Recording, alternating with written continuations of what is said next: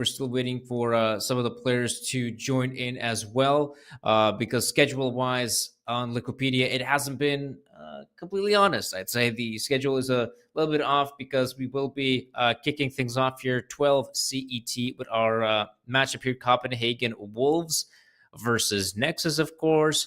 Later on, it should be 18 CET, Yano versus Kano ECF. And later on, we'll have the final best of three of the day. That is going to be Monty Gen versus Chanel in upper bracket matchup. That's going to be 21 CET. So definitely keep those times in mind. I'm not sure if they're 100% correct on Wikipedia, but this is what I understand is the latest and greatest intel. But enough of that. Time to jump into some Counter-Strike action. Nexus versus Copenhagen Wolves. The Wolves actually starting it out on the T side, surprisingly enough. I guess this is the side they've decided to pick. Right now, it's a bit of a slow start. Nexus, they're playing just a bit more proactive in this pistol. They have the intel in top mid. Now, they don't have to worry about that area of the map completely. Just fully focus on the retake. But it will be a 5v5 retake. Make that a 5v4. And now CT aggression coming in. CT's in some good positions, but it's not enough. And now, 2v5. Zello and Chicardo. Last two players left standing, and the Wolves will get this one. Pretty easy pistol round victory to take control of the bomb site, to push through CT spawn. This is your bog standard play. No surprises here. It's a great start, and I'd say definitely need a start like this here. You can also take a look here at some of the players we have. So what we got here is, wow, we don't even actually have Polo in the mix. We have Jobin and Amsalem.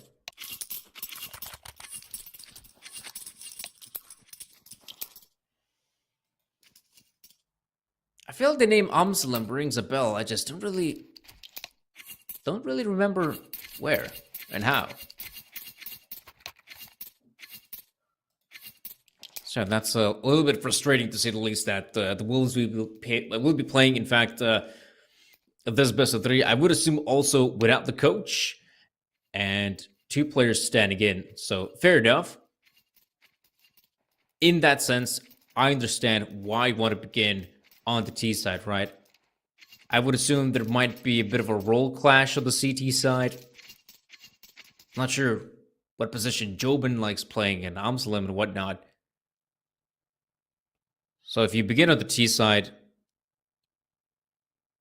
your individual positions not going to matter that much. Sure, I'm sure on T side some players enjoy, either being a bit of a lurk, maybe being responsible for opening up the sites. But that shouldn't matter that much on T side, because I feel like that could be more detrimental on CT side. And we do have a bit of a tech pause as well now. Not really sure what's that about, but hope it's nothing serious and we can keep on playing. To get a lengthy day of best of threes is ahead of us, folks. This is the first one. The first lower bracket run. Now, if we are looking at who should be the favorite in this best of three, I mean, we gotta say Nexus, right? So that's the one thing that really worries me about Nexus. I mean, they can sometimes be rather underwhelming, if I'm being honest. We'll have to wait and see. Right now, Solo playing just a bit more proactive here in the underpass, and we can see Adron. Different early fight here. He does have his teammate to back him up, but Nexus, yeah. Two-man push doesn't work out. Remember, they still have Zello from beyond. So that's a massive frag for him. Oh, Zeth's chiming in as well. That's smart. The CT's dishing out some good damage. And Wolves is being caught out. Amsalem trying to move in. GTN wins the gunfight for the USPS, and he's there to finish it off. All right.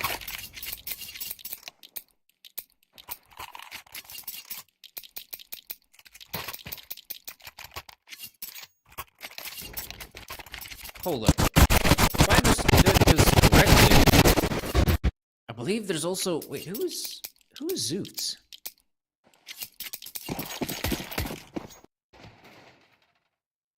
They don't have... Wait, who they're missing? They're missing Raga, I believe. Yeah. Looks like Nexus is missing Raga in this. Best of 3. Wow. Quite sad to see that the roster is really filling their squad, and I guess, hey, might be right with the sense that maybe Nexus have a easy run of form. Right now, mid control is the name of the game for Wolves, and they've actually been doing an okay job. I mean, that's another frag for the T's. They've just eliminated a short player. This might give them confidence to just push up connector, but they have to be careful about short. Adrian is still there. Now the best weapon, the MP9. At the same time, he has completely backed away from that position, and Shane is getting dangerously close. As he pulls the trigger on Adrian, that suddenly opens up the B-bombs at a great chance for Nexus to maybe still reposition, pick up these frags. They still have BTN in the backlines. This kill is going to change everything, and it's Zello to pick up Shane. And now look at this. The Wolves, they will have to be hyper-focused on the market. And that gives a great chance for BTN to sneak in. Oh, but maybe they'll begin to question their positions. There we go. BTN, great pickup on Amsterdam. That's going to be just Lonesome Andu remaining in a 1v2. He picks out the first. And now Zello, he's great in these situations, but Andu could be even better. But not this time, though. This time, the Romanian King will pick up the second. Counter-terrorists win. Not an easy victory for Nexus, I'll give him that. I was surprised to note they actually gave a lot of freedom for the pistols. They were doing a lot of damage in this round. You got BTN chiming in. Very risky flank from his part, but luckily Copenhagen Wolves were taking their sweet time with the bomb set, and because Shane lost an aim duel against Zello, that gives a huge chance for BTN to just swoop in and essentially win the round. Force by coming out of the Wolves. Now, it's not looking that great, but hey, it's a great start. Amsalem already eliminates Zello. And the CTs, if anything, let's get nasty real quick. Adrian luckily has the back to shield harder. That's a good setup. Two-man setup, dishing out damage. Adrian playing right behind the bomb site. Always being proactive. Swings out, goes for the fight. This is beautiful. It's so annoying sometimes to play against a player with the MP9 like that, because he's constantly like changing and shifting his position.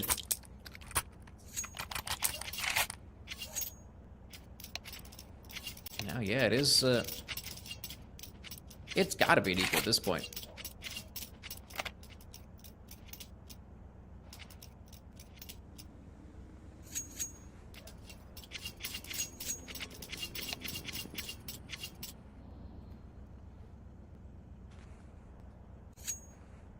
Yeah, looks like we're back to a tech pause with this one, folks.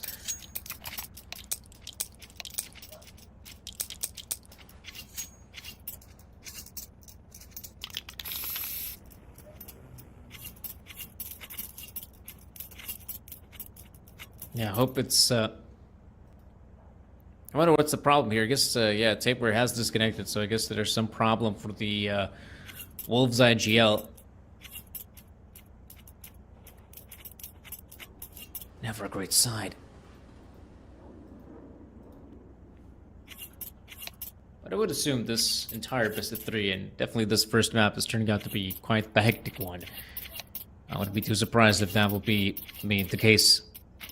Especially if you have to IGL with two players who I would assume you're playing with for the first time ever, unless maybe they've had a chance to do some pracking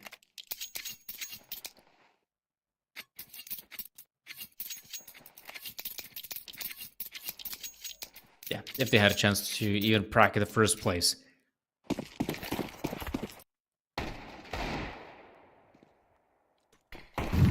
So, we're back at it again. But no Wolves force buy. This time we're down to the pistols. Some armor, but I don't expect this to cause a lot of havoc for Nexus. This little big pickup there for Undo. Damage being dished out. Bomb plant's looking likely as well, so that's actually not too bad if I'm being honest. This is going to be a bomb plant, I mean some extra money to work with. But I still feel like, yeah, Nexus will just mop things up. Easy frags for Nexus. There we go. Picking up an important win for them. Admittedly, some of these rounds have not been the cleanest, but that's also, I'd say, not the strong suit of Nexus, right? And that's definitely not their strong suit. Counter-terrorists win.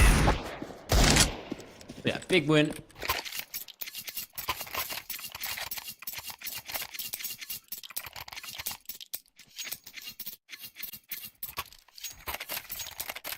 Now we're back to another purchase in this one.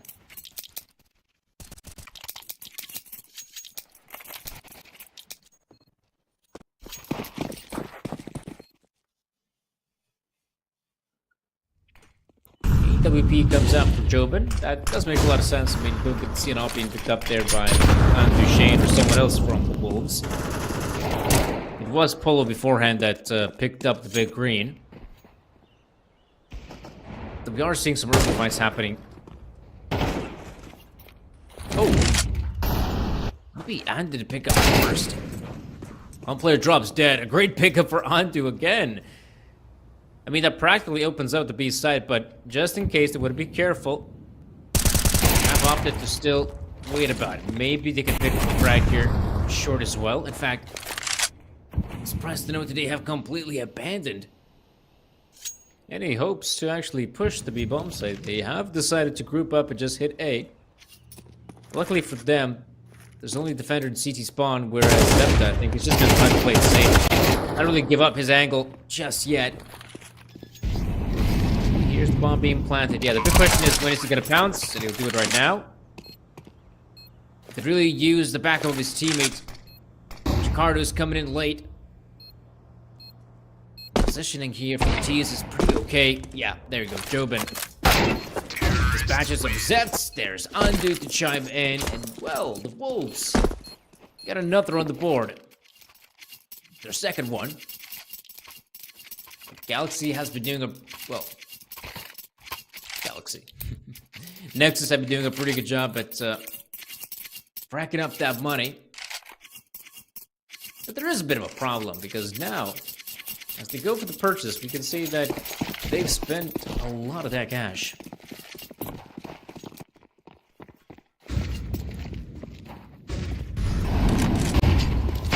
But no. Is it a good choice for them to once again play it safe? Maybe it is. I was kind of hoping that they might play aggressive once more. But we are just seeing the 2-1-2 setup. But you can see Shane, just in case, but he's just holding that position. Who knows? We might be seeing something fast and loose.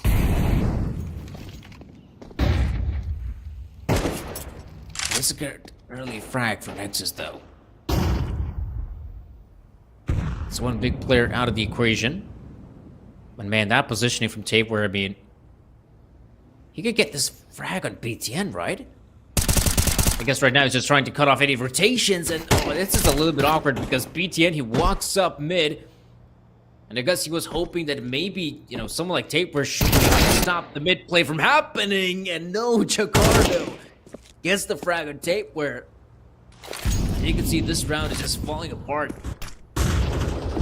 Nothing seems to be going his way. Jakardo gets another, and boom. That will be Nexus picking up another impressive victory.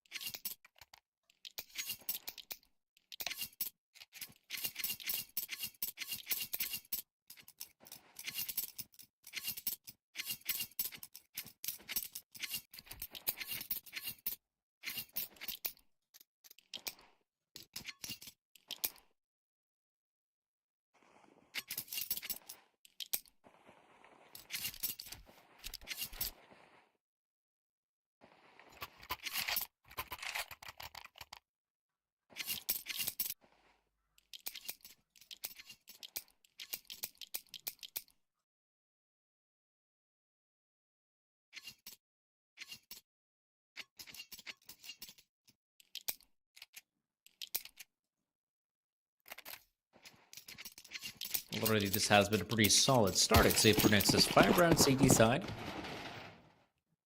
Then again, they are going up against a pretty dysfunctional team, and we just saw in the previous round that, yeah, obviously communication is not going to be 100% on point.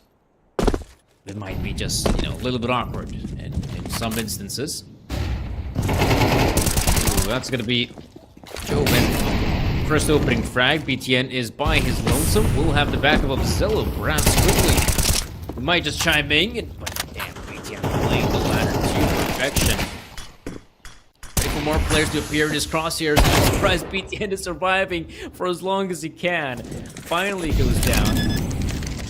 As he picks up 3 massive frags, he's probably wondering, like, how do I get 3 and none of you guys get a single frag yet? So, Adrian and Zello walking up. What? Surely you could have seen your teammate there. Oh, okay. Forget about it. They're taking a sweet time here. And the positioning here for the Wolves might just be good enough. Oh, they haven't really thrown that smoke on the bomb. That's a big mistake because now you got a player in the backline, the form of Tapeware, and Amselen. Yeah, he is just winning the round by surviving. I'm surprised they're actually chucking that smoke bait in. Didn't they see where the bomb was at? Yeah, that's a bit weird, isn't it?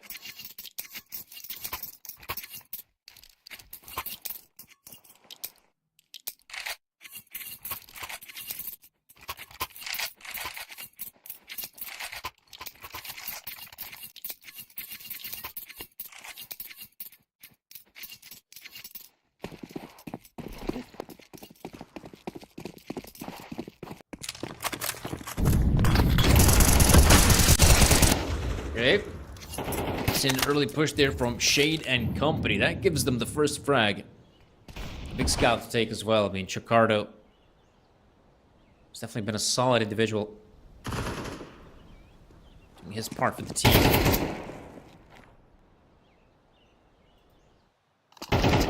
I guess we should see some of this aggression as well. Will it be good enough? Well, it isn't that much. Oh. Joven chums in from Palace. Now something tells me Nexus, yeah, no chance anymore. That'll be the end of this one.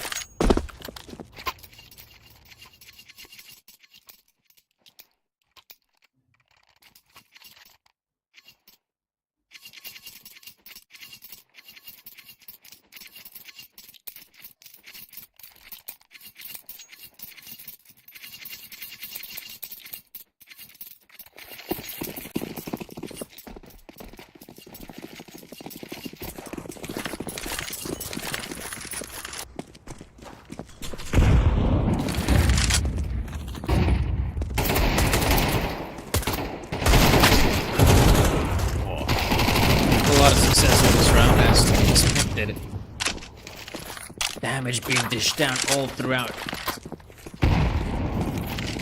Can't survive the onslaught of Copenhagen Wolves that have the rifles to work with. Util as well. One scary part is that a fair amount of damage has been inflicted. And it doesn't help that there's also an incoming backstab. BTN, wonder if he can find some good timing on this push. Oh, he chooses to go for mid. If he would have opted for the B-bomb side, this could have gone a whole different way, but those guys are definitely taking their sweet time in short. Oh no, Chicardo actually wins the gunfight against one. Amselen, that's why the one on BTN. Zoots recovers the weapon. Oh no, that's the bomb being dropped as well. Uh-oh. This is, not looking good. And Amselen trying to make... Oh, actually finds the player. All right, that's huge. He's suddenly got himself a big chance ahead of them. Zoots. He's aware of his position. Jiggle peek. I feel like Amselen has a superior angle, but no, it's Zoots to come out on top. Finds the rifle just in the nick of time. To come up with a huge, huge frag.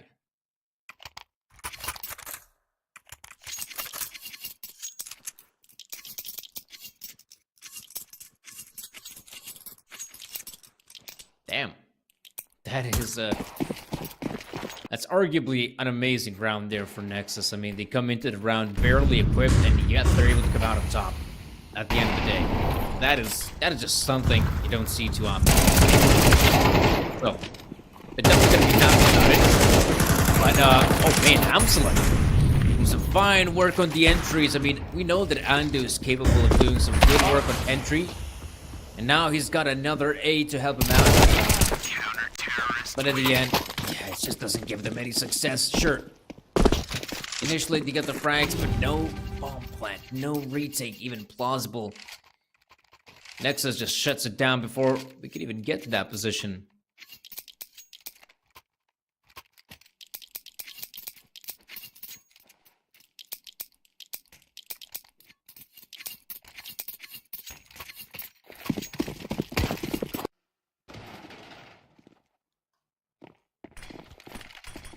Well, 74 is the first score line. And Amsalem and company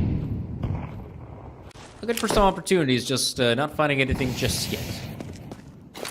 Oh, it will be potential fast plays for the Wolves.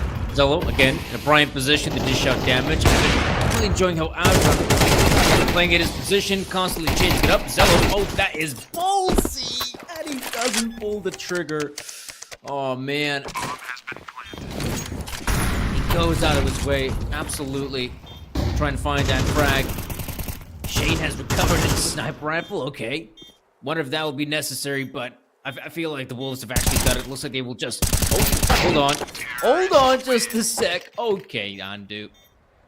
He stops the madness, but... there's no other way of putting it. To be Nexus were in a really solid position to win that round. I'm not really sure what Zella was thinking in that round. I mean, sure, that was beautiful how he was able to pick up that first, but what's this, man? Just wait for your teammates. It's a 3v2 and A-bombs that we're talking about. Just trade efficiently, and that'll be enough to win the round.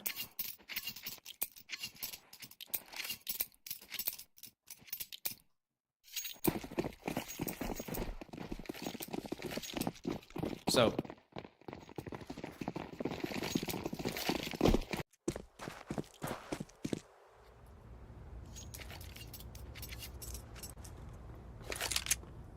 5-7 scoreline.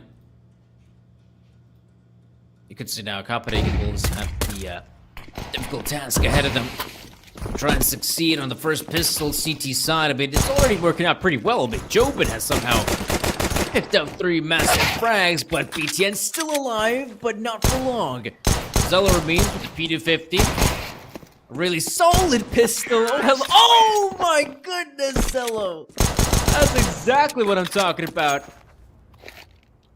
Really solid gun. It almost feels like the P250 is just probably the best pistol you can have in the pistol round. Sure, depending on the situation.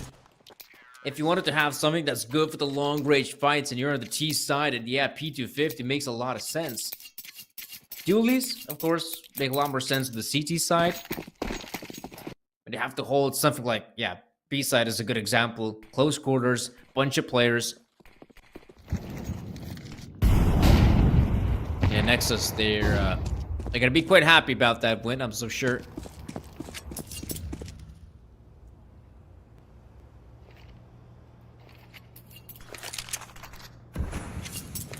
And so Nexus, after winning the pistol, have also a great chance to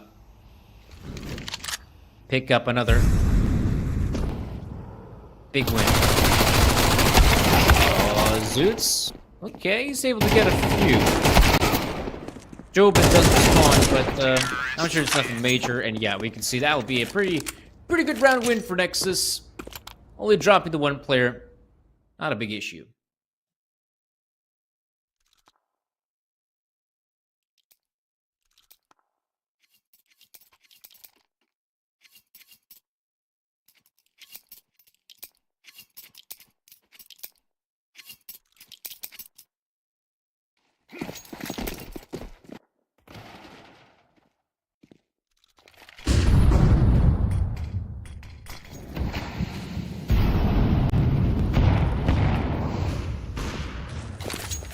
Okay. Looks like Nexus will try to keep things pretty simple this round. There's a bunch of players now moving in the bomb side. I mean, 2 big frags for the Wolves, though. They slow down the advancement for just a little bit longer, and Shane is yet to reveal himself. Oh no, he gets caught out by Adrian. I was so sure Shane's position might stop these players, but nothing of the sort. We're down to the 2v2. Jakarta being extremely worried about short and getting the bomb plant is always a difficult task on default. The Wolves, they're taking their sweet time. They're getting dangerously close inside.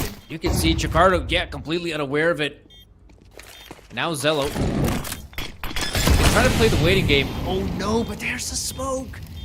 He wanted to chuck in a Molotov for good measure, but with that smoke being deployed, yeah, there's a chance for a defuse, but Amsalem is trying to go for it. 6 seconds remaining, and Zello's going for the spray. Oh my gosh, he's so close, gets so far, and it just doesn't get it. The Wolves would run away with victory. But man, oh man, Zello was close.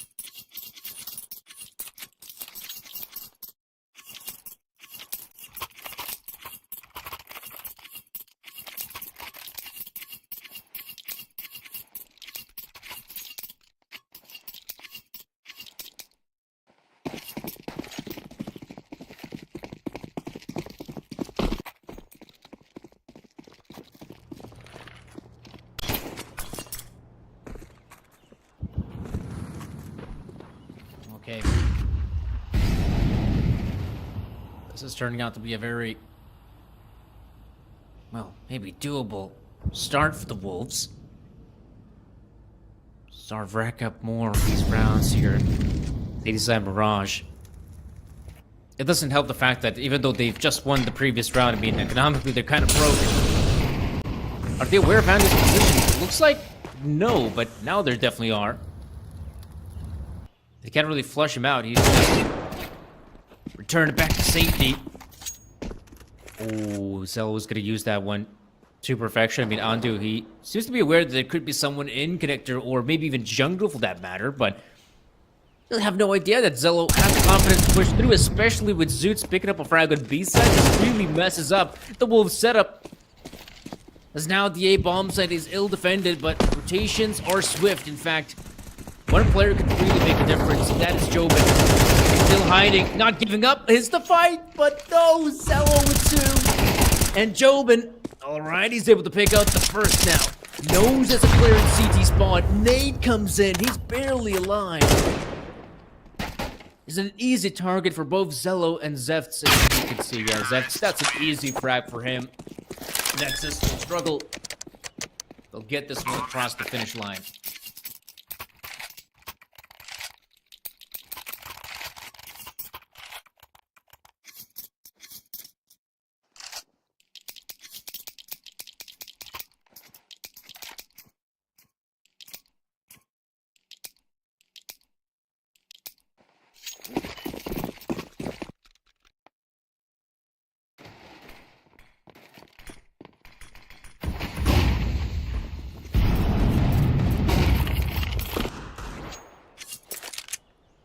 Okay.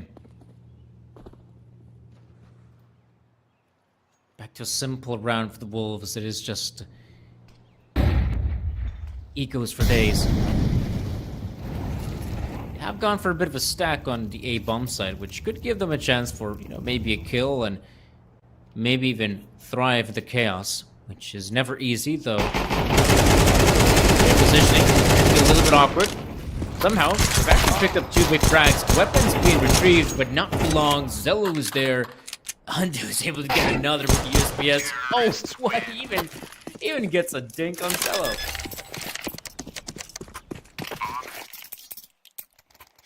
That's pretty big.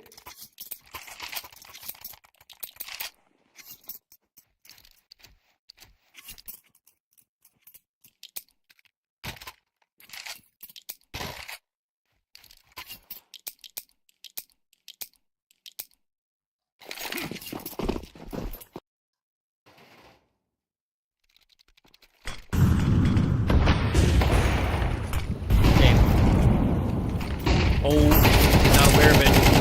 As it pushes out BTS. I'm surprised that he he was in that position and wasn't a quicker target for Amsel. Underway. Oh, that's aggressive one, and he gets punished because of it. Oh, but that's a great pickup for Jobin. 2 massive frags to slow down the push. Timing is everything. Oh no, Tapewear is completely unaware, but is Zoots? I think he might be. He seems to be good. There's a player in that position, and yeah, he'll scout that one. Easy pickup for Zoots. Nexus, 12-6, just 1 round away from securing victory on the first map. And as we saw, yeah, the Wolves, they were looking pretty. Now that you think of it, I mean, comparing their CT side to their T side, I mean, the T side was pretty okay, now that I think of it. And yeah, the CT side, apart from that one ninja defuse, this has not gone their way at all.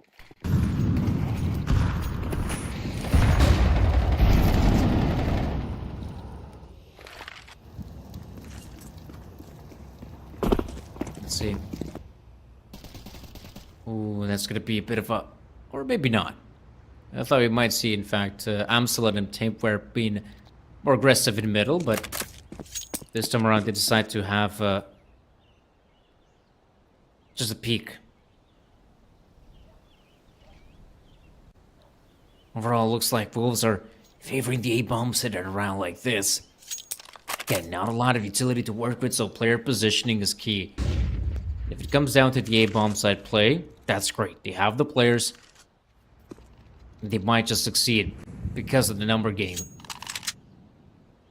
Oh, but that presence in the middle from Nexus is really messing things up for them. Flashes and smokes right in. They decide to rotate 2 players towards B. Get no point of contact except for Palace. And Andu picking up that frag. I mean, Nexus might be pressured to just hit the B bomb site. And this is exactly where Wolves have free players standing on the side. This should be a good round for them to pick up. There we go. Good positioning for the CT side. And a solid victory. Felt like everything just went according to plan.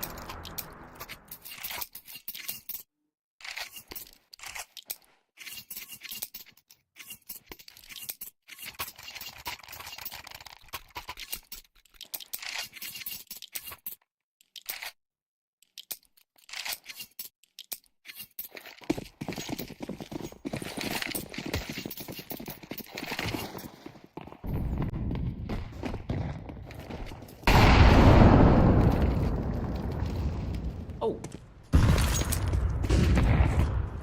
Didn't really catch that one, but Zeus already finds the opening in the round. Shane will have the confidence to be more aggressive in the apartments, and he has been spotted out. In fact, he's currently the only defender. Andy will be up closer through short.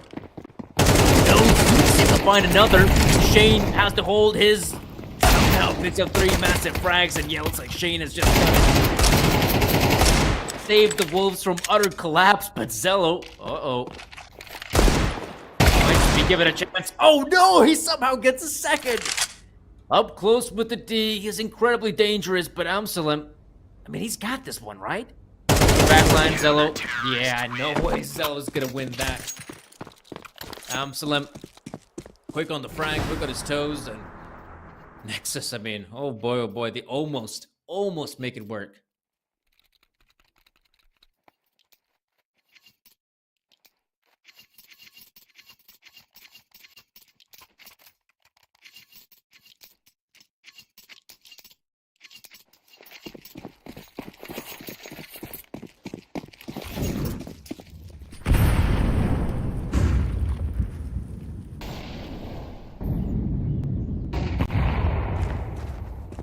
To 8.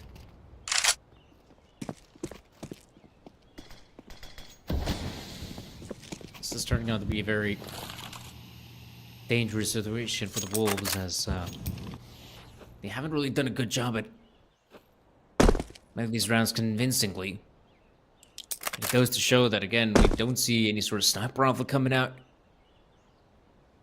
There's some utility that's almost been wasted, but that's a good frag from Tapewear. In-game leader taking matters into his own hands. Gives his team the first. Maybe the first of many. As Jobin also chiming in. Okay, the Wolves now doing a pretty good job at just picking up these players one by one. There's just 3 defenders here on each side. Apewear with good position. Adron, oh my goodness. Adron so quick with the second.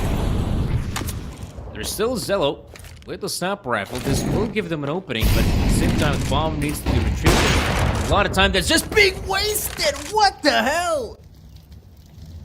That's definitely a player just wasted. Great pickup for Zello. 2v2. Oh no, Shay didn't see the spawn. Zello tries to bait out someone. No way, Zello, what is that? Have you seen a Zello flick? I remember a Zello flick. Down to the 1v1 he goes. Oh, now he's aware of final player's position. Oh my goodness, Zello again, so close yet not enough to get the round win. But I mean, he's been doing fantastic work, and this is usually this case for Zello at Nexus. He is the guy that puts up the big numbers when it matters most. He's no stranger to it. And this is just one of those rounds where, again, he's just putting up the amazing numbers. And 30 frags to his name as well. First map of the best of 3 as well.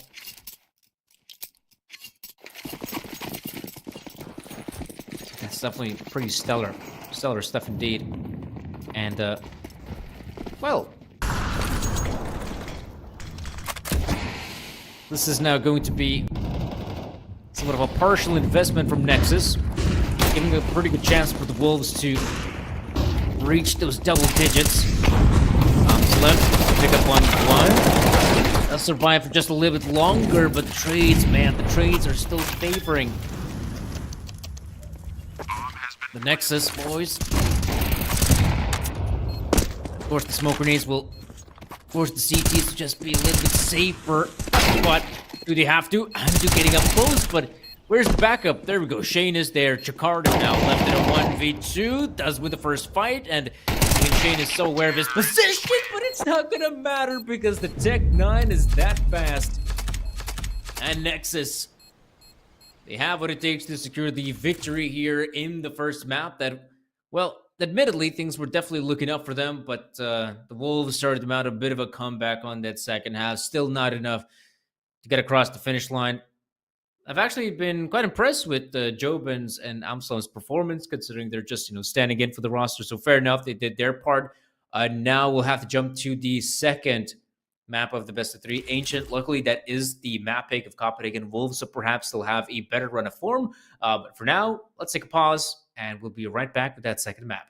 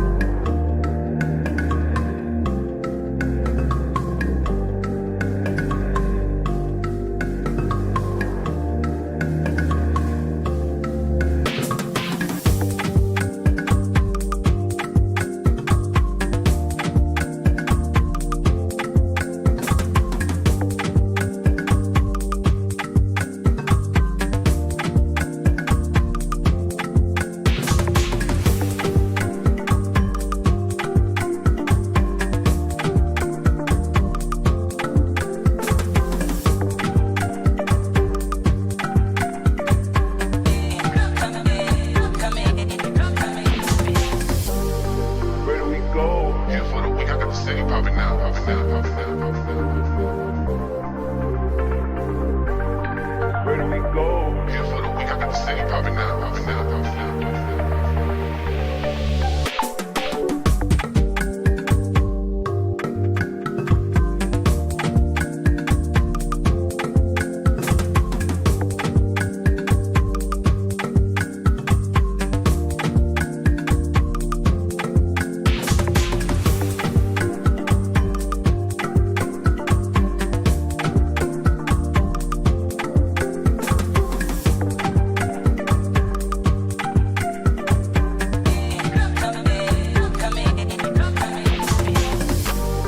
Where do we go? Here for the week, I got the city popping now, popping now, popping now, popping now. Where do we go? Here for the week, I got the city popping now, popping now, popping now.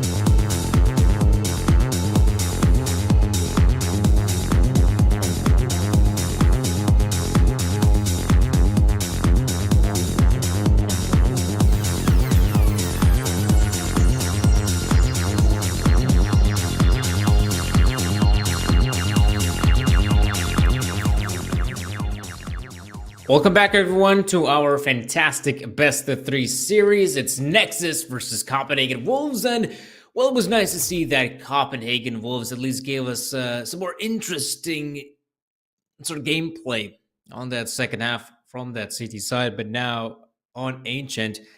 I don't know. I feel like this should be technically a better map for them, but then again, we obviously have the caveat of the 2 stand-ins in for Copenhagen Wolves, which really doesn't make matters any easier for them. And sure, while Nexus is a squad that is kind of notorious for not necessarily getting those clean wins across the finish line, I still feel like, if they're going up against a team like the Wolves right now, definitely should have a good run of form. And yeah, this is the first best of 3 in the lower bracket. winner of this one should technically go up against the winner of Kano versus Yano, I believe. Yeah, Kano versus Yano. And well, we're good to kick things off here with the best of three. As we can see, the Wolves T side. Nexus preferring to play on the CT side. It's none other than Andu to find the opening frag. And with that player dying at A main, that gives a great chance for the rest of the Wolves squad to just push onto the bomb side. Wow, do they have a chance though? Because there's Zello and there's in fact everyone from Nexus chiming in with some big frags. And that'll be a 1-0 start. Definitely not a bad run of form. Despite, the Wolves finding the opening frag just doesn't give them the win across the finish line. And so, 1-0 start. Wolves, of course, no bomb plant as well. If they were to have a bomb plant, I guess we could see some sort of purchase coming out, but it's just not going to happen. Ooh. That's a nasty ding early on. Still Adren. Early pickup. The Wolves have obviously been forced back. But you have to play it safe. Right now, Nexus has a substantial edge in terms of, well, positioning as well as weapons, of course. You can see the players just looking for opportunities. It's not going to go their way, but no, it'll just be a slaughter. Zefts. 3 big frags to get 9, and he's not stopping anytime soon. So 2-0.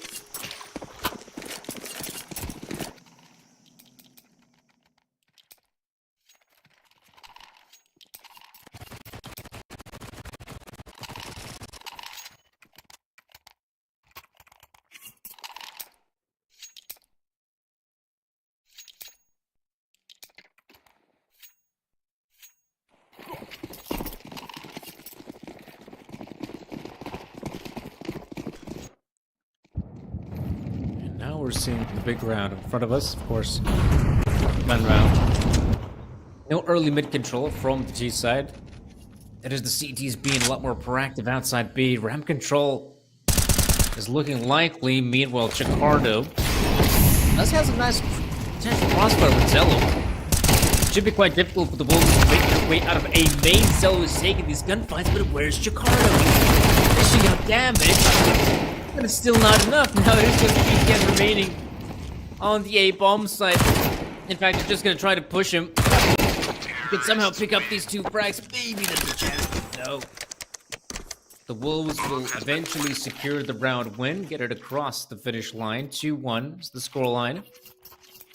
And a pretty important win for them as well. I was quite surprised to note that Wolves actually got their way out of A main. At one point, I was so sure that it's just going to be finito for them, that it's going to be the end. I mean, you got Chicardo and Zello. Plus, you also have players coming in, rotating from B so quickly as well. Love the pace there from Nexus. Still, it wasn't enough. But at least it's one of those rounds where the Wolves are given a chance to take heaven control, but oh no. They're given the chance only because Nexus wants to give them a false sense of security. Zev's getting caught on the jump, but still comes out on top. And this is where, yeah, you've already done a lot of good damage there. Zevts and Chicardo, they're just better off backing away now. Playing safer. Because we usually see a lot of these rounds just end on the B-bomb site. That's where also Nexus are positioned with players. Shane actually 2 great responses. There's BTN on the other side, and boom, just like that.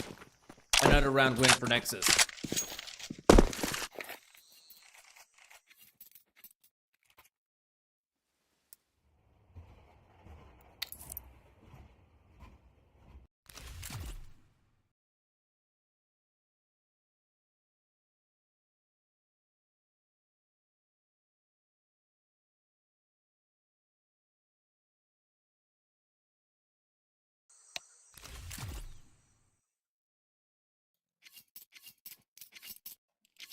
An unsuccessful purchase there from the Wolves. Despite Shane doing an okay job there on the entries later on in the round, it just didn't come soon enough. So now it is just down to the eco.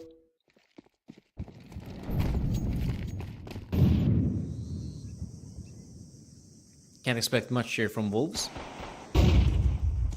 Usually you might even anticipate an A main push these rounds. Just, change it up. That's actually a good pickup there from Jobin, but all in all, even if they somehow lose the A bomb set, they'll still have all 4 players try and stop him, but I'm not even sure if that will be necessary because you got the double pickup. One, Shane in a good position to somehow get himself a second. Puts himself in a lot more winnable 1v2. Oh, he even gets the third. No way he's given a chance to win this round. To run away with a victory. BTN seems to be aware as well that where else could he have gone if not Temple? Oh, and timing is everything. And Shane will just book it. BTN doesn't seem to be aware of it just yet.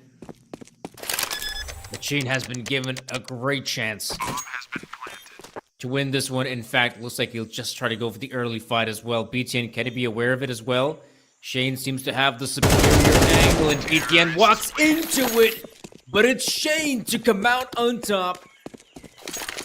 The lonesome pole decimates the Romanian squad. And Nexus, what a round to lose.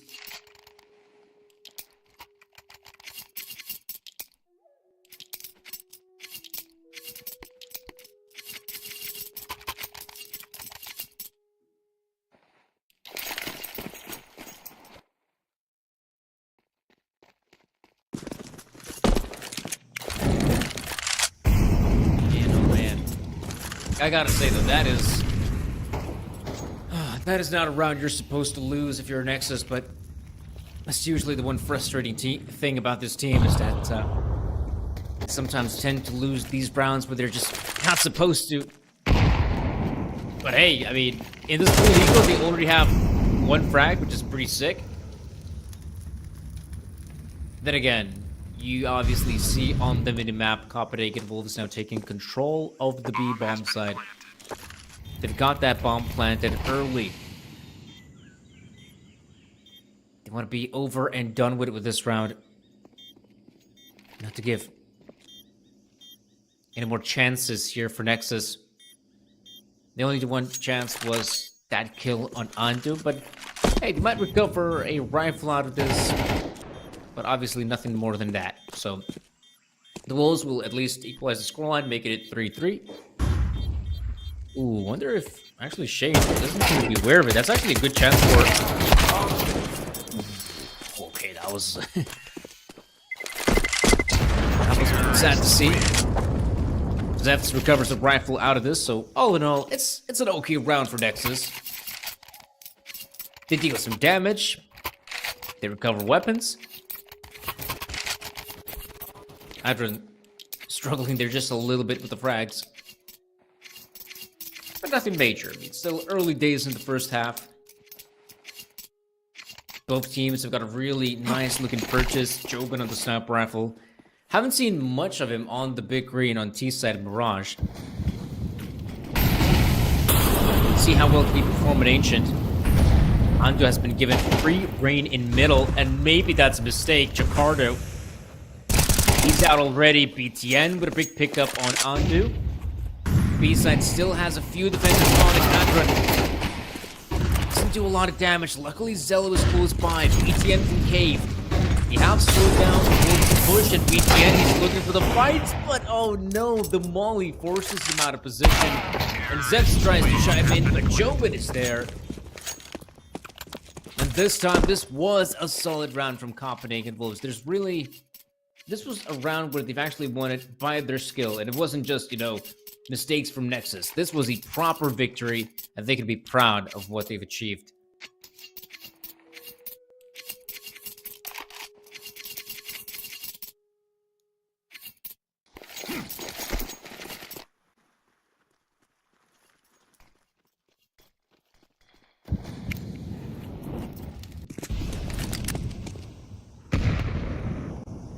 That's still around for Nexus, and players being a bit more correct in this round. Ricardo, the early fights. A lot of good damage being dealt with the MP9. And it sprays away, peppers the players. I feel like Ricardo might do some more damage with that 5-7 against, which is alright. I mean, damage inflicted, whatever. They'll be happy about it, but these rounds, there's not a lot of them remaining in the first half, and with Copenhagen Wolves already sitting with 5, I think they're quite happy of what they've managed to achieve, but let's see if they can get more than that.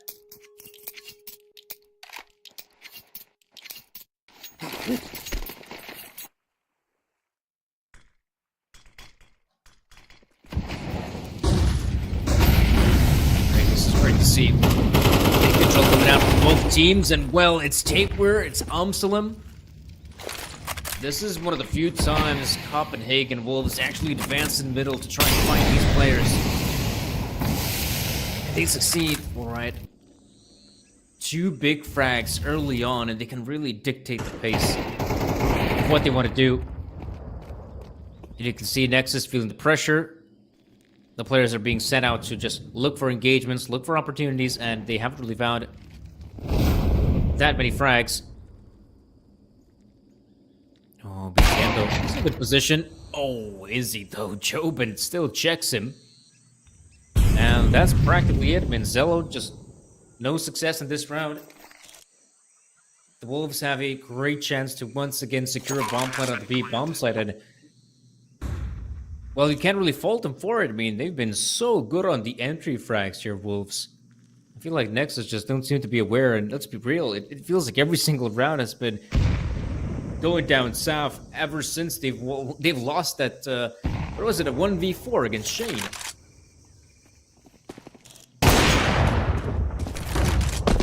Zello looks like he might just be, in a position to still save the big green. Oh no,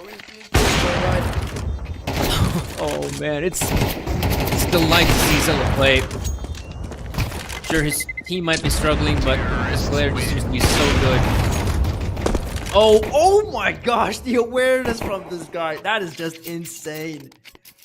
Oh man, that was a highlight of a save.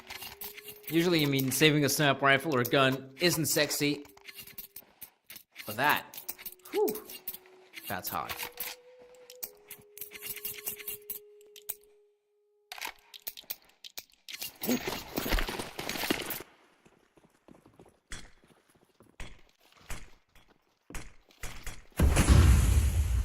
Yeah, 6-3 right now, Nexus. Back at the pistols they go. Zello is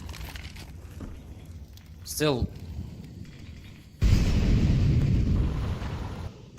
on that B-bomb, so I'd probably love to see him maybe go out here in the middle and try to find some impact, but yeah, the big question is how much impact can he find, and I feel like if there is a player Nexus he should rely on, I mean, that's got to be your man.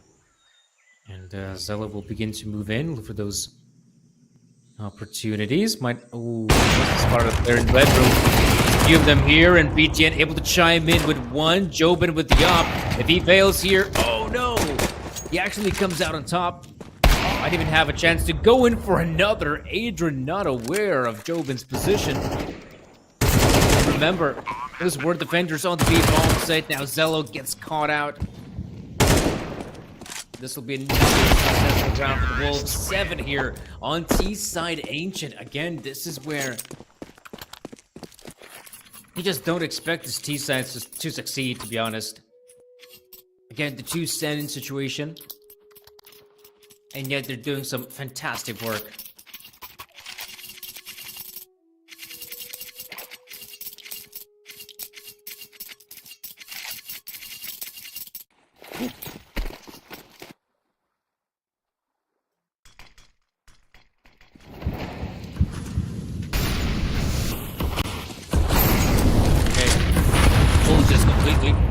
Changing up the pace of this round. Fast play on the base side. Nexus just not aware of the pace.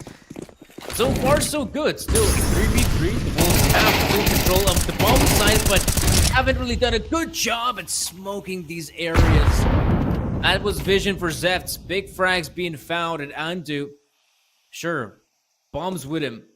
V2 might just isolate the duel here. There's one player now. He knows where both are playing. There's the peak. Oh no, how is he still alive? 1v2 for Undo. Homplant chimes in at least. It should be so weird that he's low HP. Okay, that was just, yeah, admittedly just some awkward timing. In the end, nice try for Undo, but this time at least Nexus pick up a gun round victory. Will get themselves 4. At one point, this was starting to look very scary for Nexus, but if they somehow even get themselves the 5th, then you could say, all right, I mean, there's still faith, right? There's still some faith in this team.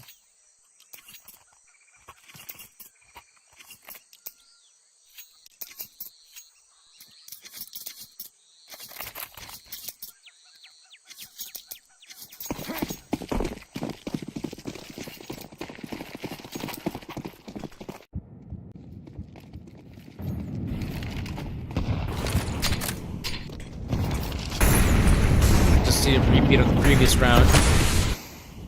Though Nexus have a bit more utility to spare, and they're already deploying Util and Ramp, slowing down the efforts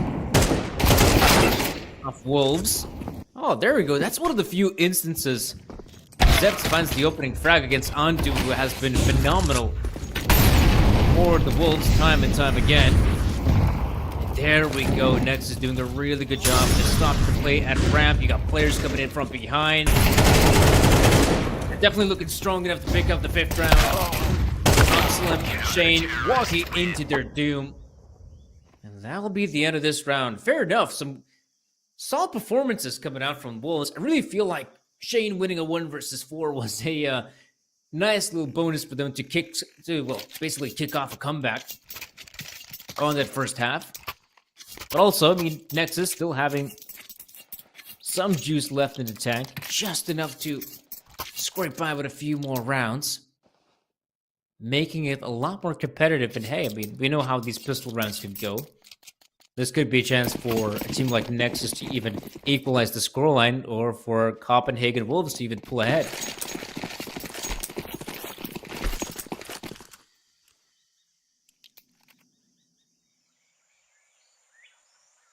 Oh, look at this as well.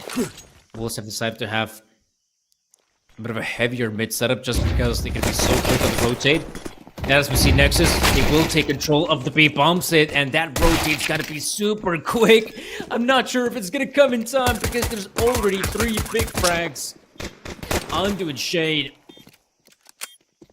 They're not even late to the party. They just haven't been invited too long. They'll try their hardest to get through the bouncer, but BTN is thick. And Adrian able to find 4 big frags, 7-6.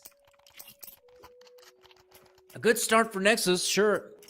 Getting the pistol round will give them a great chance to secure the upcoming round as well. And yeah, that's where we're talking about a potential 7-7.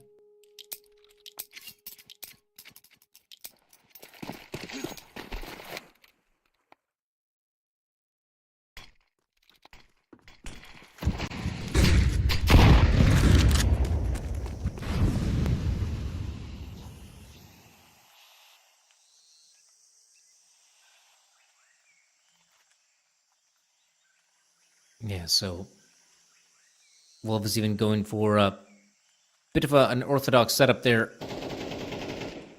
on the A bomb, so just a full-on stack. And I actually would love to see how's that stat looking like right now. Like, are there players just on top of the boxes?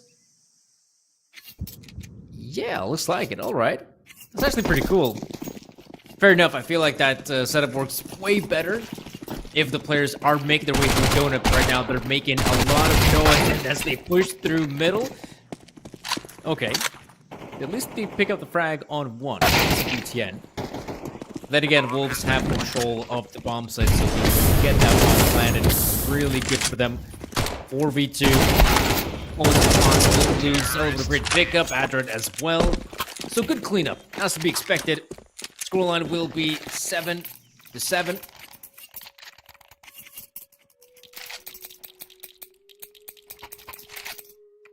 I wonder if Nexus actually just want to keep their Mac 10s. Looks like Chicardo might just be one of those players, which is fair enough. I have seen teams, after winning, let's say, the first pistol, second round as well, a team like Nexus, for example, could definitely use the Mac 10 for a mid push. The player, all he's got to do is just really just walk close to the wall. It might be a pretty good position to overwhelm a donut player. But forget about taking control. We already have players in ramp. In fact, they're going to take control of ramp as soon as just finds a great chance to push through the smoke. There's still going on the side. Oh, that's a bit awkward. The molly almost kills Zello. And Jaboan, he had a good hold on the B bomb site. Oh man, that damage. There's a lot of it. It's still no kill, but Jaboan chimes in. And at this point, I mean, the player is really far back, so BTN has a great chance to just go on the A side. But meanwhile, I mean, BTN, he's playing the mind games. He's thinking, right, there's a big chance this player might just rotate through middle. Oh, man, but Jaboan, yeah, he's got the awareness. Right, he sees the shadow a mile away, and so Jaboan's holding B side. That's exactly what he does. Gets massive frags, saves his team, and gives them a chance to keep on fighting.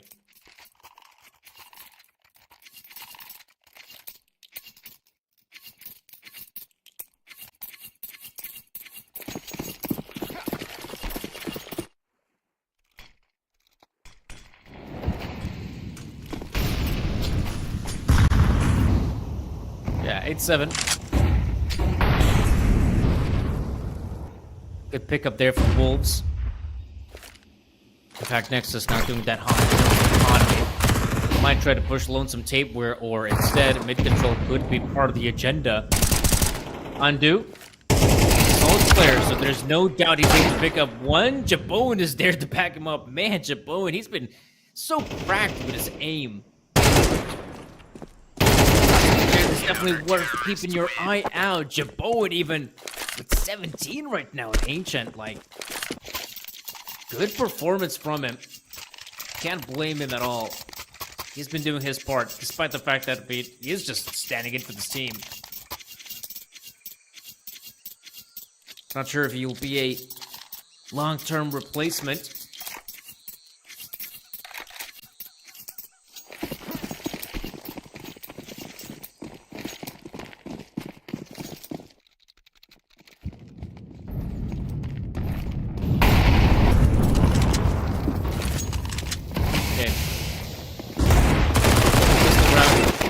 Should be no structural shade, so arguably that was a lot of players to go up against. Oh my.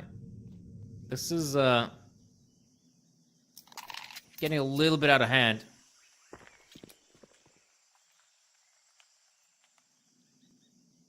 All in all, I'd still say this is a very winnable round for Copenhagen Wolves, but I like the fact that the pistol players are sticking together in this one, and this might be a good chance to overwhelm a guy like Amsalem. Does get the first, tries to get the hell out of there, even chucks in the incendiary. Slow down the push. Adron, oh no, how are these Glocks finding so much success in this round? Finally, they've run out of luck. BTN, oh yeah. That's not looking good. Not against the Glock. No way. Not losing this one if you're Taker and Amsalem. There we go. Good pickup eventually.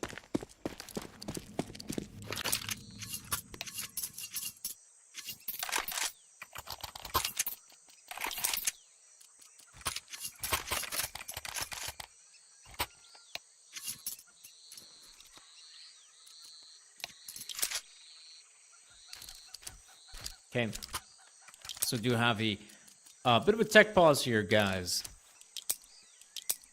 You can take a look at how the previous round played out, I mean, man, oh man, Nexus.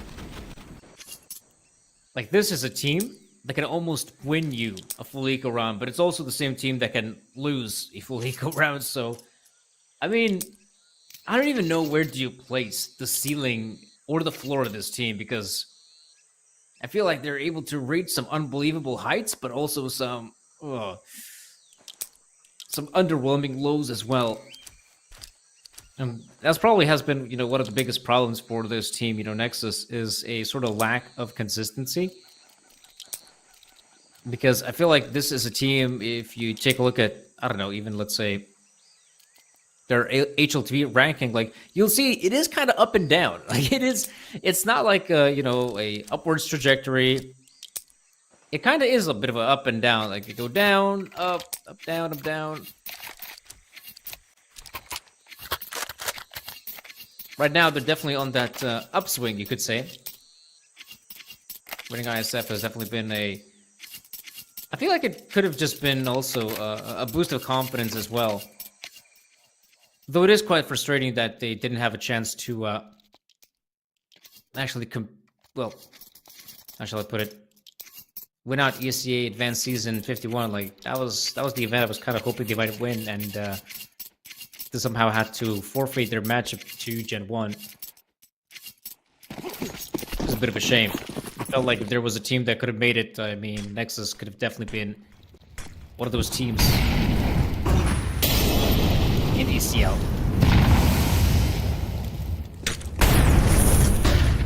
Oh. They're gonna try to take some of this lane control, Nexus. Luckily for them, they haven't been bombarded to oblivion by nades or even, let's say, incendiaries of the CTs. So they'll be happy about that. Yeah. This is a position in which the Wolves playing it safe. Taking any chances of their own, and definitely don't want to give a life for free. Right about now, looks like some of these players are gonna try to take some of that mid presence, maybe return back toward the B bomb side. There's Amsalem and Andu. And there will be Andu to pick up a frag and beat Yen subtly. There's a good chance for the step as well. Shane, he chimes in with his frag at Jakarta company. Not looking too good, but Jakarta, all right, that's a big pickup on one. Oh no, they both line up. He almost gets tapeware. And Adrian, the new kid on the block, looking for a chance. For an opportunity in a 1v2, it is doable. It's just that he has no idea of Tapeware's position. I feel like Tapeware. Oh no, I was thinking Tapeware's got the better angle. And now he's open, he's looking up. He seems to be aware that the player is low at HP, so. Pistol. This is... Man, oh man, this is dangerous. He's just one bullet away from dying. Oh no, but he's also got Incendiary and a nade. So he can just flush out the player in ramp. Adrian peeks. Oh yeah, Incendiary will just get the better of him. So Nexus can secure that victory. It will be the Wolves to come out on top, and now it is 11-7. If anything, this is starting to get scary. Okay, this is starting to get, I'd say, quite scary for the team. This is something you don't want to see. I believe there's also a bit of a track record of Nexus kind of, I don't want to say the word choking, but failing, I guess is a better word to describe it. Kind of fail here in Ancient. It's a map they don't really play too often. For that reason.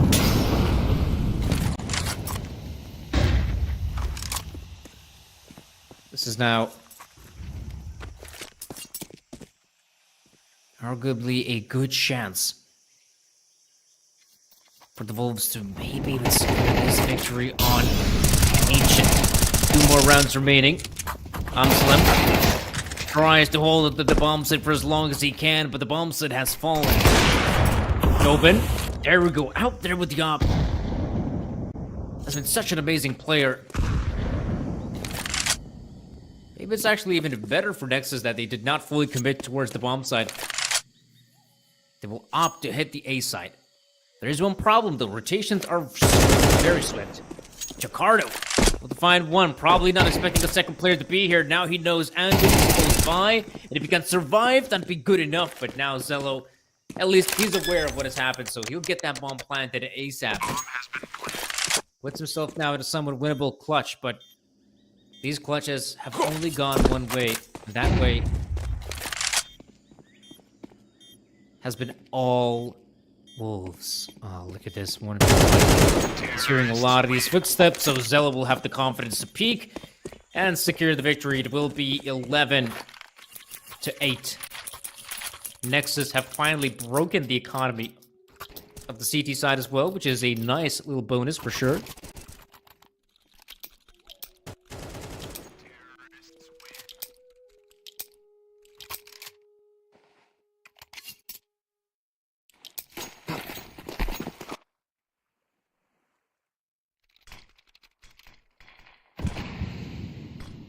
So yeah,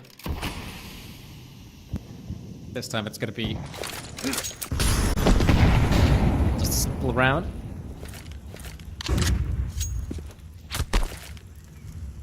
In which Nexus mega careful in the approach. There's gonna be a few players at the top making both sides trying to push. Oh no, in fact it's a mega push. Oh, this is good. Oh no, it's getting worse and worse by the minute. Luckily, there's a bomb plant, but this is so awkward because Lonesome Adrian is on one side of the map. Jakardo is on a completely different one. Luckily, he's able to get that frag. And now he desperately needs a second, and he gets it. Maybe that will be enough to win the round. As Jobin out there with 5-7. Looking for a chance. Not really seeing any of these players, and yeah, this round will just come to an end, and oh man. Jakardo perhaps single-handedly just wins that impressive round for the team. Because it was definitely looking tough, I'll give you that.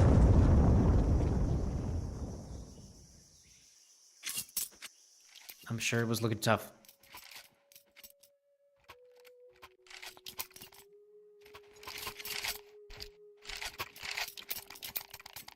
So, not enough money to reinvest for the guys. So the Wolves will have to let this one slide. I mean, luckily there's Jobin on the rifle. That's great to see. I mean, Jobin has been, man, for Stanton, he's been finding a lot of impact. I'm not even sure what team Jobin is a part of.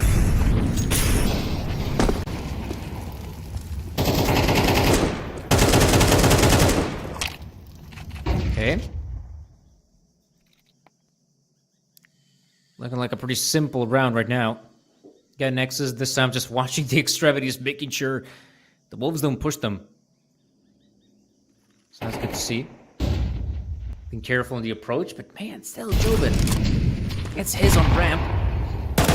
Couldn't give a chance for the players to just push forward. Maybe recover another rifle. BTN is so aware of that being a possibility. He's just holding the ramp in play. There we go. Able to first fire his way to success. And that's good. Good chance right now for Nexus to finally secure a victory, putting themselves on double digits. And now this is where it becomes so hard to predict who's going to come out on top.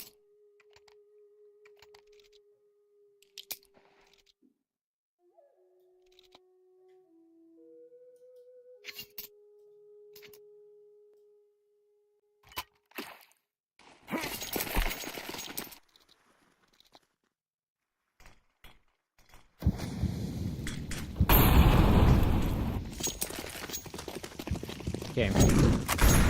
Next is going to try to keep up the pace now. A fast play on main could be a good way to change it up. Zello can pick up a one. Now they know Andy's position as well, so he's becoming an easy target for the rest. Ball flight is looking good as well. They'll be just a little bit more in the open. And The retake on the A bombs, and it's always likely for the CTs. And that frag from Tapeware definitely makes it possible. It's just that they have wasted a lot of time and no kits to work with as well, so they're just gonna back away from this. I was wondering if they might try and go for this, but looks like not the case. They will just back away.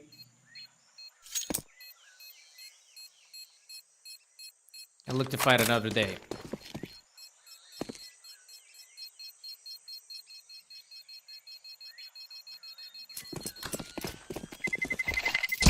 Terrorists win.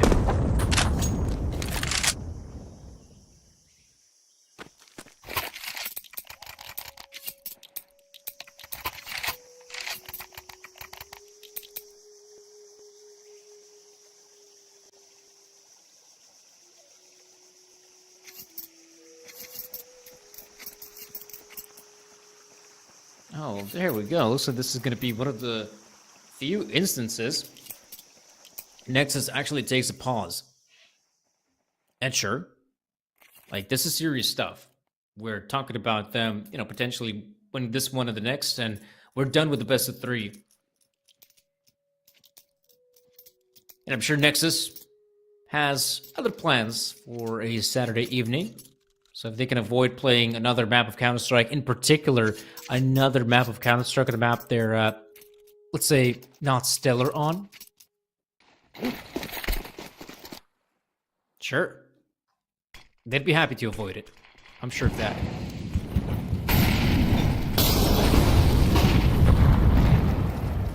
Here we get to see Nexus grouping up for a potential lead play. You can see a pretty decent amount of damage has been inflicted by the Wolves' utility early on. Will does have a good angle to try and spot anyone on the B-bombs. The problem is, though, it's Adrian to try and find first opening frags, and there's already 2 massive ones, and BTN with the spray as well. The wallbang connects. Bomb has been planted. And the Wolves, they must be dumbfounded. It was just 3 players of the B-bomb said not that long ago, and suddenly Nexus, in the span of, a few seconds, just completely demolish, just decimate anyone on the site.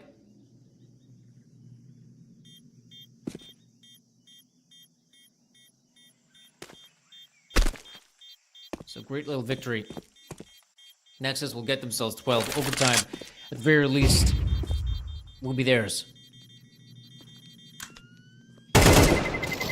Terrorists win. No save as well. No bringing weapons into the next round. That's really frustrating.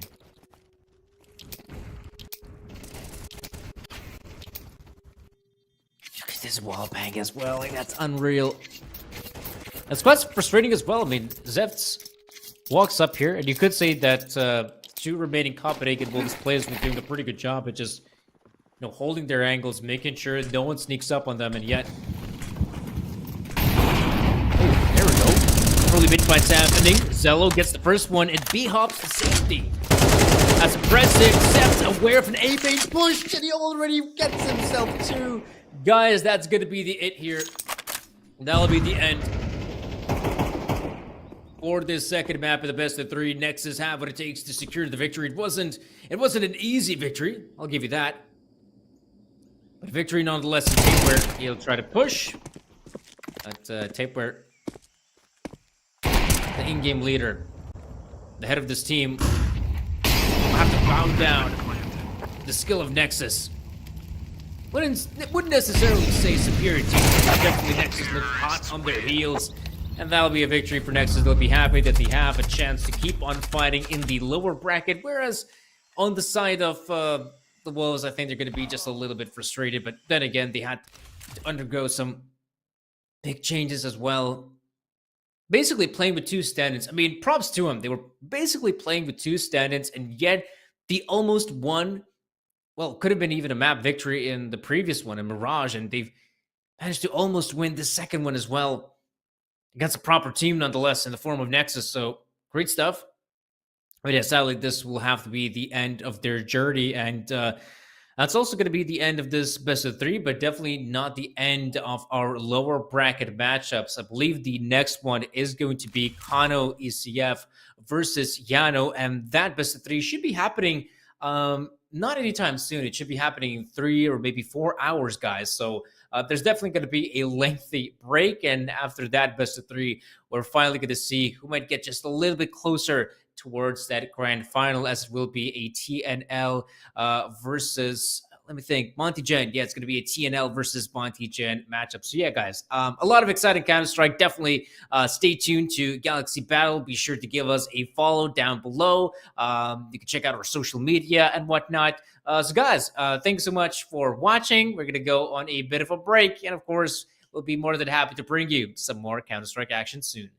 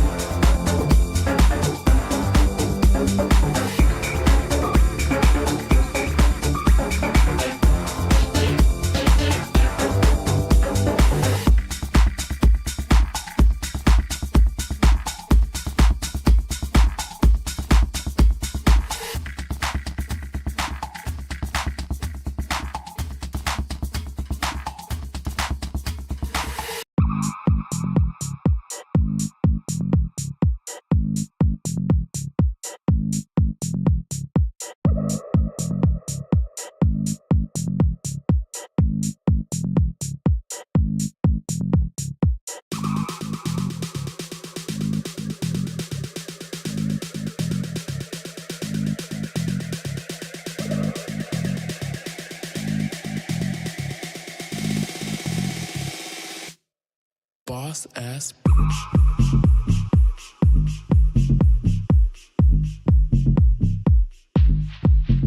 Boss bitch.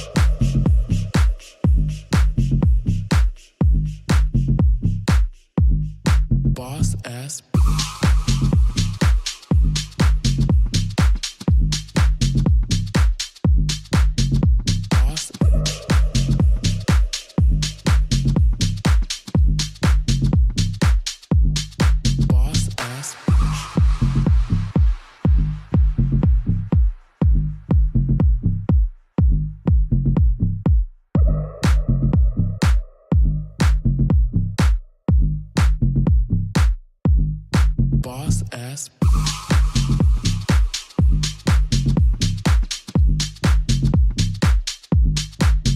Boss bitch.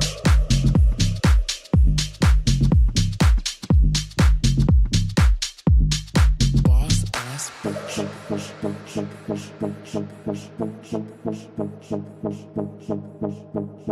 boss boss ass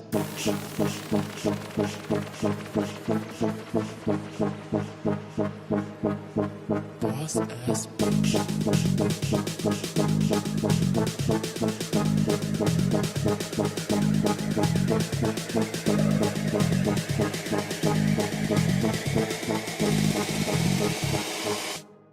boss ass bitch.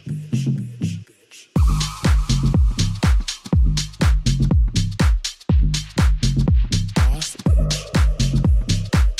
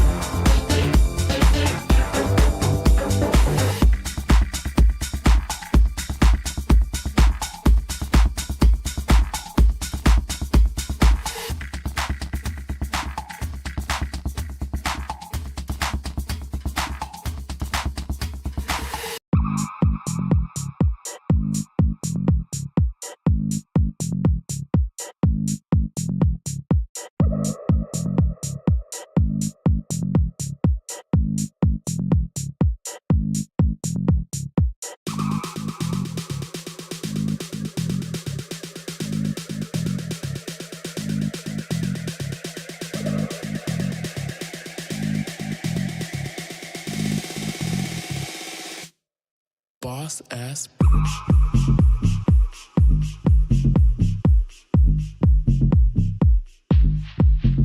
Boss bitch.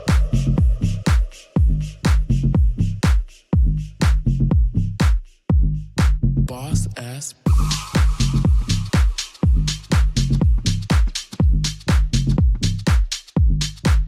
Boss bitch.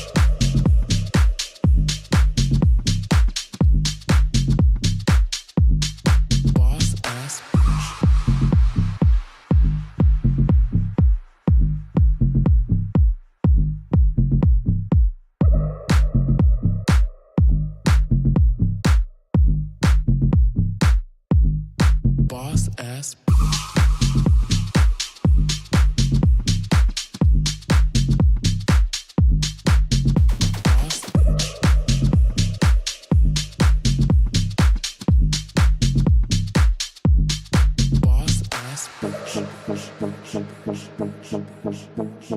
bitch. Boss bitch. Boss ass bitch. Boss ass bitch.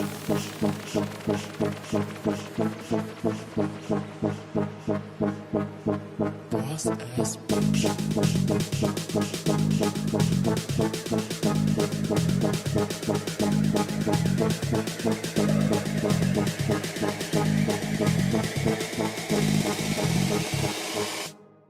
Boss ass bitch.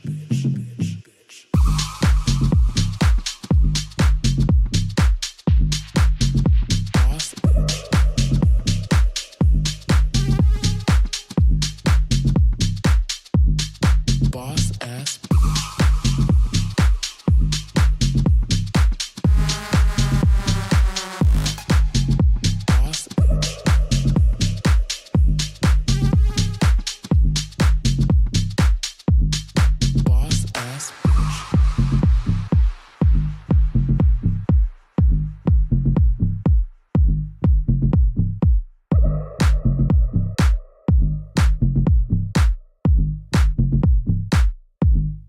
Boss ass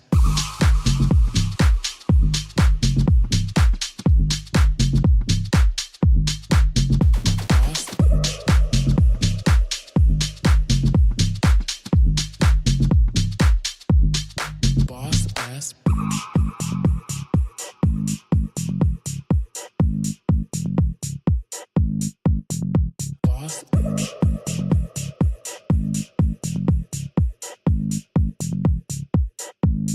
Boss ass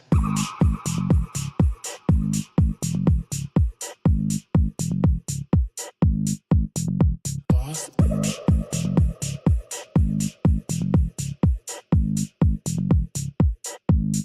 Boss ass bitch.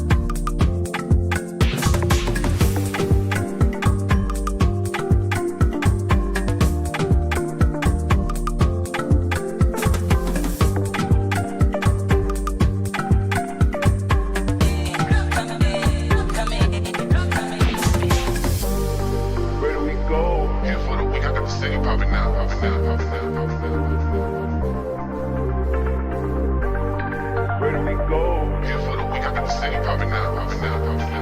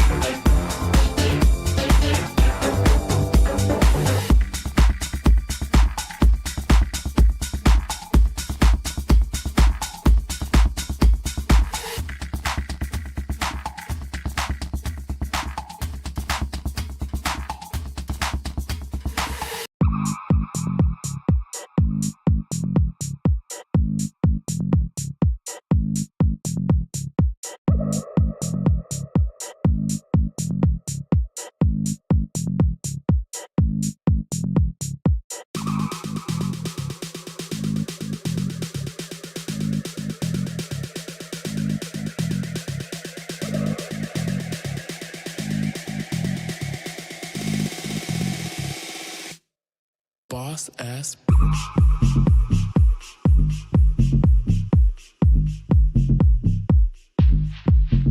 Boss bitch.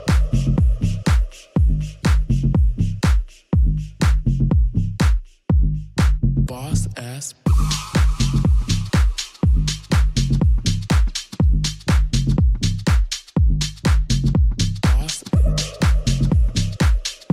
Boss bitch.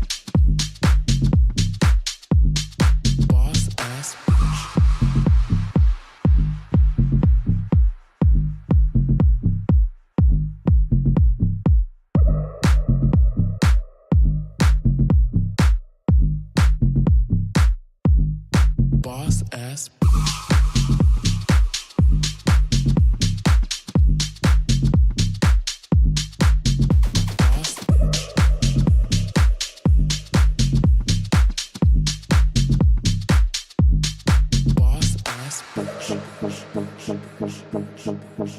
Boss ass bitch. Boss bitch. Boss ass bitch.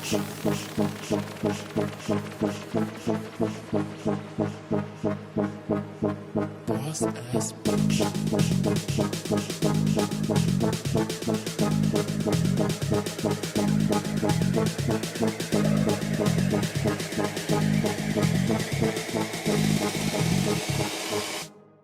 Boss ass bitch.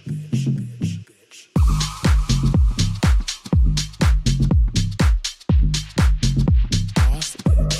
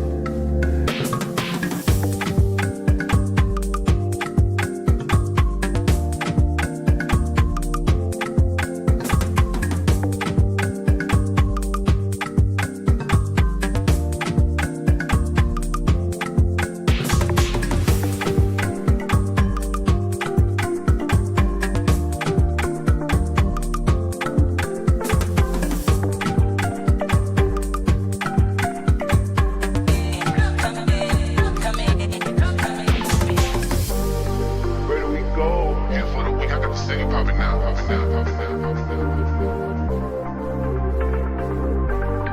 Where do we go? Yeah, for the week I got the city popping out, popping out, popping out.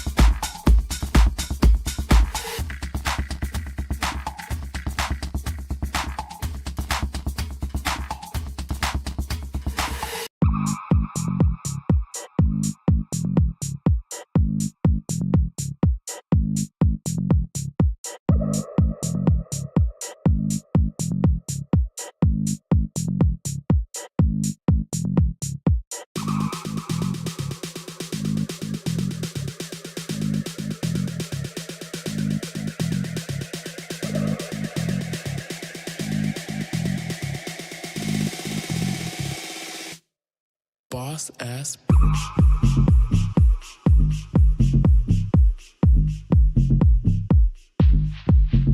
Boss bitch.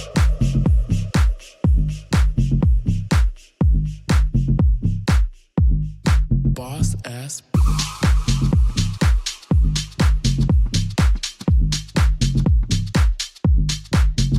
Boss bitch.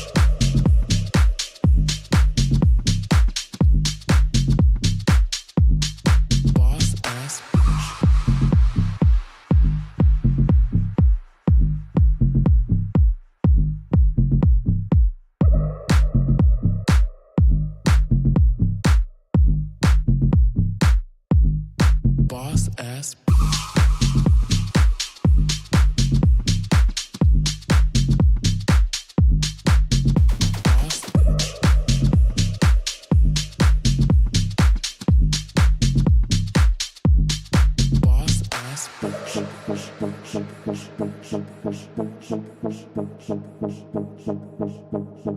Boss ass bitch.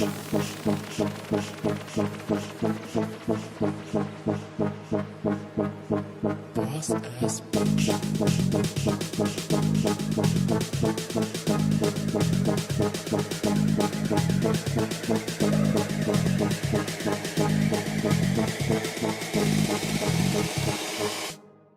Boss ass bitch.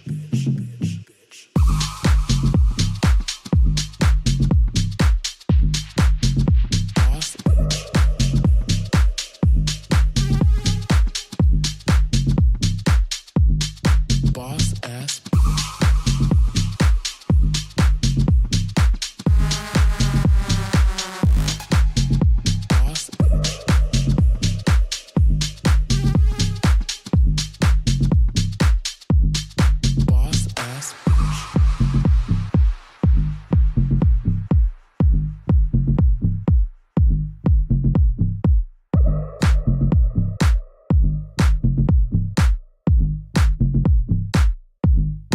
boss ass boss boss ass boss ass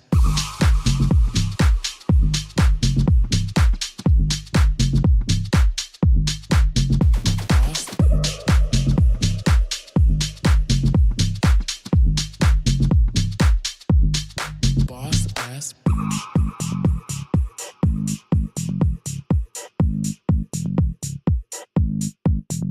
boss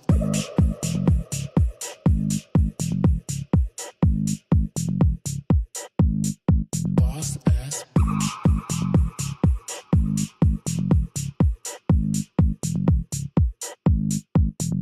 boss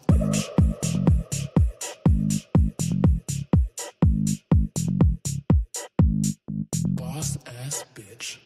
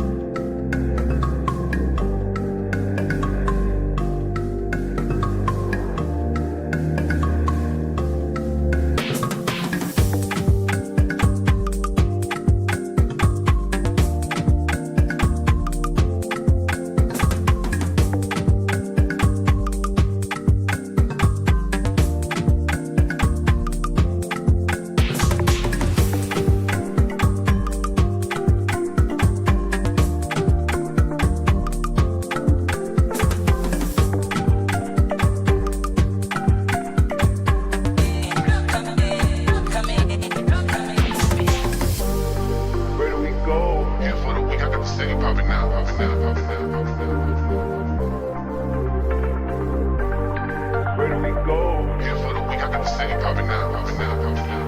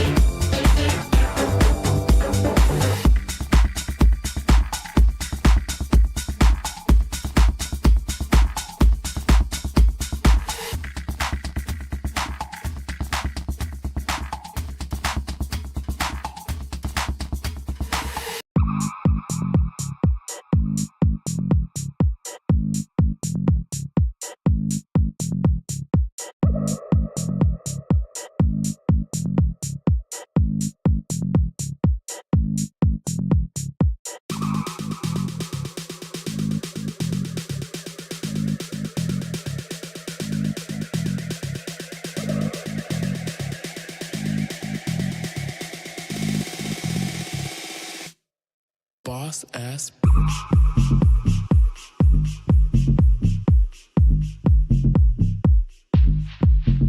Boss bitch.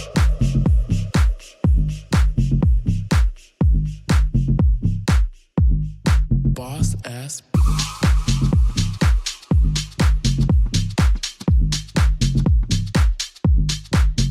Boss bitch.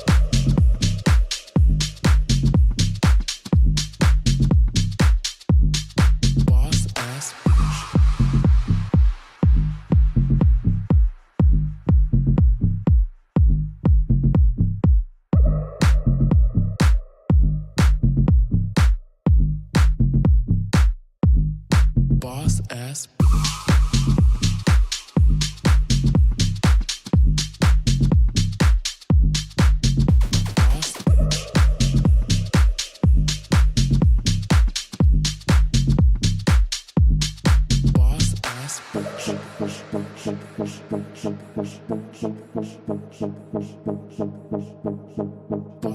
ass bitch.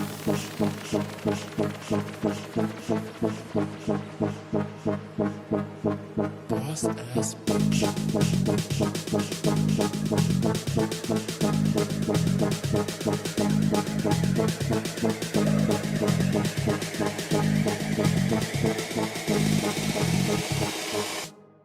Boss ass bitch.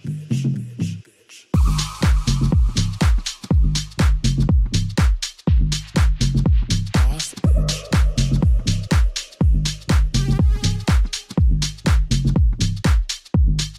boss ass boss boss ass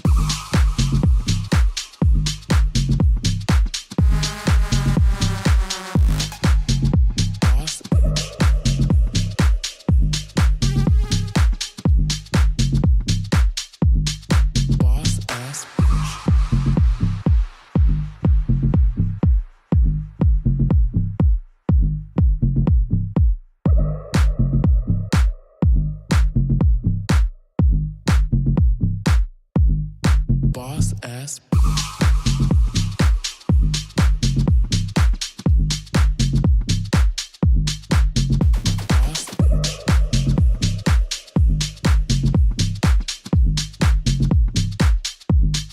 boss ass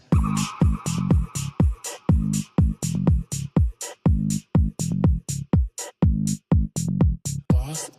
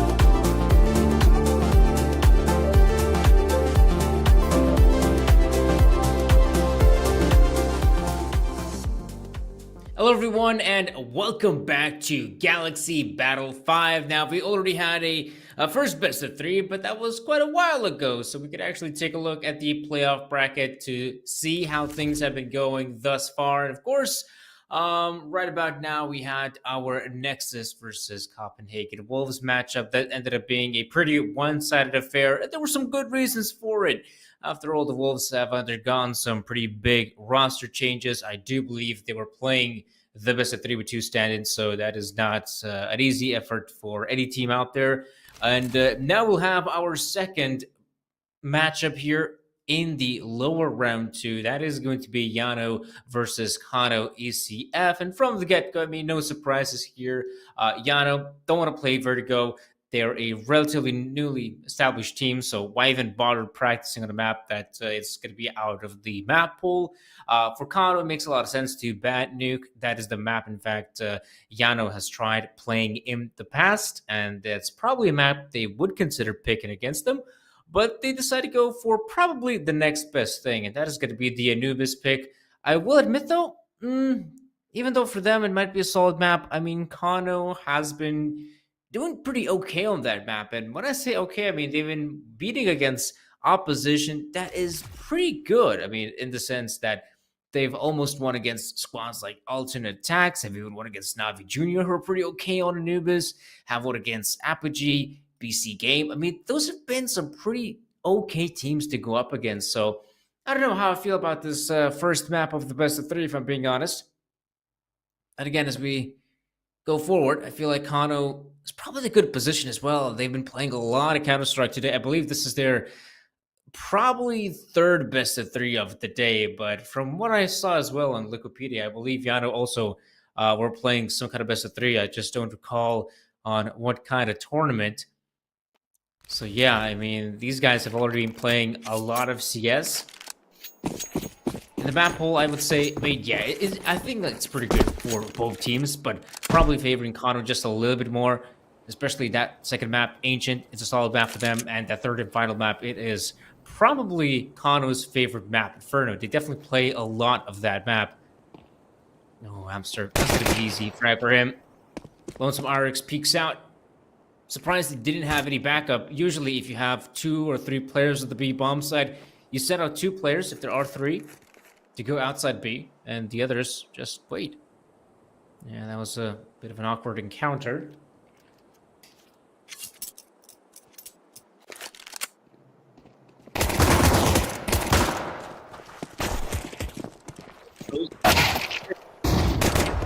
So far, Kano have been doing a pretty good job to find these frags. Oh, it definitely helps that Amster picks up another one, Alu. That will be just yellow, Ariel remaining. Good chance for Kano to just secure that bomb plant, get them extra cash in their pockets. Secure his, and Amster chimes in with a frag of his own. So Kano, good start. Doing a good job at picking the players apart across the map. Not much of a response there from Yano, especially with Kano securing the first. We saw the players ramping up efforts to go A. So a good start for Kano. Yano do consider going for the Force Buy. And in terms of weaponry, I mean, it's not great. It's what you expect out of Force Buy. A few deagles sprinkled in. Mixed in with a couple MP9s. And surprisingly enough, a Mac 7. A gun you really don't get to see that often. I'll up close with the Maggie. Heck if I know. Might be a pretty good gun. All in company. Gonna push the player here, but Andre gets overwhelmed. Now Al in a good position. Oh, he gets the first. Almost the second. He deals the damage, but it's not enough for the kill, though a team kill helps out Al just a little bit. He'd love to recover that weapon, but he knows if he picks up the Galil, chances are he'll become an easy target. Yeah, this is the first shot. Now if you're Kano, you probably don't want to overthink this one, right? You've already killed 3 defenders, all 3 bomb side. All you gotta do is just group up, together to take control of the side, and we're seeing exactly that. 3 players here. We'll get that bomb planted. Lonesome Pirates. Well, can't really do much in a round like this. He can perhaps make only one right choice. That choice is to save that weapon of his. So he'll keep the 5-7 in the next round, maybe.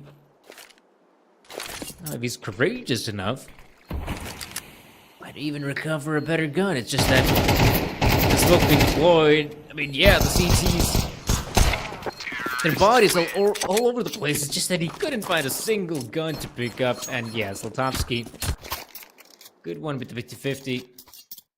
2-0 for Kano. Good start. Early days, of course, but a good start nonetheless.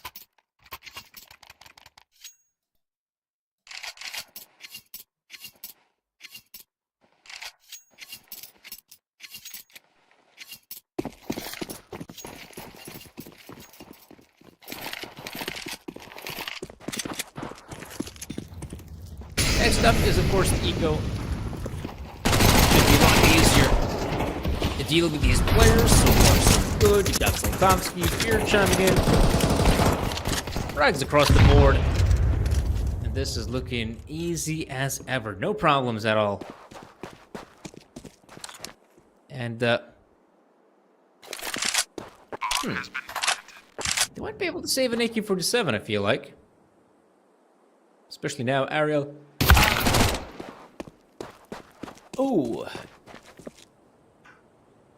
Didn't seem to be aware of how Kenzisor was up close with the back 10, and yeah, even better.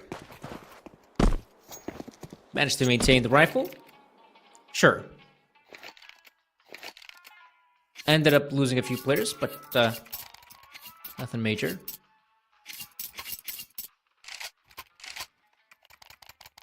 Oh man, I'm digging the tune though.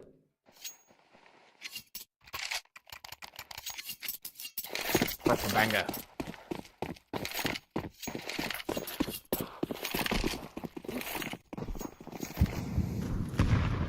Love to see something bombastic out of Yano at this point. First gun round for them. No surprises, as Alu is with the sniper rifle. It's got a very peculiar setup going on in the middle. Henu is the first point of contact, and Alu is there as the backup, which usually is the other way around. It's usually the operator, the first point of contact, and then the rifler is there as backup. Alu tries to take center stage, but that smoke grenade throws a spanner in his plans. Well, is able to find the frag outside A. I mean, the players of Kano are relatively split apart. Oh, Irix, yep, he's been spotted. Probably realized that a lot of control has been given for Kano in this round. There's Alu. Chime gets his shot. Kenzie up close. He'll get his. I'm surprised that Alu got dangerously close, even abandoned his post. Not anticipating anyone to get so close to him, and now we have a very winnable 3v2 for Kano. Bomb plan is looking good as ever. They have control of Palace. And yeah, I mean, Henu, he's been forced by the smoke as well as the Molotov to back away. They'll try to save that gun, and you can see Kenzisor, he's already on the hunt. Perhaps Kano has a good read on the situation that, yeah, this will be in fact the save. Zlatovsky, it's a bit scary to see him walk around with that Glock of his, but we know that he wanted to recover the sniper rifle, and yeah, you can see Kano not wasting any time. Already just taking away the rifles from the players. A solid start for them, and right about now you can see Yano is taking the pause.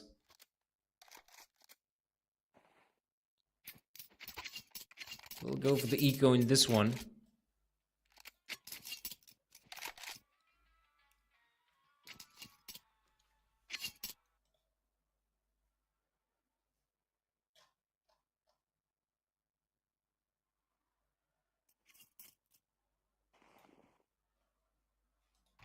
Again, it comes at a time where Yano doesn't have enough money to even go for purchase. And that's definitely a little bit frustrating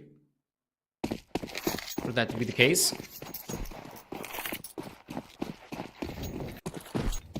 So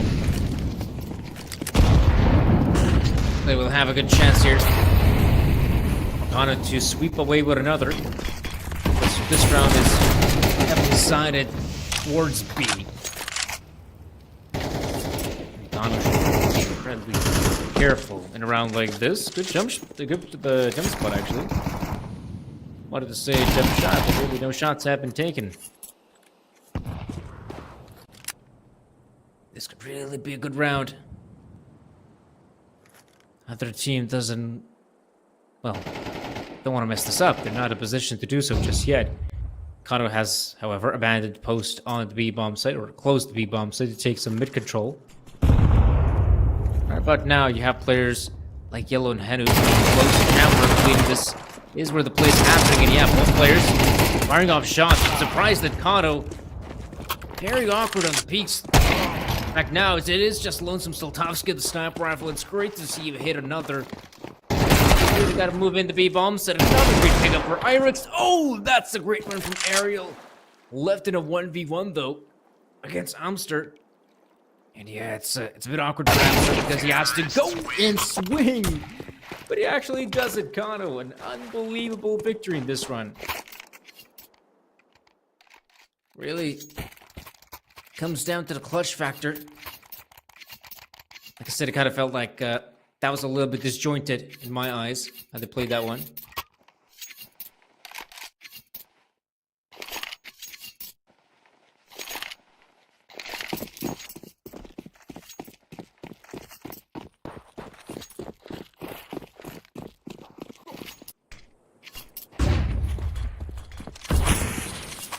So yeah, this is not looking too good.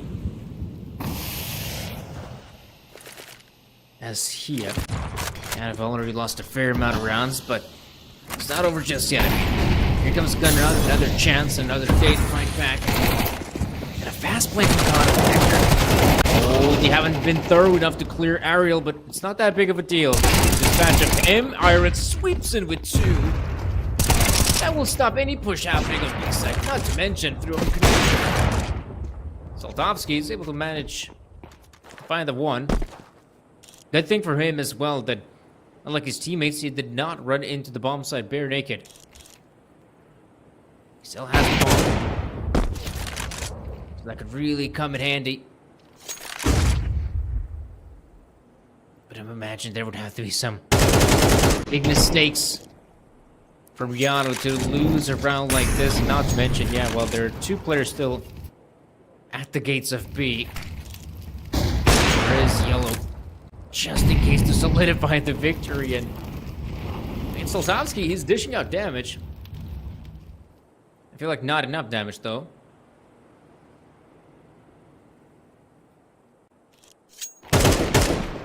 "30 seconds. Just gonna try to go in for more. Finally dispatches of Irix, but not quick enough to return back to safety. And who gets his, and so does Yano. They finally pick up the first.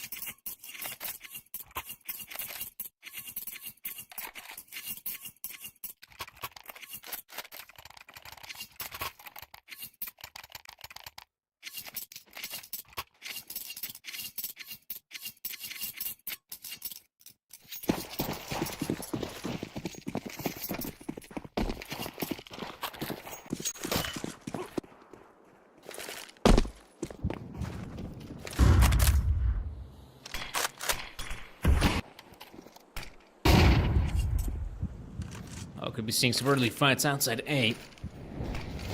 As Nippy against Zor, already getting close. Alu has changed up his position. He's now here on the A side fence. But it looks like his services won't be needed anymore as Kano. They don't just showing off some presence, and that presence alone was enough to bring the 3rd player on the A bomb site.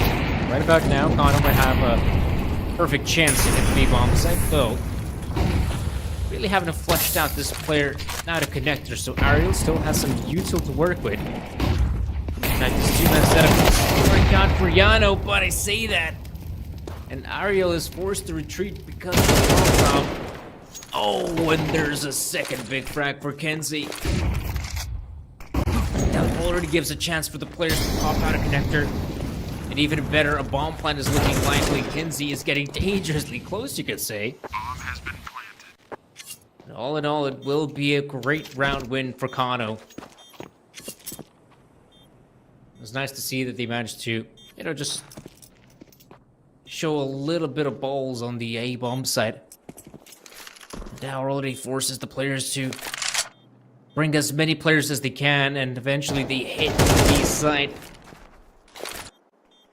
And yeah, for Yano, I mean, saving the two guns isn't really that important, but if they can, that's definitely going to come in handy in this upcoming round. Maximum movement bonus is good, so they'll have money. They can make the purchase. Terrorists win.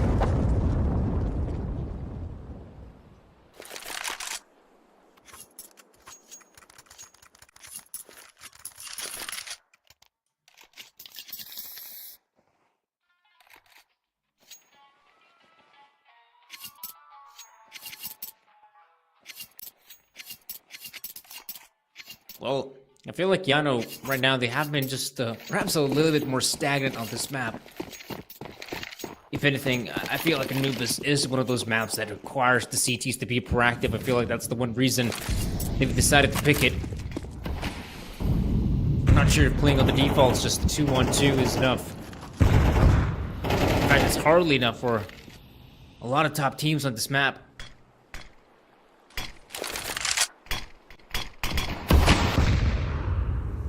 Kind of like the fact as well, Yellow is one of those players to be just a little bit more proactive here. Right behind the smokes.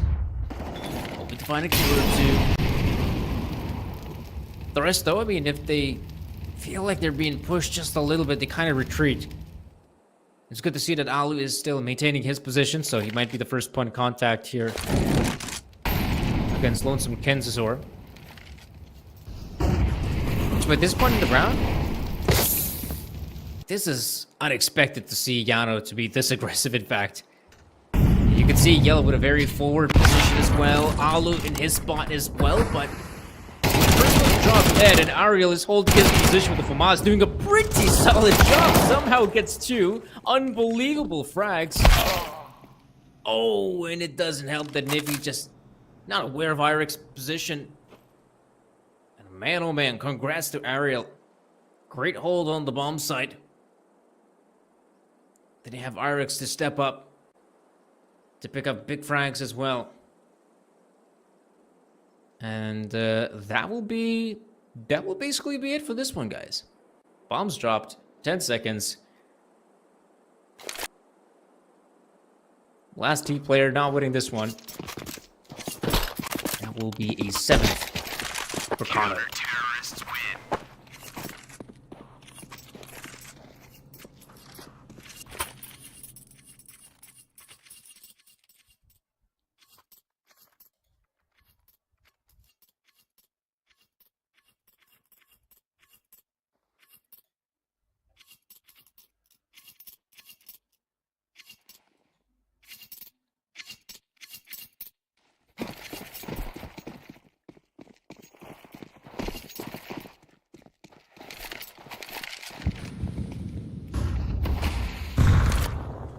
Oh, there we go.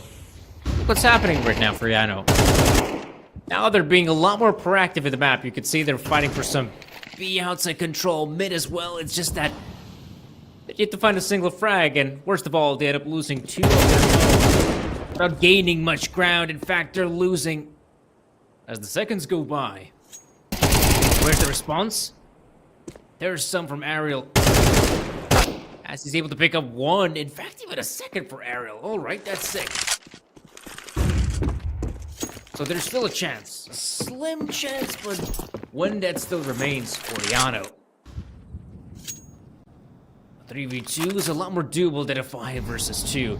And Right now, yeah, there's a lot of util being deployed on A site, so no need to overcomplicate things. If you're Kano, you take the bomb site, you get that bomb planted. Whereas for Yano, I feel like they should try to attempt, right?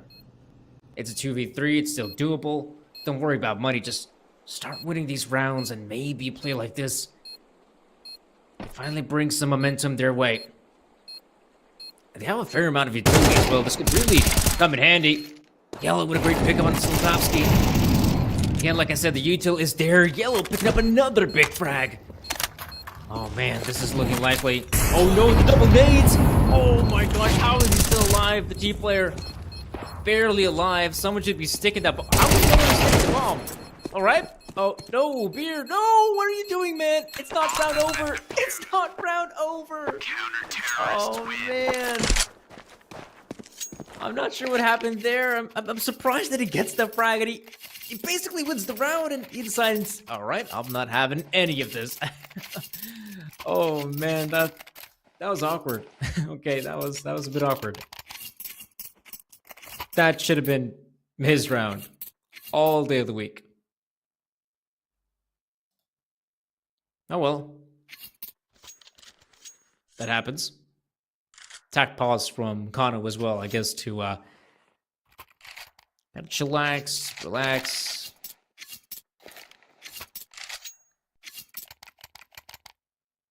Because that previous round, but yeah, it was that was a bit weird.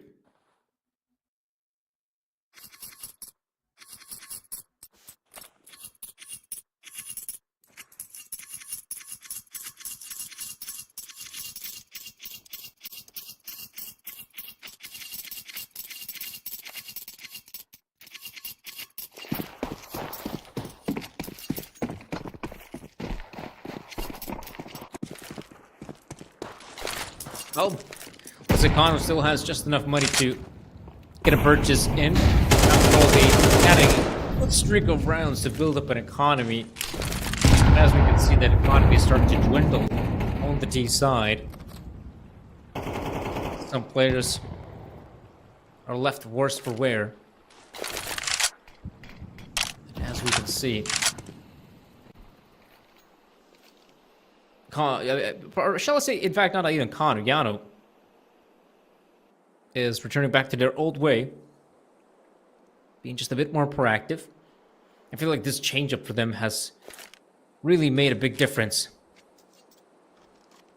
And I'm glad to see that they're still sticking to their guns. Kano deploying the util on B.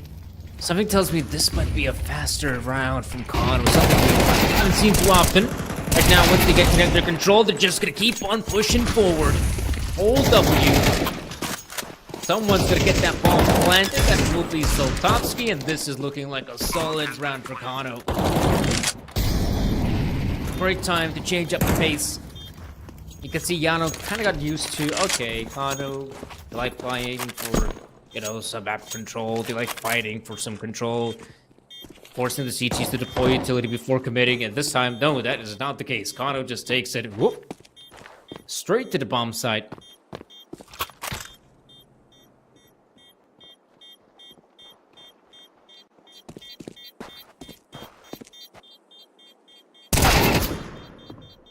Oh.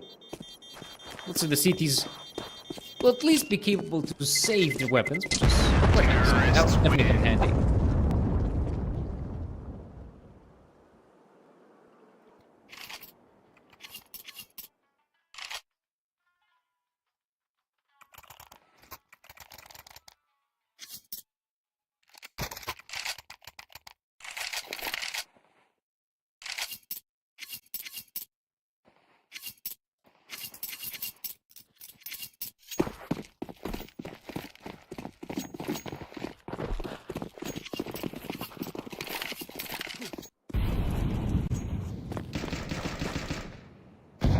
Well, this puts the Fiends in a bit of an awkward situation. No money. No euros. Only a few guns. Glad to scrape by. Oh, Niffy gets the drop on Yellow, quite literally.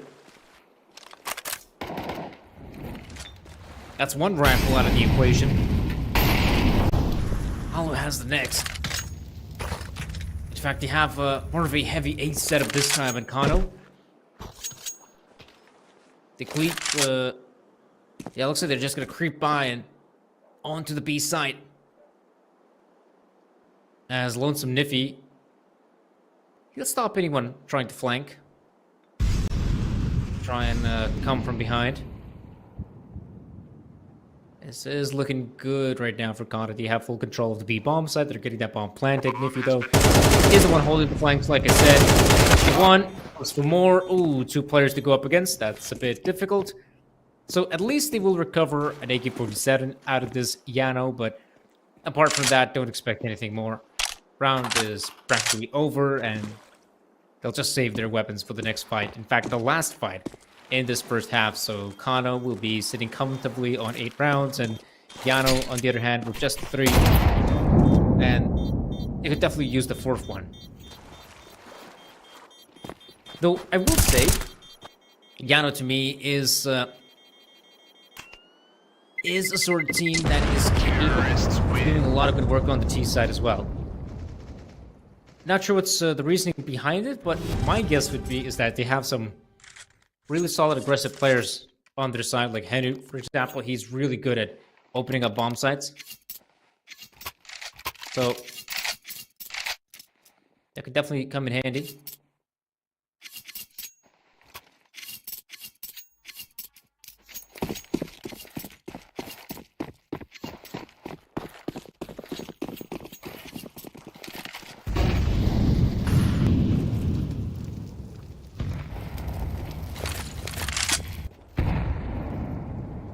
So yeah, I feel like this one's going to be a slow burner of a round, a very slow affair. No one's going to commit too much for any ballsy peaks. I'll lose the one on the CT side with a more aggressive angle. But it's even questionable whether and if he can get a piece of the action. Now it's definitely slow. The control is something we haven't seen that often from Kano. Initially, the first few rounds, yes. Oh man, poor Irix. Gunned down without even putting up much of a fight, and maybe same for Alu.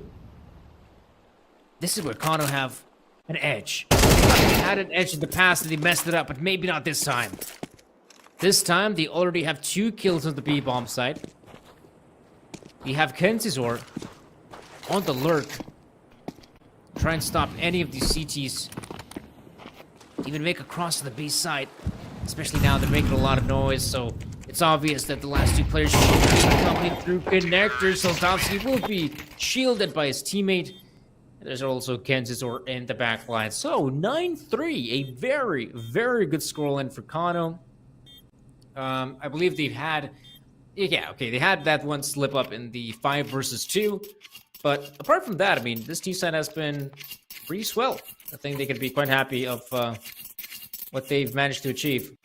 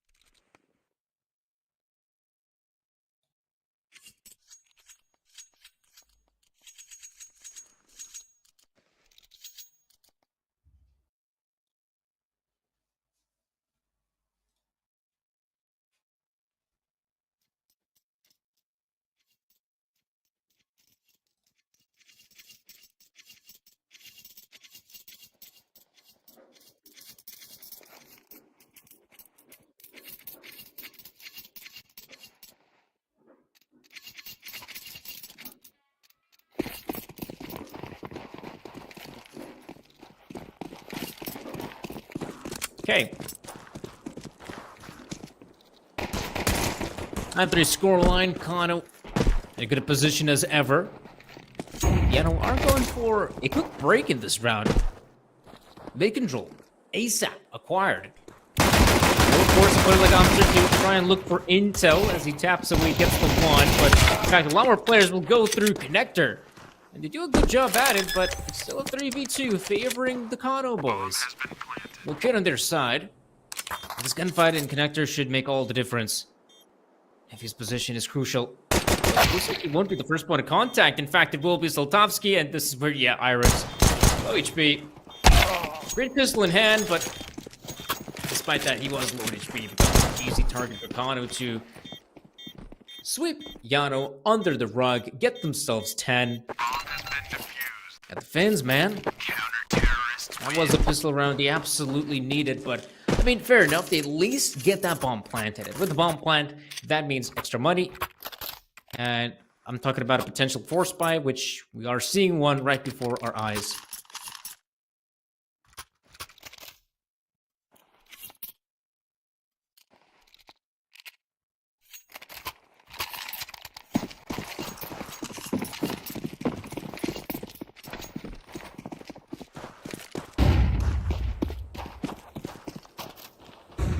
This round is probably as important as the previous one. Kano not even taking any chances, being incredibly safe. I mean, it makes sense. It has become a lot more common to see the second round force buy after the bomb has been planted. Like I said, Kano not taking any chances, being very safe. Amster just jiggle peeking, waiting to chuck in that incendiary. I guess he must have heard someone step. That's a decent nade as well. Makes a lot of sense to dish out damage.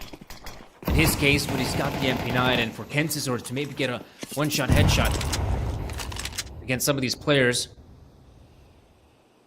Right now, even though they're not moving much, but I would assume they're gathering a fair amount of intel. That's why we've seen a big shift towards the B-bomb side, but even now, Yano has abandoned post, and so have some of the Kano players. Side B. Again, making their way towards middle, and Ariel to find one. Niffy's there as backup. There's Soltovsky behind the door. A very awkward position to face. Niffy has left his post. After all, he was so low at HP. Kano will continue to push on the bomb side, but it's a problem. We have neglected the players from B. Now as yellow remains, there's a moment in time for Niffy to pop out, and 11-3. Yano, they basically had a must-win round, and they just don't make it work.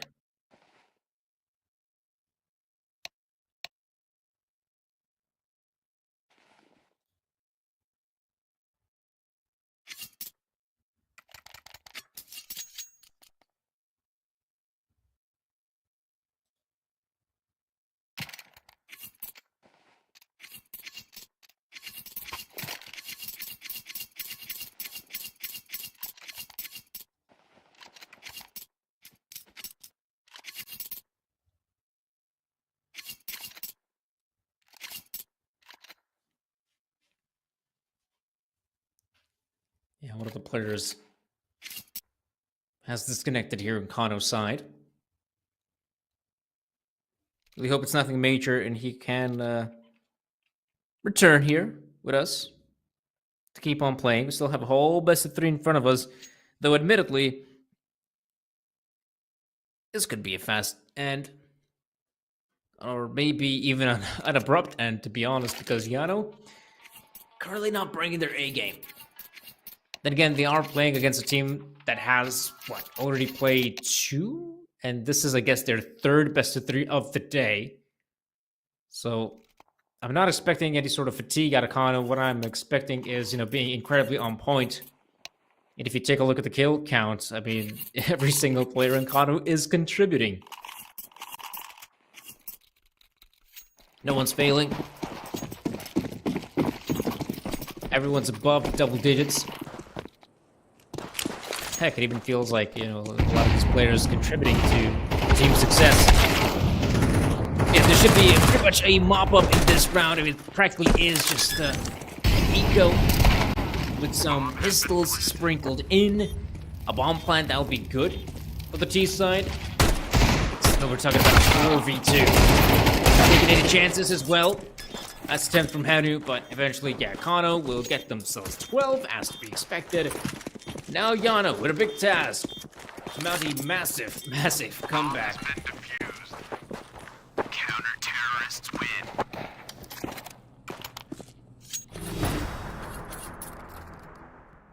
That definitely won't be an easy task, I'll give you that.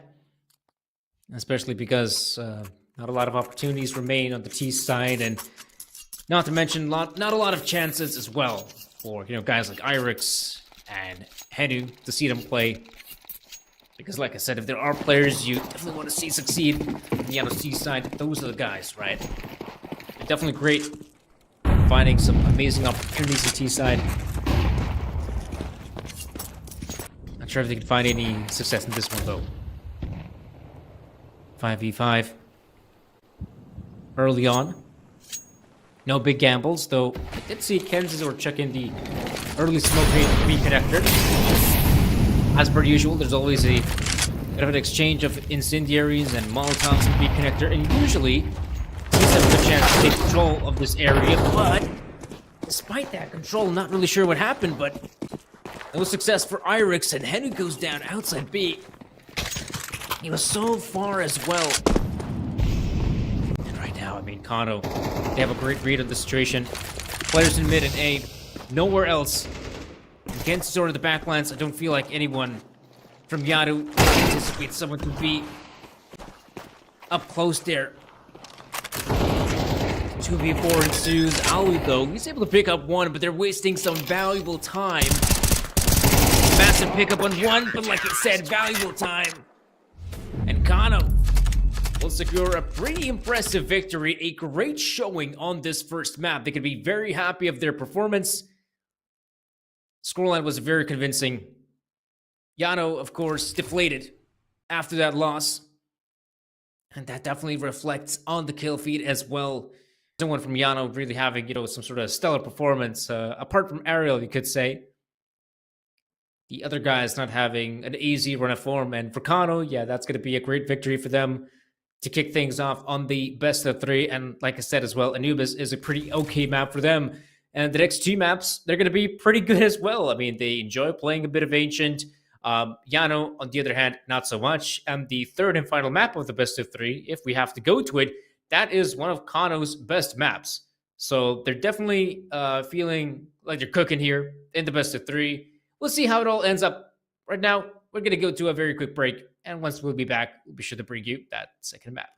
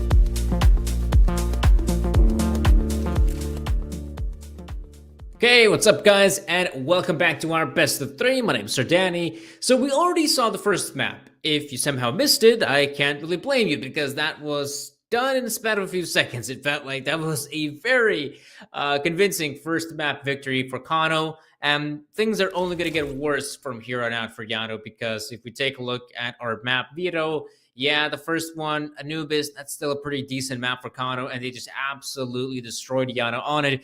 At the second one, I mean, it's a pretty good map for Kano. They play the map, but also it's sort of a punish pick, I'd say, to try and punish Yano. But, I mean, they've already been punished on their first map pick, so it's definitely not going to get easier, I'd say, for Yano. And even if they somehow win, let's say, this second map, they have a big problem ahead of them, and it starts with the letter I, Inferno.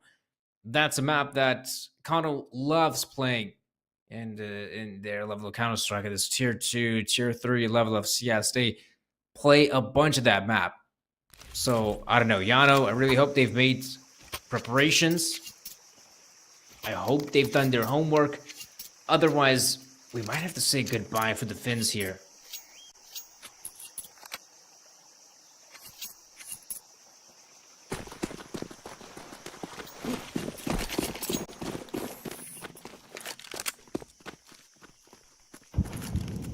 Wow, that's a very interesting first round setup. I've never seen this before. A 4-man PT push. I mean, it looked all right. In fact, it's working out wonders for them.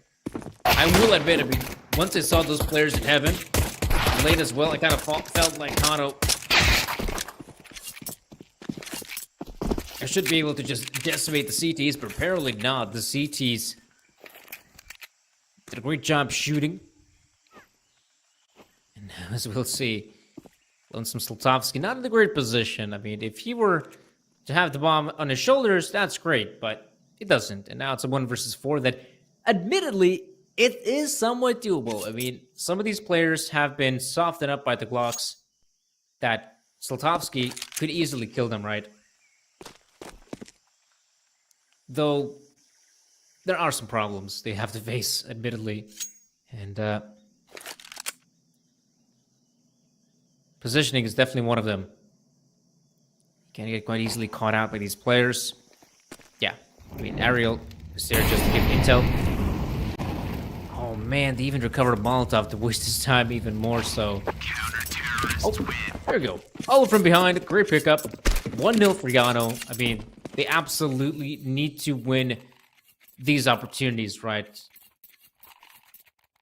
So it's great to see they managed to secured the round win in this one.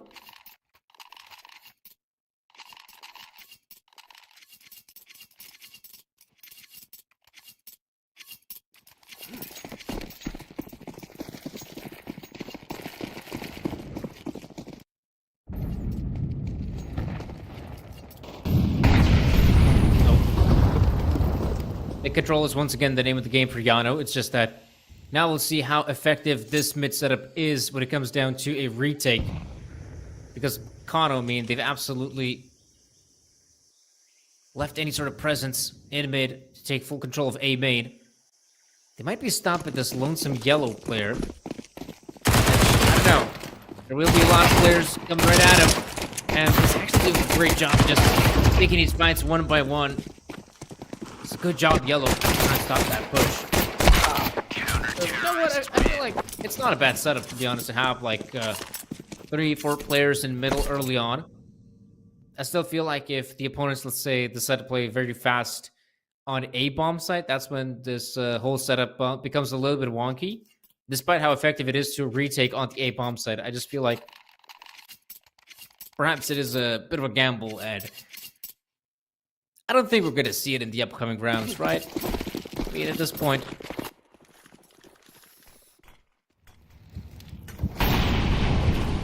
kind of expect Rihanna to take things 3-man setup in middle. However, with a bit of a change-up, we have 2 players on the B-bomb side.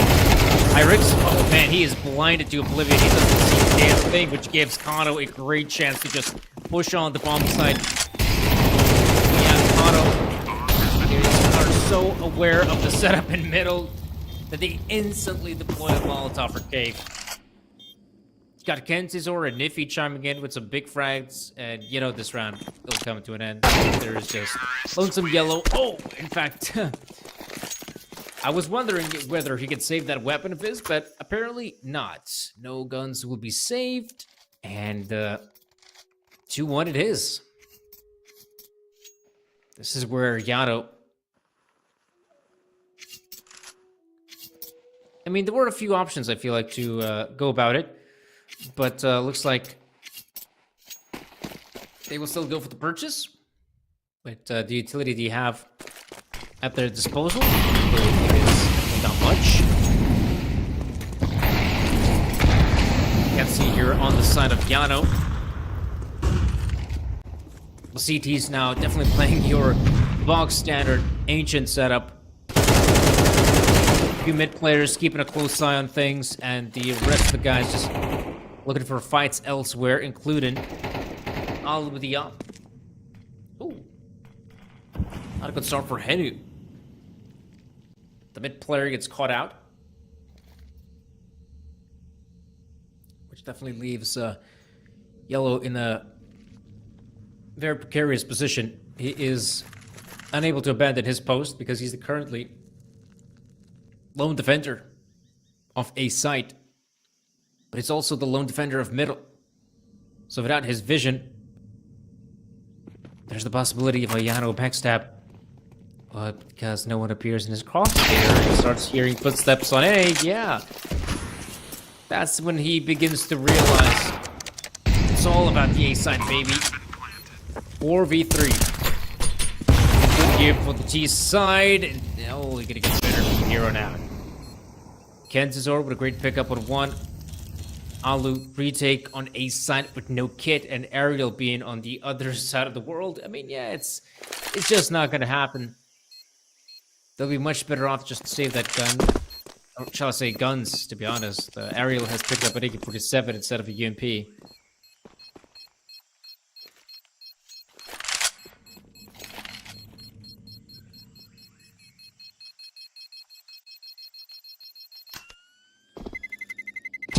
Terrorists win.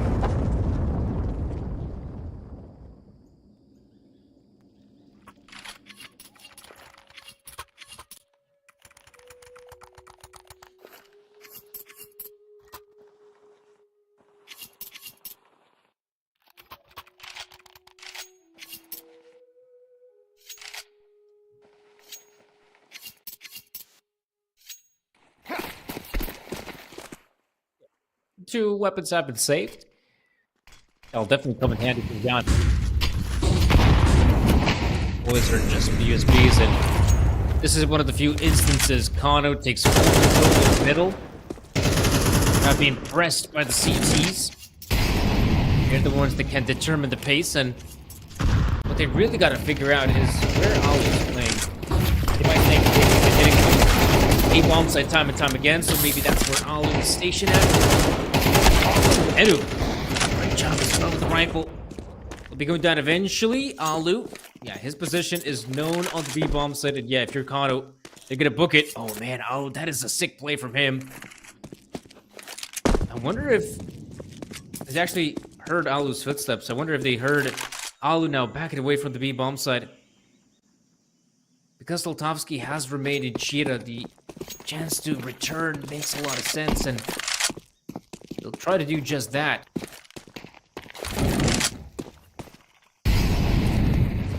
This is not gonna be easy. Oh man, Soltovsky was so close to get time to not really sure what happened there. Either way, bomb plan is looking good, but Soltovsky is left at a 1v2.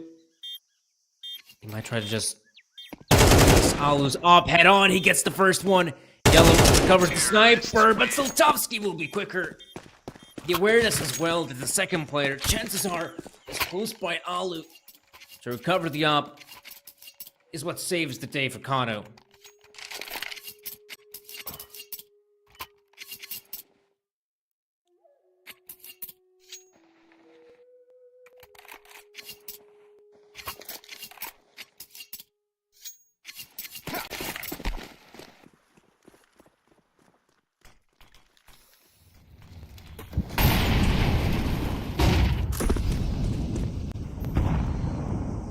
there we go. Yano with a bit of a change up.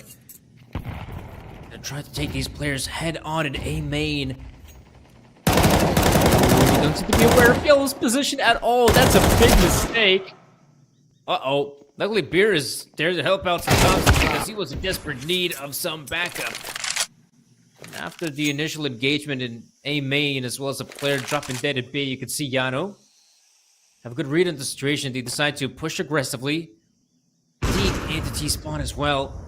That gives them a lot of intel, but one player drops dead. Now, the big question is, where does Kano move from here on out? They could return towards A. Right now, they have a huge gap in the defense. They have no idea what's happening in middle. So Alu might start making the rotation towards Red Room. Rest of the players from Kano will shift their way on the A bomb site and... Oh yeah, now they're starting to make some noise, so... Alu will return back towards the A bomb site. They still have a player in Donut. He will try to push through the smoke. Feels the damage, but... With that kill being acquired, extra time being gained, and Alu right behind the box. They don't seem to be aware of it, and Soltovsky low at HP. And Alu will be able to mop things up.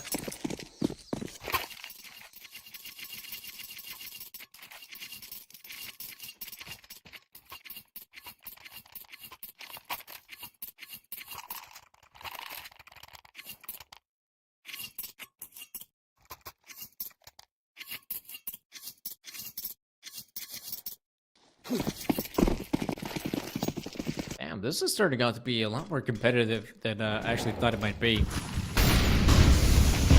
Second map, it's a lot more interesting on that front as well. Ooh, man, you have no idea of Yellow's positioning, but I feel like if you are trying to take the mid play, you have to be so careful. Those flashbangs have to be definitely on point. Well, they still have some mid-control here, Kano. It's definitely not over for them just yet. A lot of this is now riding on Amster's position. Oh, man, I'm surprised Kano is just not aware of some of these angles. That's a great chance, though. A huge one for... Oh, no, Amster is not aware yet of Alu from behind. Soltovsky, though, is here. Let's get that bomb planted, but seems to be aware that, yep, there's one guy from CT, and yep, he saw just a glimpse of Irix, so he gets that frag, and now it's down to the mono against Alu. No! Soltovsky! He's got a huge grin on his face because he knows he has just done the impossible. A great round win for Kano. And what a mess up for Yano.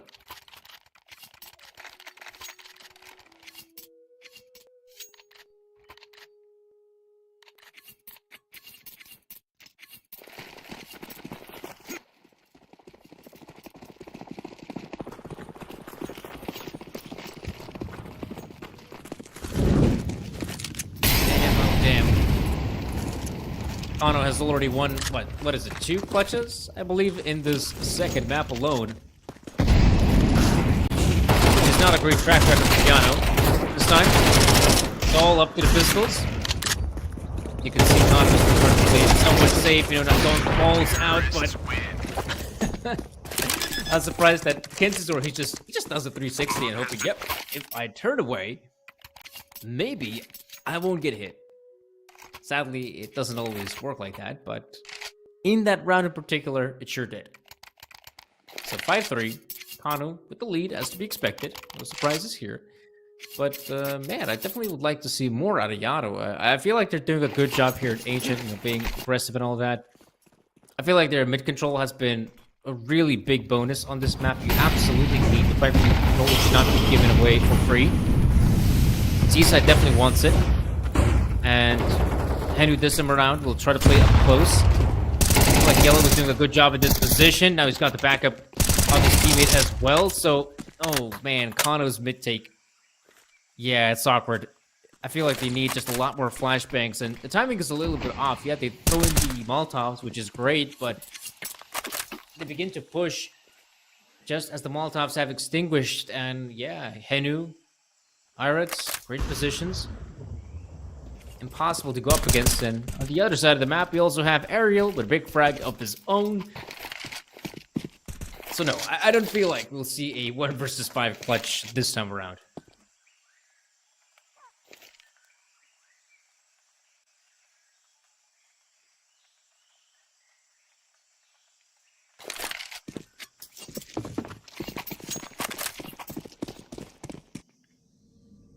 So Kensizor will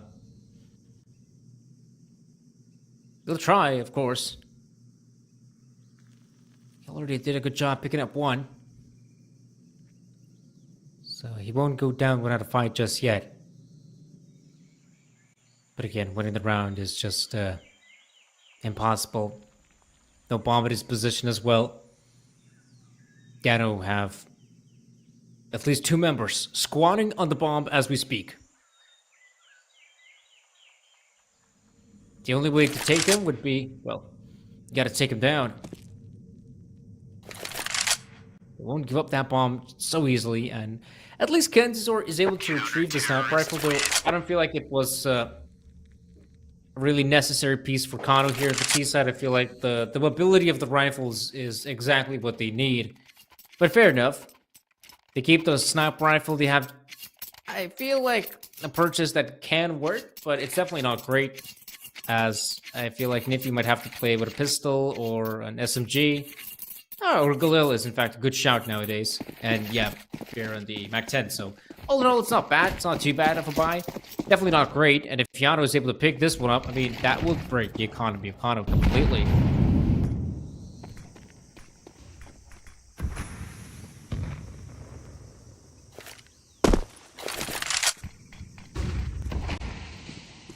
I thought that Kano would actually return back to the trusted formula, hitting the A-bomb side. Though, admittedly, they have tried hitting the A-bomb side more often than B, I'd say, and yet they still find more success on the B side.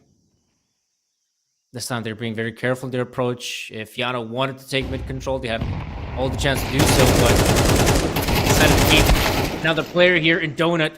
Very awkward gunfight for Kensizor. He did not expect the second player to be there. Not to mention Yellow wins that fight against Soltovsky. But it's just loads of beer. 1 versus 3 does get the 1. Oh no, that's gonna happen again. I mean, Yano, they've been losing these clutches time and time again, but maybe not this time. Oh, and they stop. Oh man, that's good. He gets the 1 on Alu. Yellow remains, and he seems to be aware that the final player's gotta be in CT. He's got only 8 bullets to work with. He'll have to be mega precise on this. Time isn't really on the side. And Yellow is tucked in the corner safely. And Willbeard decided to check him. Ooh, he thinks that a player could be there, but 10 seconds. He'll try to get that bomb planted. Yellow's not looking in. Now he does, and Beer, oh no. 3 bullets remain. Stop the clock. I don't know, maybe 3 bullets of the AK would be better. This is an awkward exchangement. Utility and whatnot, and finally Beer goes for the swing, but Yellow will get the round win. Damn. For 1 versus 3, that was pretty spicy. Yeah, Yellow has been doing a great job for the team, but I just feel like Yano, man, what's going on? How come they're struggling in these winnable rounds?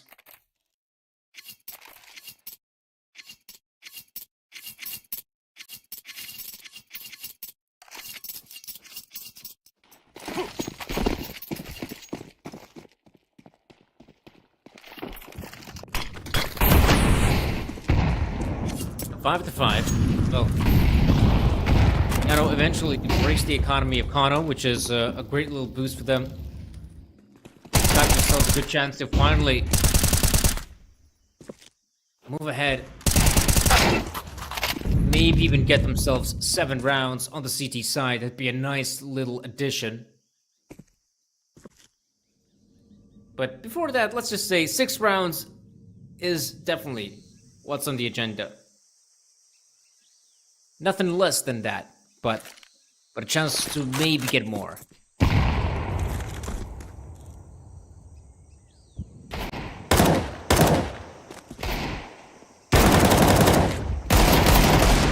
Hello? That's to be expected. Finds one. Amster with a good response. Oh, all right there, Amster. Good shooting. He is left in a 1 versus 2, though. Might be a bit more dangerous now that he has the sniper rifle on his side. But if we are being honest, ooh, Amster. Oh, no way! No way! He gets that deagle shot across the map. Oh no, he's even got a good chance to get that bomb planted. What the hell is going on? I mean, Ariel, why is he still on A? It's obvious Amster is gonna go towards B, and now look at this. A lot of time will be wasted. Just loads of time, to be honest. Almost 20 seconds have passed, and Ariel is nowhere near the site just yet. I feel like he's wasting valuable time right now, and he just won't have enough time to actually spawn out Amster. Like, this is getting awkward super fast, and now he's gonna have to try and stick it. Bombs planted in a super open position, and Ariel... Oh no, he's lost it! They've lost this round! Oh no! Oh, and Amster there with the finisher as well! No way, Kano! What is this clutch ability? They win the 1v2. How can you top that up? Well, with a 1 versus 3 win, of course. And how do you do? Well, can you even top that? Yes, you can if you win a 1 versus 4. Oh man, Kano. This is just unbelievable, and damn, I can't believe my prediction was wrong. I was so sure that Yano will get 6 rounds at the bare minimum. And even that's now up for debate.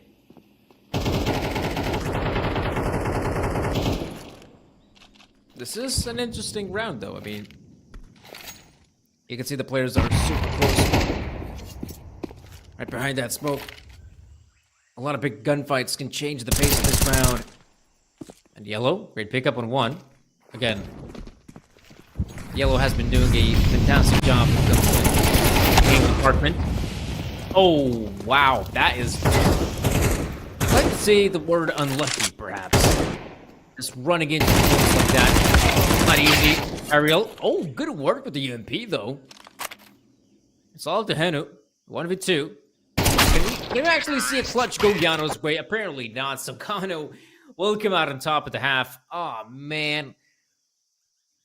If I'm being honest, Kano has no right to be here. Kano, you've just won some miracle rounds, let's be real. This should have been,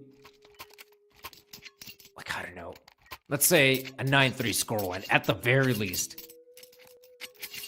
And somehow, they win these just miracles.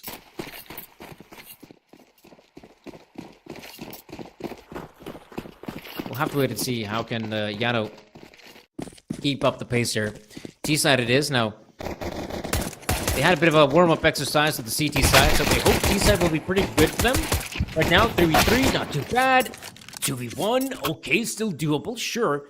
Trade's not the best for the T-side. But I've noticed with bombs drop, and that's going to make matters so difficult for Irix. Smoke deployed as well. How come? Oh, not sure if that's the right play from Soltovsky to just completely abandon post and leave his teammate there. I thought it should have been much better for them to stick together in a round like this. Soltovsky at least recovers the defuse kit.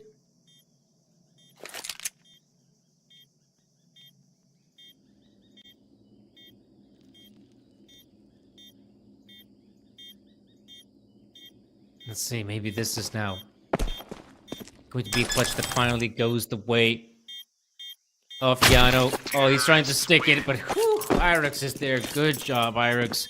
Finally, he wins one for the team.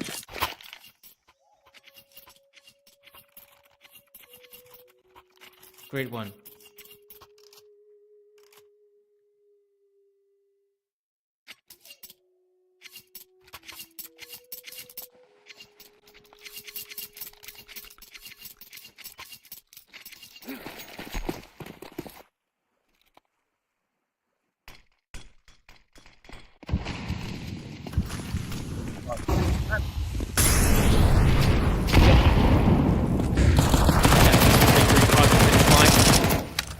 No surprises that Kano, after the confidence they gained from that first half, they decided to buy up. So, if they end up losing a few rounds for them, it's not that big of a deal. Early days in the second half. Bomb plant is looking good, though. It's going to be a good chance for Yana to cement victory in a round like this, but those CT players are getting dangerously close. And she got a fair amount of damage as well. Oh no! Oh no! What? What's this? How is only Alu left standing? Alu is... Oh no, he's frustrated, man. You can't really see any kind of expression on a Finnish face, but even Alu just couldn't take it no more. Oh man, if we're talking about like, this is not your game, man. Like, this is not your game. This is really frustrating, undoubtedly, and man, it's just... It's really difficult for, I don't know if you're a Yano fan, to even watch this game unfold. And,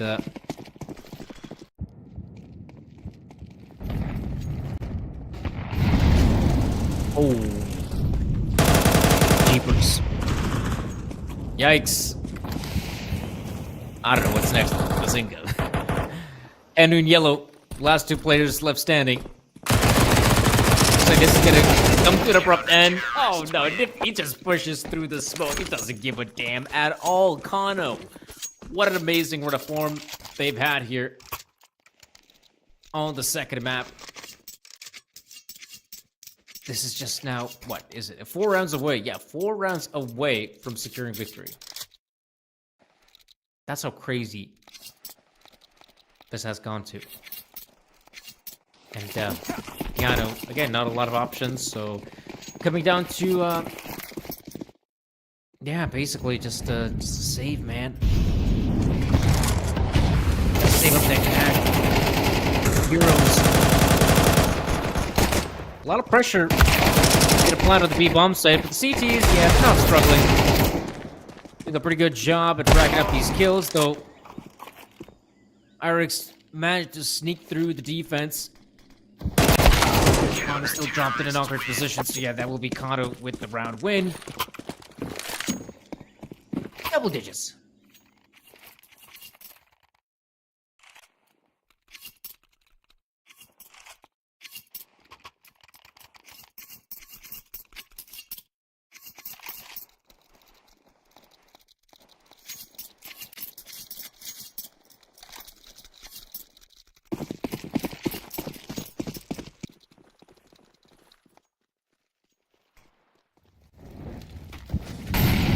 Round comes to Thomas. Now I'm gonna try to fight for some of that mid-presence. There's just lonesome player here, which yeah, I feel like you cannot be solo in middle. You need to have some backup. Really someone can deploy utility and just look at what's happening across the map. Kano has control of lane. Kenzie's is coming from behind in a prime position to just win this one, to be honest. And of course, he'll have just no idea of what's happening. And yeah, Kenzie will just secure this round win, I feel like. Though, if they find some good timing, they might just be able, yeah, to just sneak through Cheetah. Oh, and did Kenzie actually see the players there? I think not, because Amster has decided to keep a close eye in middle. At least don't have to worry about ramp, which gives Soltovsky such a gamer angle.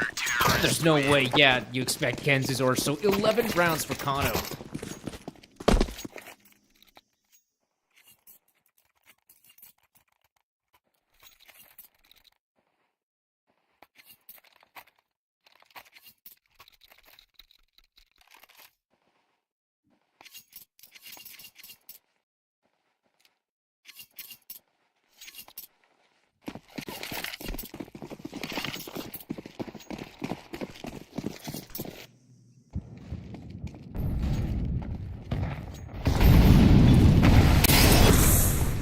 Six, man.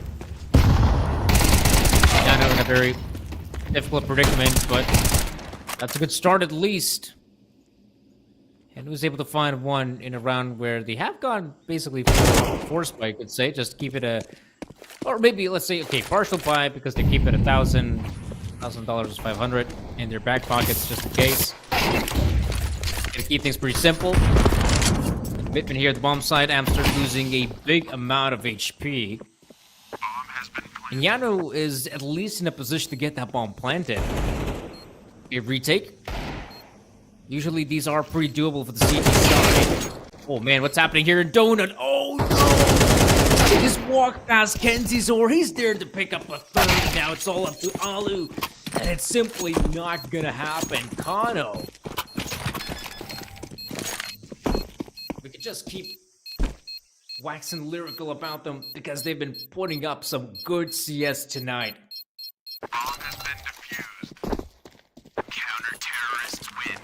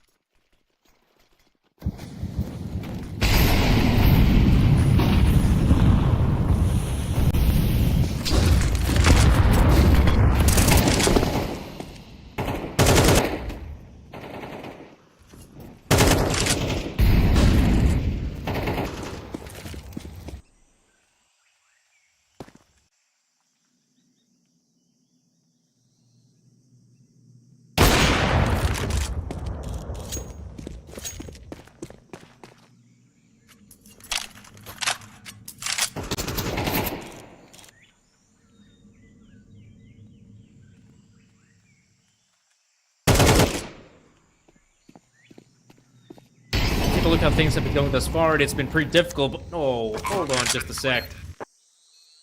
No way we're down to the 3v2. Not like this. Not like this. Oh no, Nippy gets his! It is just lonesome. In a 1 versus 3, and it simply won't go his way. Kano, what a magnificent performance. Fair enough, they displayed some good CS today. At the same time, I feel like I'm a little bit frustrated there. Yano, I was so sure they're going to find a lot more success, but apparently not. They tried to make a lower bracket run, but man, oh man, you could see the Yano Bull is not too happy about their performance. And yeah, that's going to be the end of this best of 3. I mean, damn, it just flew by. An hour and what, 20 minutes, I feel like, for an entire best of 3 series. And now we do have our lower round 3 matchup. That's going to be Kano versus Nexus. That's definitely a banger off a best of 3 here, guys. Teams that definitely deserve to be here. And it's quite hard to predict who's going to come out on top in a matchup like that. And of course, we'll have our upper final. That's going to be TNL versus Monty Gen. But right now, guys, let's go to a break. And once we'll be back, we'll be sure to bring you that final best of 3 of the day.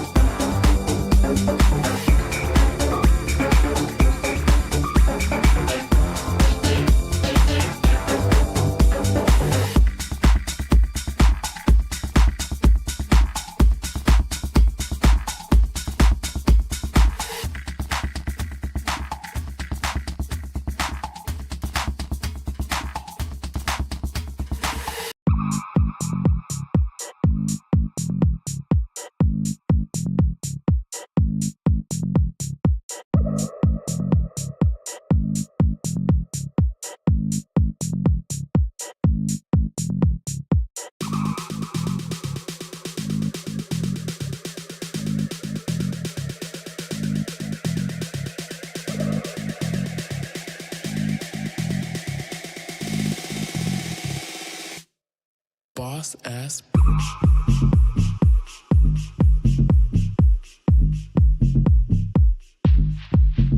Boss bitch.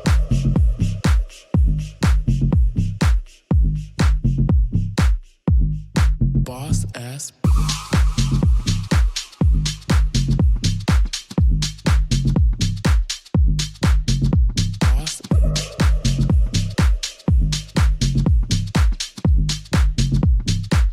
boss boss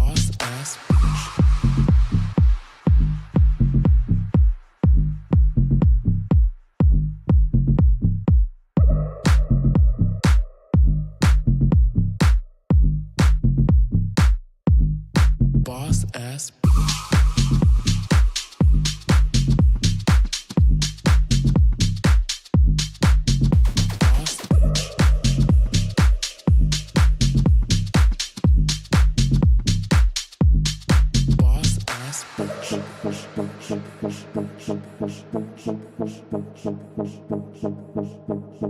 Boss ass bitch.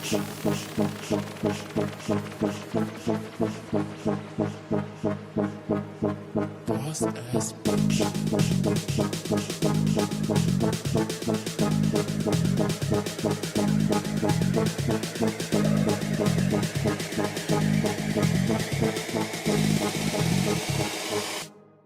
Boss ass bitch.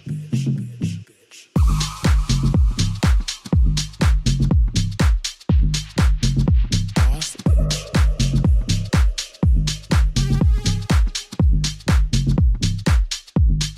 boss ass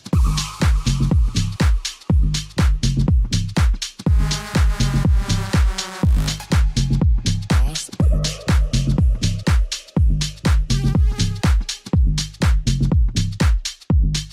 boss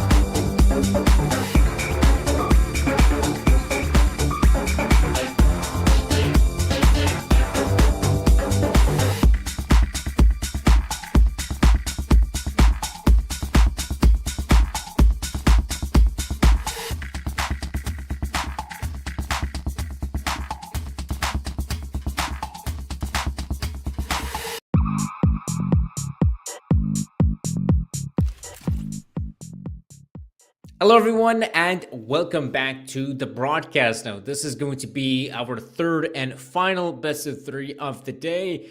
It is going to be an upper bracket matchup. So, the one good thing is that, well, the loser of this one will get just a little bit closer near the grand final here at Galaxy Battle 5. However, the loser will have to, well, if they still have what it takes, to battle through the lower bracket. We could take a look how things have been shaping up thus far here at Galaxy Battle 5.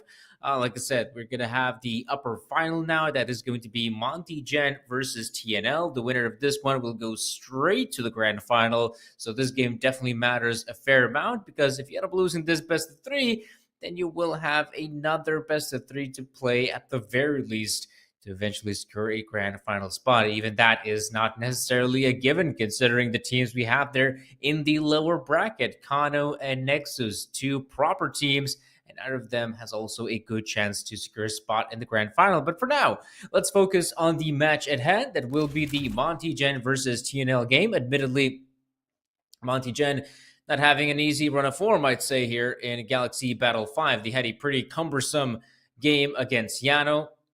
Eventually managed to secure the victory there. But I'd say this Monty's performance thus far hasn't really been too convincing in my eyes. And we'll have to wait and see whether they can progress, because the team they'll go up against, TNL, man, oh man, it is so difficult to play against this team, right? I feel like TNL is one of those teams that have really adopted well to the Counter-Strike sort of playbook. They've been doing an okay job against local Ukrainian teams as well. even actually in the past, even winning against Monty Gen. But I feel like, these two teams actually stack up against each other pretty well. And the maps we have here, I mean, Dust 2, Nuke, looks like teams will just try to play to their strengths as to be expected. TNL definitely enjoy playing, fast and loose on both CT side and T side. So for them to pick this one, it just makes a lot of sense. I'll also add this, that these are in fact the exact same maps that TNL played against Monty Gen in Galaxy Battle 4, and that ended up being a very, very close best of 3, guys. Like that was not an easy victory for either team. I think it might have gone like all the distance, to be honest, and actually TNL did a very good job at securing the best of 3 win. We'll see how it's going to work out this time around, as I'm sure TNL doing an okay job in online Counter-Strike, but Monty Gen has also been gathering up experience as they kept on playing. It's kind of cool to see the player cams in this regard as well. And as we could see, TNL just lingering about the tunnels. Not seeing anything just yet, but right now it's going to be simple play on the B side. If there's one thing this team is known for, is that they don't really play down the timer. They're more than happy to go out fast and loose, take control. And so far, they have control of the B bomb side. Bomb plant is looking good as ever. Takes me though with a quick reply. Ooh, luckily, Vitoro is there. Zogan gets covered, but he can also hit shots of Zone. 2v2 ensues. Oh, FNL, that's a big frag for him. And now it's all up to Zogan in the 1v1. No idea where Lean is popping out from, but Lean will get the better of him. Big frag for him. And Monty Gen can get the first.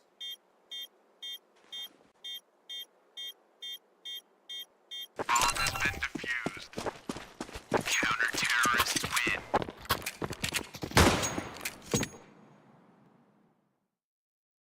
win. So yeah, as I was saying, I mean, this is going to be, I feel like a tight best of 3 between these two squads. It is going to be pretty hard to say who's going to come out on top, because I feel like, again, either team has a pretty okay chance, if I'm being honest. I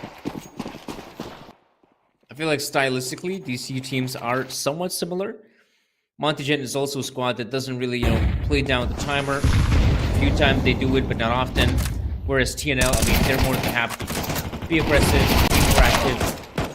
Damn, I'm not sure what happened there to Gizmy, man. I was so sure he's just gonna keep on spraying, dish out the damage, grab the attention of his opponents, but yeah, he somehow fails with Ryu to do any proper kills. And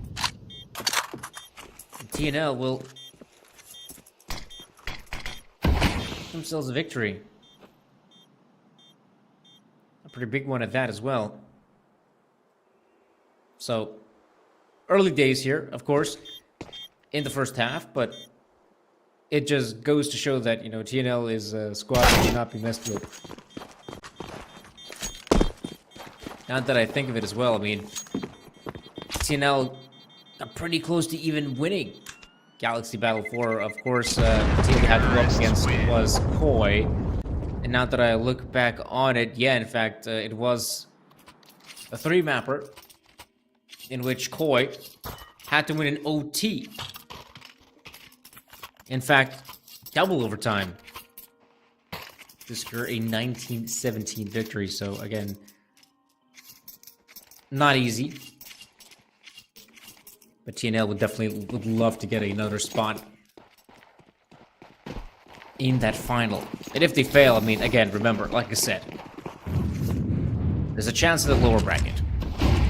Gizmy, already in the lower tunnels, is able to hear a lot of intel. Ryu doing a fantastic job at the hold. Just to do some backup here from Shield. Gizmy, I like this as well. I mean, they know that this team loves playing some aggressive Counter-Strike, so Gizmy decides to play aggressive himself, but I'm surprised he's only capable of getting the one. There's no way they'll expect Lean. Okay, he gets himself one. Less than a 1v1 against Onyx, who is low at HP.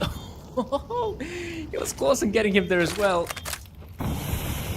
Sure, he has no kit to work with, but he's hoping that he maybe just maybe can bait out Onyx, who's so low HP. No way! No way Onyx wins it. That is an unbelievable play, Onyx. I was so sure Lean has what it takes to win that one. He even kept on spamming through the doors and felt like he almost had it.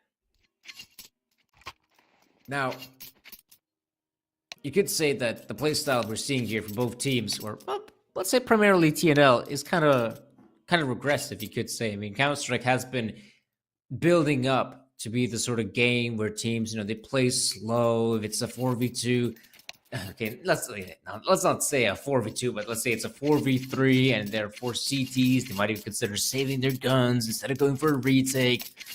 But I feel like this team has just thrown out all the wisdom just out of the window. And they're playing some really aggressive Counter-Strike, something you would see akin to, I don't know, early days CSGO, let's say. I mean, early days CSGO, despite it being MR15, like those games would be pretty darn quick.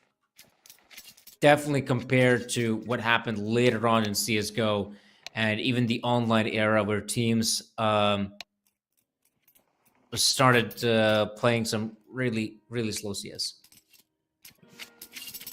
This one was also like CS, but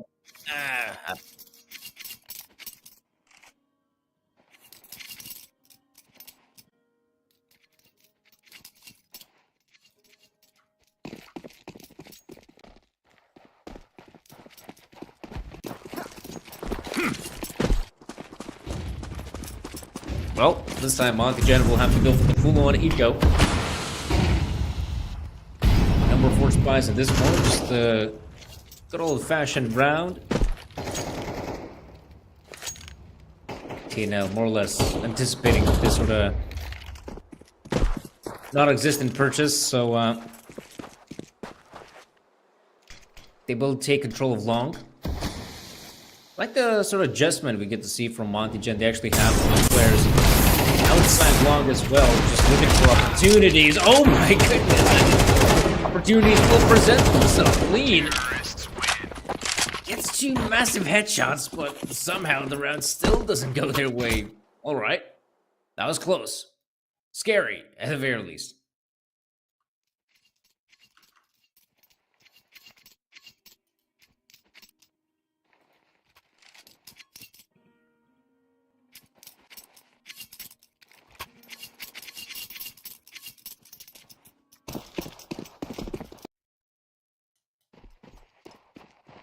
Okay.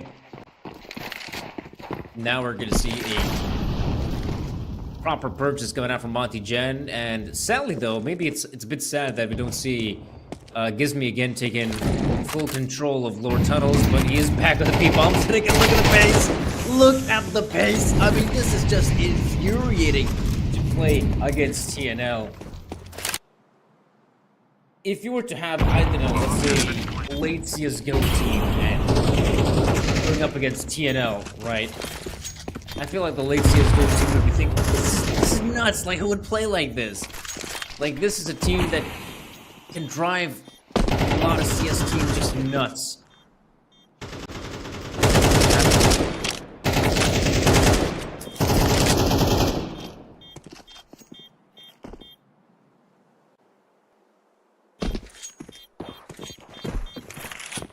So, again, very fast round, take early control of the B-bomb set, and I mean, it's just known that taking B-bomb set is so difficult. I mean, yeah, this is, again, we're seeing that sort of,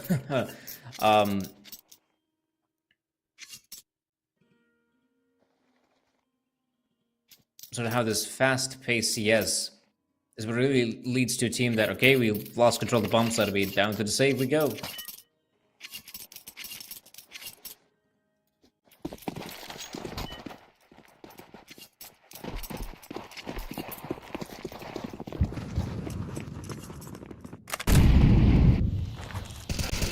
Yeah.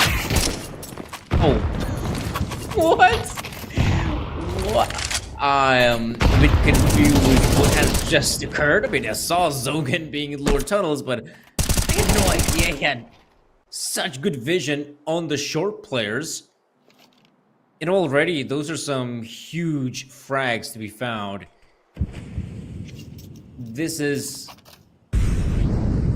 not looking easy at all. Sure, they managed to finally dispatch of Zogan, but damage is already inflicted. Yukitaru is out there. T-spawn like this is outrageous. So FNL will stand his ground, of course, and better yet, try to save that gun of his.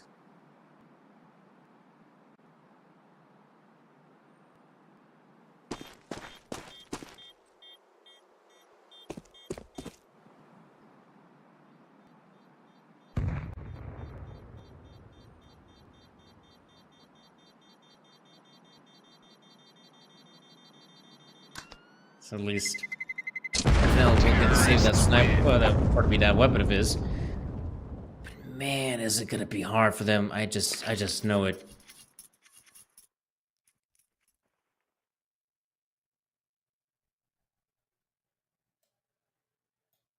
(5-1) scoreline. Pretty big lead for TNL, and I mean, Monty Gen, maximum lose money bonus. They have just enough money to keep on buying again. But how do you respond with this aggression? I mean, you could say fight fire with fire, but we saw in the previous round that he just got absolutely wrecked on the short push. You could try to send more players to mid, but we know that leaves the other areas of the map, like long and B site, in a precarious position. So it looks like they're just gonna stand their ground, play the default. Perhaps that's for the better.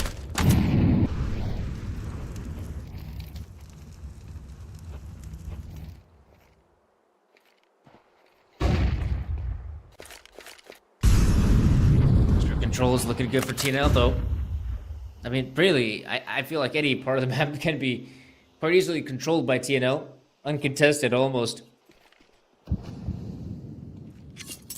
can see a lot of utility has already been dispensed by Monty. A few more smokes remaining. What is that? I mean, you can say shield and things. Okay, I throw down smoke. Smoke like wall. No, definitely not. Especially not in CS2.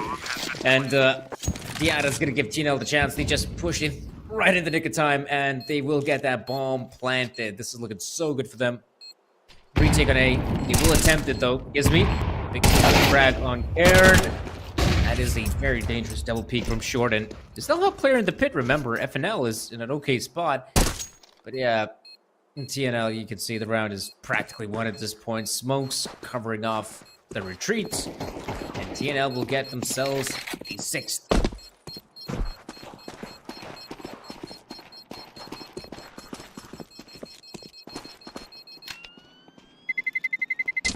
Terrorists win.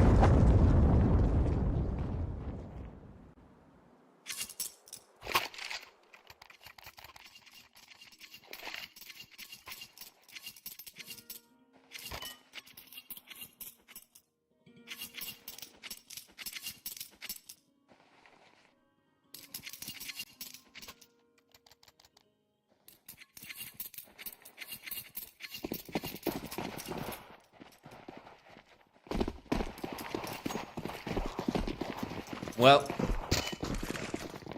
6-1. Lower ton of control from TNL. And they actually kind of listened to me. Monty Gen have decided to put 3 players in mid, and oh my gosh, you see Karn picking up the first good response from Shield. Love the adjustment there as well to quickly give the boost to the short player, but now, I mean, TNL is probably calculating that, okay, if there's 2 players in short, 4 players remaining in total, there's probably getting just 3 bombs set in. He will be punished once again. Lonesome Ryu not expecting a player to bomb the boost. And Karn just basically seals the deal in this one. And getting that frag is huge. There's also a player still in long, and where is the last player? No one knows, but we'll soon realize he's still very much in mid. And that will be Zogan to eventually secure the victory. Man, oh man, TNL is looking great.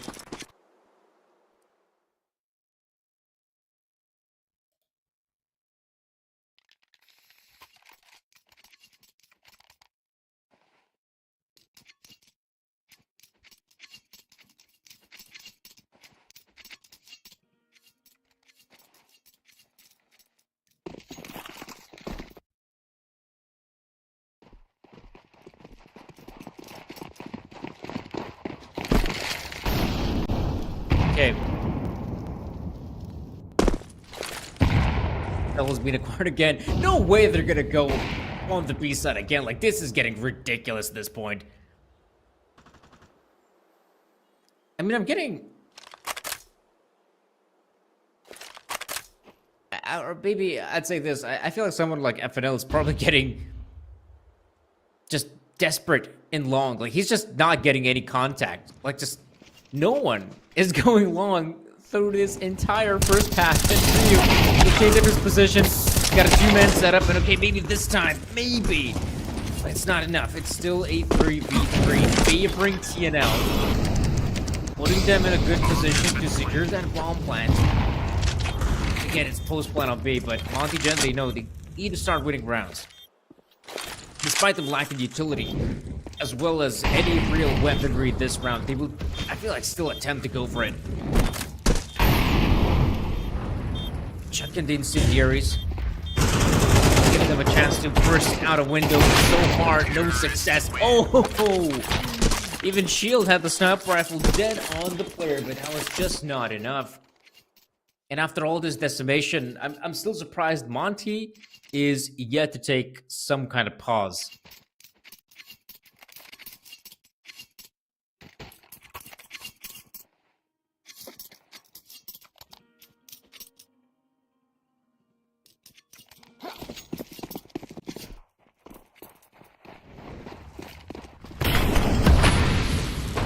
Oh wow, lead. Taking a playbook straight out of TNL. Okay, looks like we're going to see some early action in long as well. Alright, that's a bit of a change-up. I expect that Shield is just not wasting any time. Like, he would probably get that frag, be happy that he has it covered in AK-47. But no, he's like, yeah, I'll just screw it. I'll go for it. And he gets himself a second, so he's done some great work.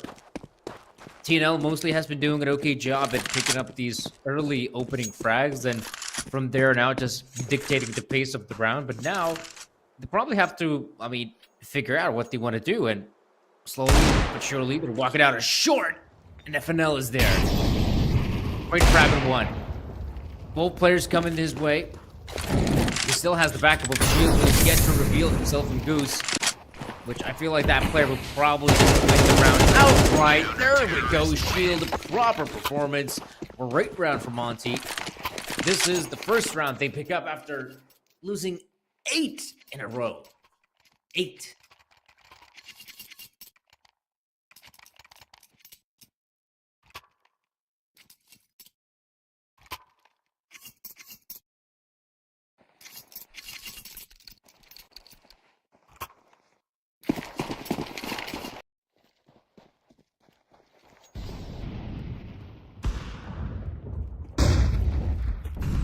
Okay, Toro.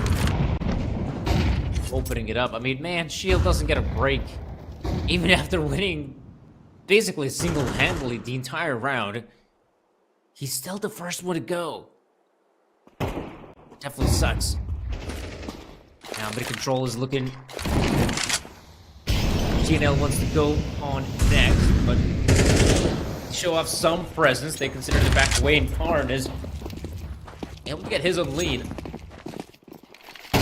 Where entire brute force.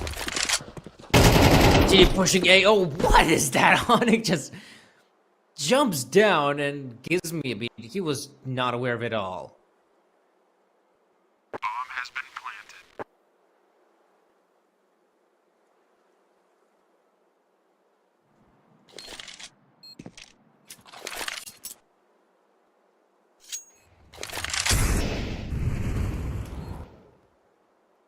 Ah, man.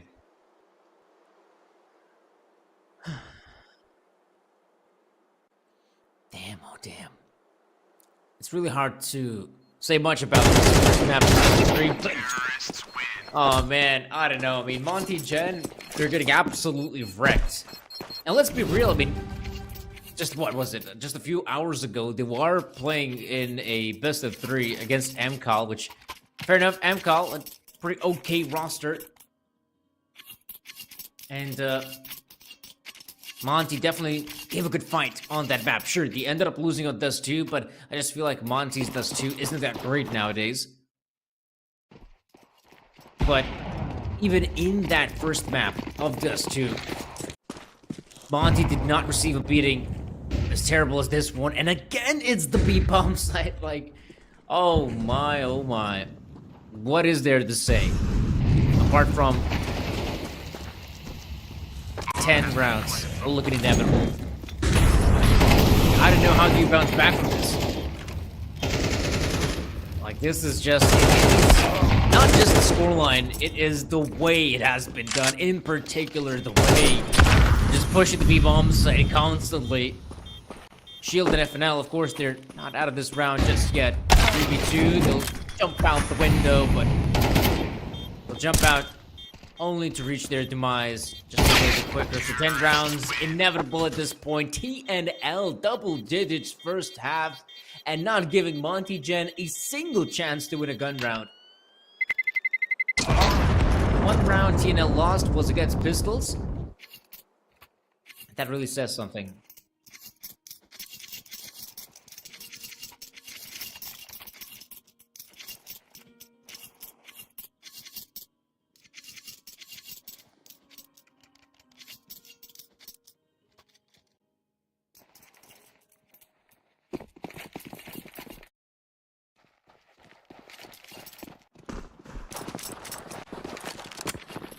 Pistol round it is, folks. Long control. Oh, there we go. FNL finally wants to show off his skills. He's been pretty absent. Just defending long and no success. Now 4v4 on it.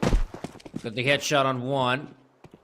A lot of pressure now mounting on the A-bomb side, but not committing to this one just yet. Karn is making a lot of noise, though. Oh, and he was fight against Ryu. Nothing to do against Gizmy. Shield barely alive. Like, almost blocks down Stomach, but Stomach is there with the response. Now Gizmy left at a 1v1. A pretty doable one as well. Stomach is quite low at HP, so he's got a real good chance at this one. Love the fact that Gizmy is also prioritizing that bomb plant. It's necessary, but Stomach, he is low at HP. How does he win it? He does not. Monty Gen, they desperately needed this pistol round to still at least make a competitive scoreline, guys. That's at least what we want to see.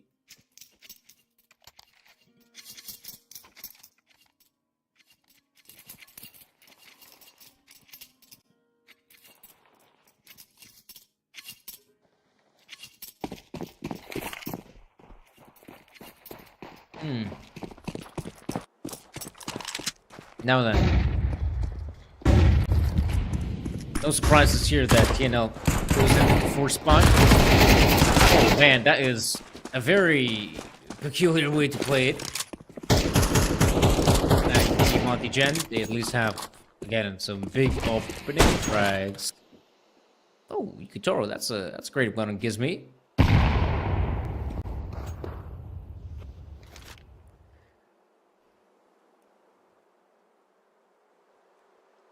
Rotations happening from TNL. They're getting closer towards A.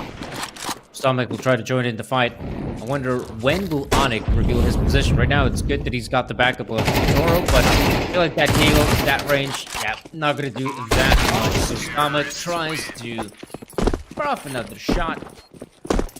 It will be at least now Ryu, you know, having his payback moment. Though, admittedly, like, this is also just unbelievable. Usually the B-side defender on Dust 2 has the least amount of frags. I mean, not a lot of people just hit the B-bomb side, usually. And Ryu, right now, I mean, he is topping the scoreboard. It sure definitely helps that he had those 4 kills in the previous round, but his impact right now is, is mainly because he was just, you know, constantly being pushed. Here as well, I mean, TNL not wasting any time, going aggressive, dishing out fair amounts of damage. I mean, 2 kills is pretty alright.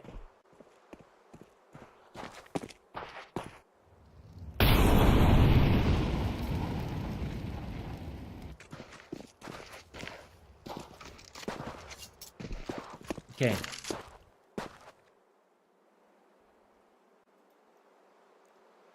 So yeah, Monty at least in a great position to get this one across the finish line.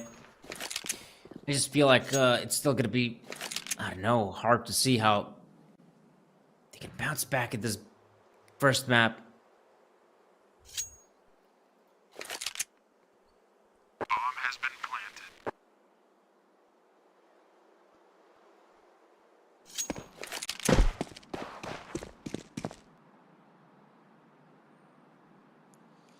So, Zoro, trying to recover a weapon out of this, but no weapons to be found. But this is where the big task, as we'll see, starts. A long journey for Monty Gen to somehow win this first map, but it will be a really long journey, as we'll see.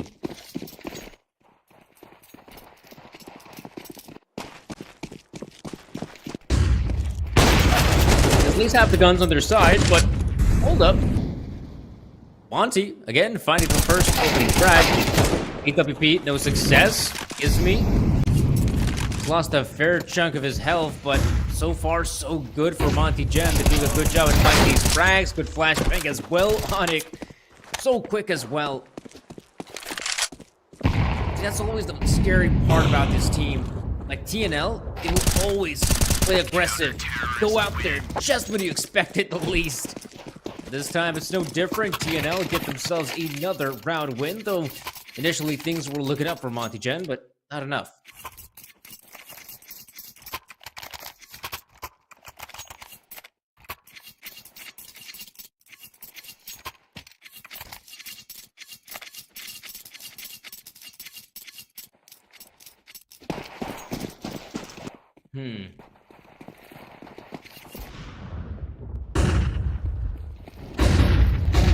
Monty. Run takes that long control, but this time TNL is more than ready. We have loads of bodies here. 3, in fact. This will be a great start for TNL, picking up those 12 rounds. Looking good as ever. And as we'll see soon, it might just be enough for them to get this one across the finish line. Zogan is there as well, and that's at least a good response from Shield, but what the hell? I mean, Zogan runs in, instantly sprays, by the way. The aim is insane for this guy. It's like, we'll have to say goodbye to Monty, as well as the fact that they did go for a purchase in the previous round. They bought up, hoping to find success. It's interesting as well that Monty has been, 5 rounds of CS on this second half, and they've just been pushing long and long and long. The first rounds have been successful, but the last 2, or in particular the last one, just not at all.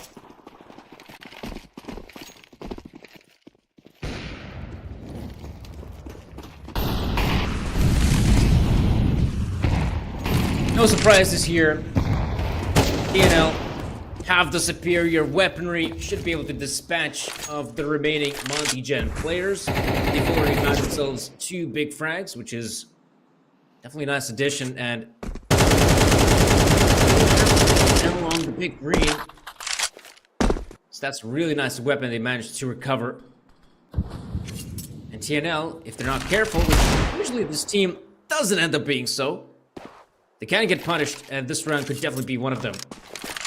Ooh, and Reed is a peculiar one. They're going to try to stick together and completely neglect the B-bomb site. I'm sure that the only reason why they're doing so is to take control of lower tunnels.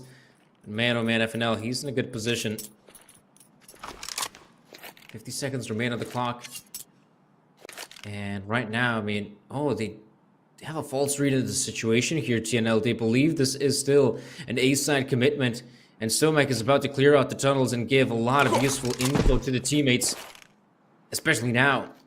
Smokes and flashbangs raining in, so Stomek has to move up pretty quick. Now, he might just be able to get a frag with Shield. Shield, aware of it, and Stomek still comes out on top. And Monty, at least get that bomb planted. Oh, it doesn't help that Ryu is out of the picture, so now it is all up to FNL. 1 versus 3. If they difficult one and almost an impossible round to win. TNL and masterclass of a performance in that first map. They absolutely destroy Monty Gen. It felt like the guys didn't even have a chance. And so, definitely an impressive victory. They can be quite happy about it. And man, oh man, Monty, I'd love to see their player counts, because here in TNL, I mean, you got guys sipping water, like, yeah, it's, you know, just an average day in the office, if you will. But yeah, I mean, performance-wise, everyone was bagging heads in TNL. Monty Gen, obviously, Rio having the most amount of kills makes a lot of sense, because he was the guy that was punished the most, and at the same time, given the most chances to actually frag on that B bomb set. And usually, I mean, more often than not, the B-side defender is capable of getting at least one frag with the players pushing out of tunnels. But yeah, what's there to say apart the fact that those two, yeah, I mean, it was disastrous for Monty Gen. And now the only saving grace is that the upcoming map is, in fact, Monty's map pick. And that is the map where I definitely expect Monty to have a better run of form. And I definitely feel like Monty can make that map a lot more competitive. And to see that, guys, well, there's only one way. It is by tuning into the second map. But right now, we'll take a 10-minute break. And once we'll be back, we'll be sure to bring you that second map.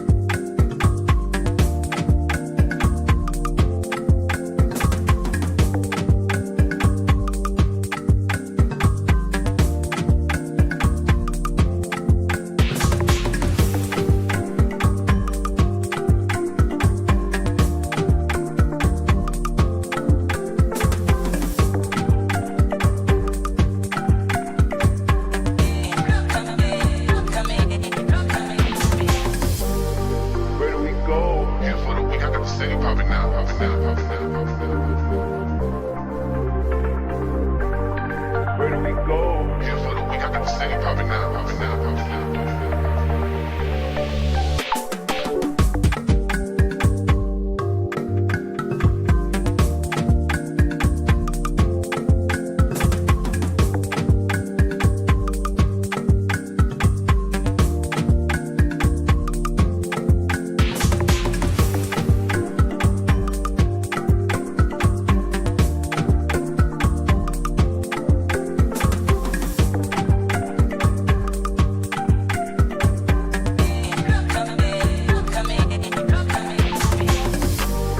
Where do we go? Here for the week, I got the city popping now, popping now, popping now. Where do we go? Here for the week, I got the city popping now, popping now, popping now.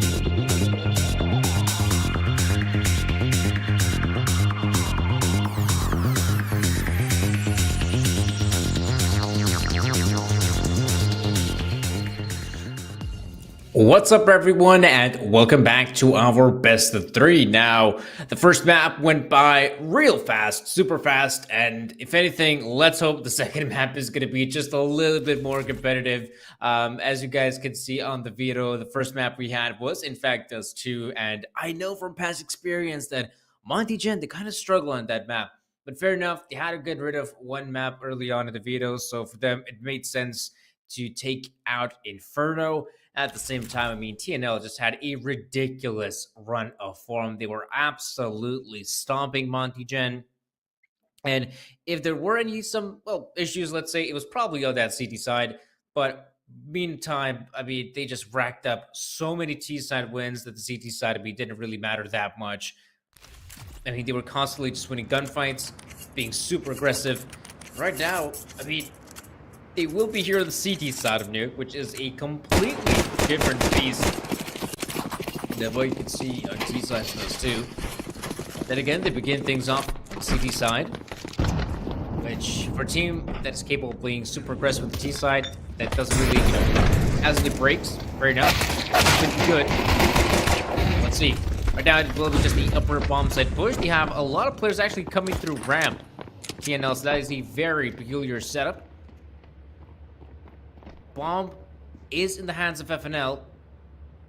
They're scared. They think there has to be someone still up heaven, but that's just not the case. FNL now last man standing, 1v3, makes it very doable. Is incredibly low on HP in the 1v2. I just get that bomb planted, which is a huge bonus. Oh, that boost as well on Hut. I don't think FNL will expect the player to be there. That is just such an uncommon position. And even if he wins the gunfight against one of these, he's now expecting. But it just won't matter in the end. Yukitoro and company will eventually secure the win. A pretty difficult win, but a win nonetheless. TNL for the first through the door.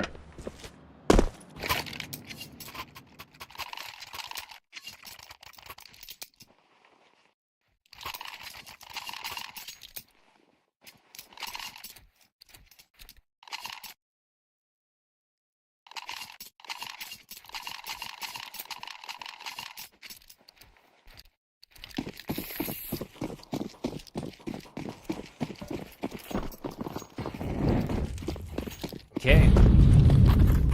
At least with Monty securing bomb planted the previous round, you have some extra money to work with. Right about now, going outside does make a lot of sense. They also just keep a presence lobby close by trophy if anyone from TNL considers going for another ballsy push up lobby through ramp. Positioning is pretty good. Arndo is trying to make his way out of secret, at least dish out some extra damage. Meanwhile, the B-split seems to be the main goal of Monty Jetta this round. Not finding a lot of footing just yet, and perhaps none, if we're being honest. There's only 2 players left standing. Good shot from Shield.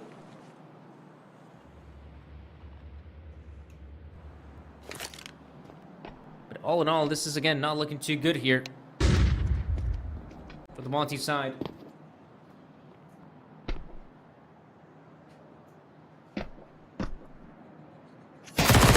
I mean, it is definitely not looking good. I think we'll just have to say goodbye to this round. Look for greener pastures elsewhere. But the second round only goes one way, and it's the TNL way.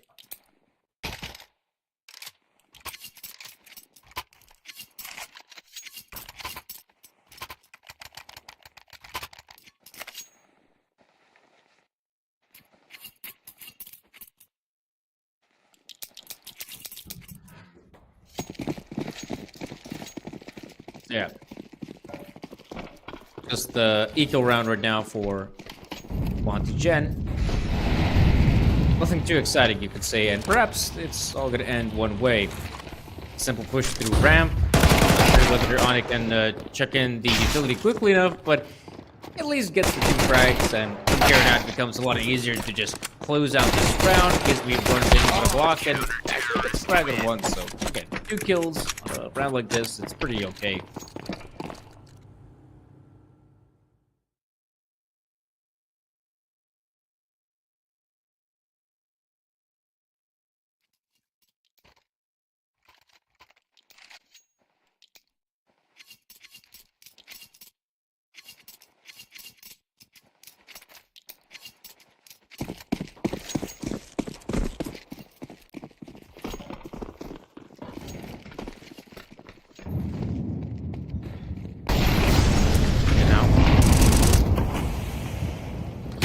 Good purchase.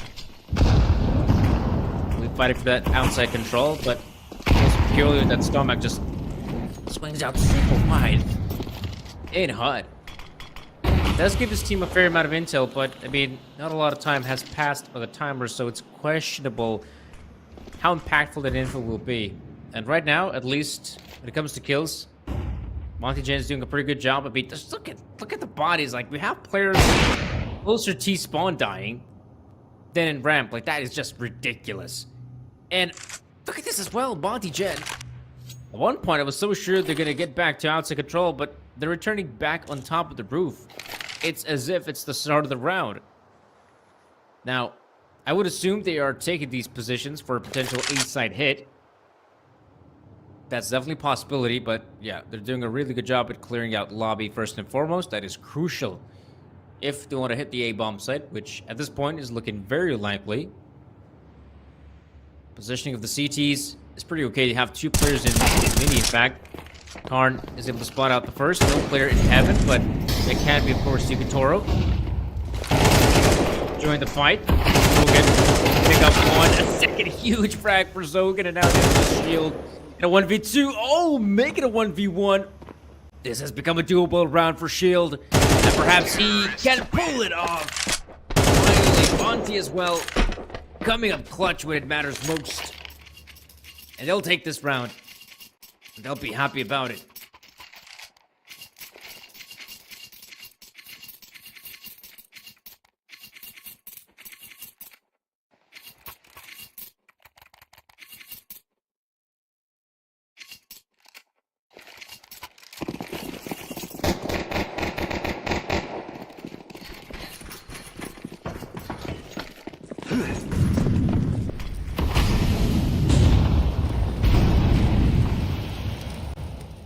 Okay. That's gonna be some good opening frags for TNL once again, but Gizmi still has control of the bomb site. The play from Zogan make a huge difference, and now it is just... Oh, there's a shield. Gets his way out of HUD, so that's impressive, but Zogan might be able to get a big frag with one. He seems to have an awareness that up there in lobby, but not that close. So Monty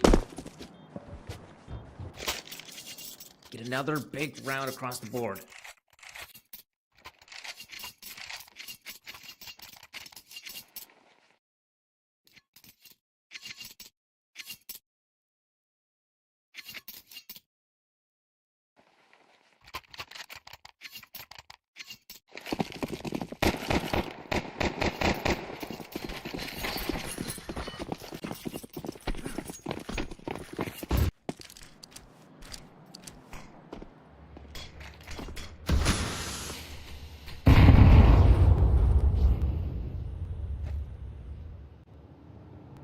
That puts a lot more interesting spin on the second map in the best of three. Already, it's a lot more competitive than what we saw the first map of this two, and that is again exactly what we want to see. And for Monty Jen, this is now a great chance to even equalize the scoreline, which is something we haven't seen in a long, long time.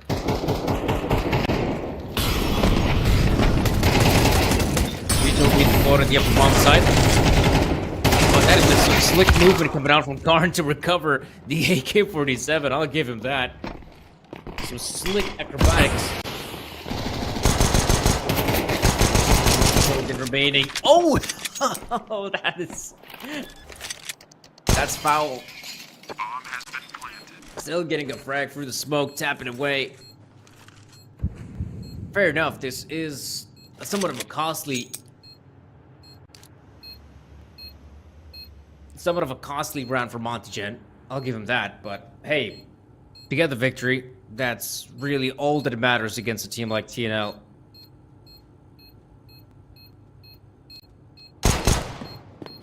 Oh, another great shot from Zogan, in fact. He's dishing out a lot of that economical damage. In fact, Ryu might have to go down as well, so wow. I mean, sure, no victory for TNL, but they kill every single player. Terrorists win. Oh, can't recovered the AWP, though. Classic nuke shenanigans. But they kill every single player. And so that will leave a big dent on the T-side economy, all in all. So Monty, I think that right now they've been playing some pretty fast CS, in which it hasn't been that easy, let's say, for a team like TNL to adapt.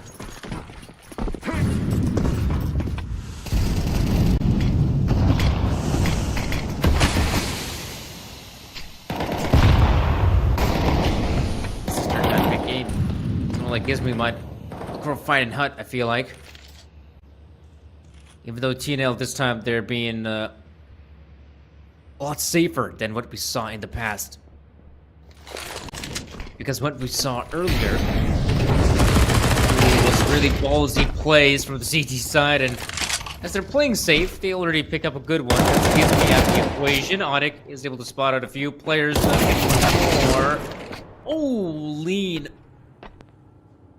But a good chance of his own. Oh man, this as well. Monty's so ready. Summit could do a ballsy play like that. Great little adjustment from Monty.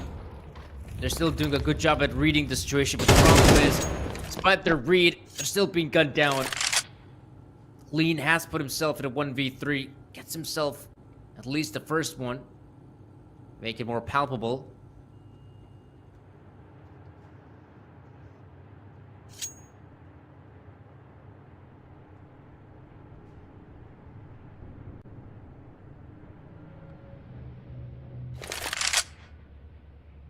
Lean has a good chance to at least get that bomb planted.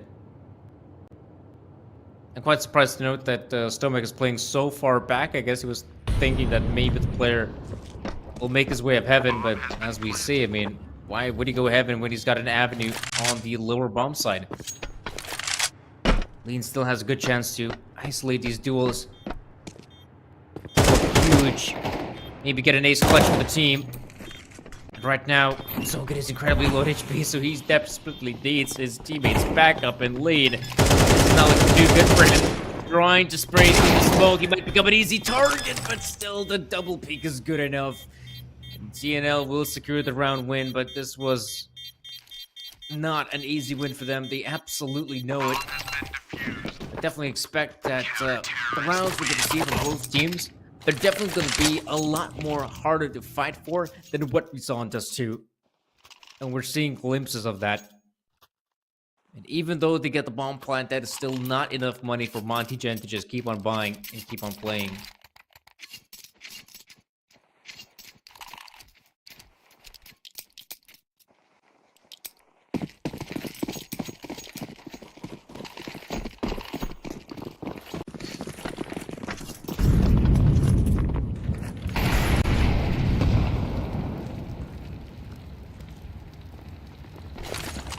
Oh man, on it.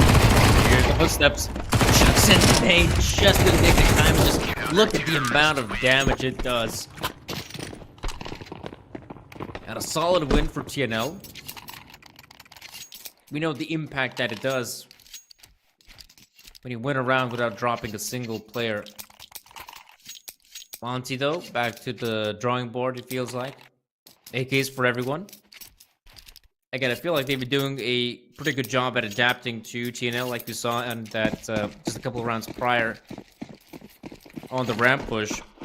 Even when they push ramp and they get those few kills, they realize, wait, this is where someone from TNL will just push right from behind. And they were so sure about it, they were correct.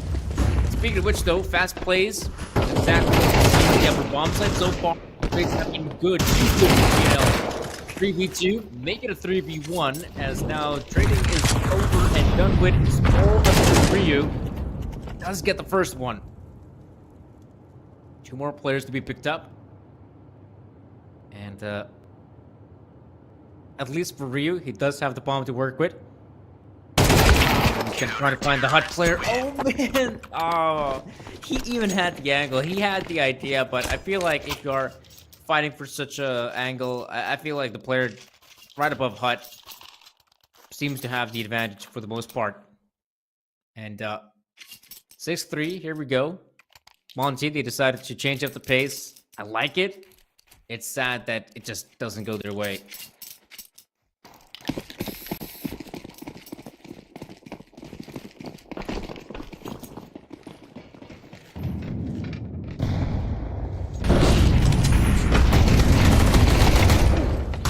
Okay, I feel like might as well try again here, Monty. A round like this, when you got all these pistols to work with, I mean, Monty's done a crazy job. Even reach the bomb site, let alone get the bomb hit. Oh! Ryu's got something to say about it, alright. Big deep frag. And now, Karn has pushed his way through the smoke, but he's a sitting duck. I mean, we're talking about a potential triple peak. And I feel like this round is definitely over. Monty Gen in a great position to solidify their fourth in unexpected fashion, but one in which they're going to be so happy that they get it across the finish line. A fourth round on T's side nuke. And this is starting to be a pretty okay half for them, despite them, losing the pistol and a bunch of gun rounds. It's not bad. I mean, 4 rounds T side. I definitely see a world in which they might just scrape by with a few more. Those few more rounds can make a whole lot difference on that second half.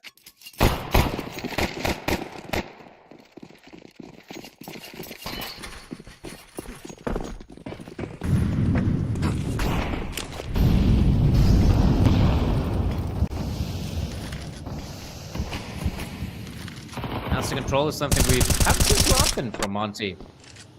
Feels like a lot of times it has been, them just trying to repel any push from TNL in ramp, in lobby. But now they're given just more freedom to work with. And Gizmy is cautious as ever because he has no idea where these players are at. In fact, Lean is also a bit scared because he has to check as well as ramp, hut, and who knows, maybe even squeaky door. That's possible. Oh, not really sure what's happening there, but Yukitoru is picking up frags. I believe he is outside. Yeah, he is in garage. Already picks up big frag. There's the double peek. Oh no, Monty, it's just falling apart, isn't it? Even if they get in some solid positions, apparently that is not enough for them to win the round, and it is just coming down to lonesome lead. 1v5. Oh, I didn't even see that one. Oh no, poor Lee, man. Not only do they lose the round, but obviously humiliation.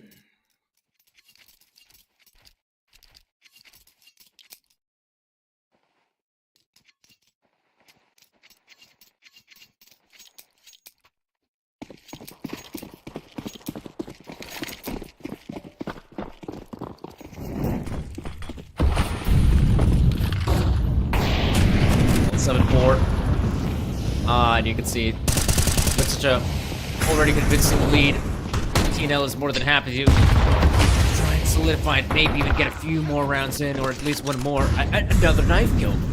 How? How? Where? I mean, so many questions. Toro gets his with the AWP and... Oh, man. Yeah, I'm perplexed. I'm not even sure what happened in the past couple rounds, but TNL... phenomenal work. You could say it was just, again, some CD side stuff, but fair enough. They showed up. They played some solid Counter-Strike. More power to them. And now, usually you would say, man, playing with the T side, that's going to be difficult, but I wouldn't say so for this team. For this team, they're probably better off on the T side.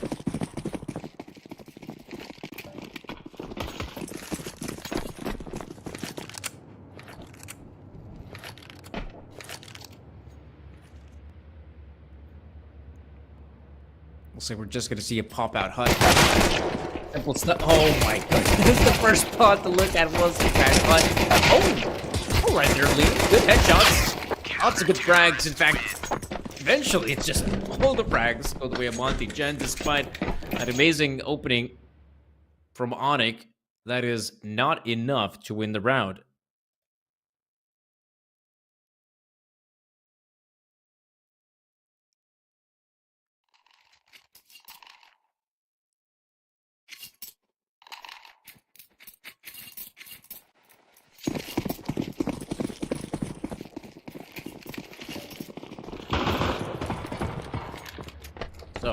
instead of going for some sort of wacky force fire. I kind of like the fact that TNL just gonna eagle this one out. Perhaps get this round over and done with, and then some interesting rounds. Tomac. Nice attempt. Nice strafe in midair to as close as possible near Gizme. It's just that it's still not enough, and as to be expected, this round will definitely come to an abrupt end, and it will only go the way of Monkey. But hey, we were talking about how we want to see this second map to be a lot more competitive, and I feel like we're seeing exactly that. I mean, Monty will be sitting on 6 rounds. And what was the final scoreline on the first map, guys? Was it, I think it might have been a 13-5. Wow, okay. So, somewhat of a more expensive round, but not by much. Just the 2 players. As long as you keep 3, that's good enough to replenish an economy. Now 6-8. TNL back with a purchase.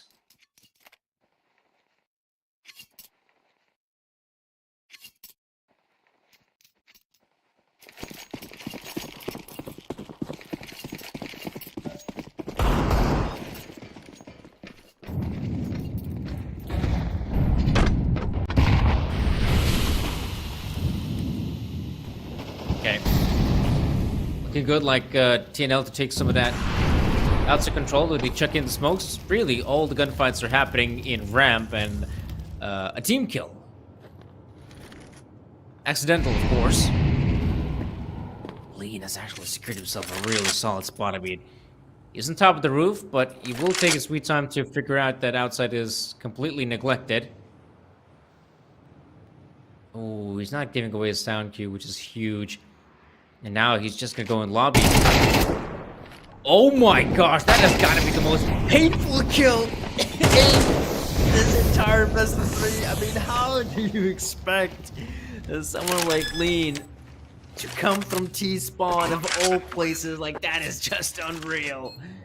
Oh man, like that gives TNL a substantial edge to move forward. And now they're in a prime position to get this one across the finish line, get themselves 9. And the 2 remaining players, well, they obviously just want to save their guns.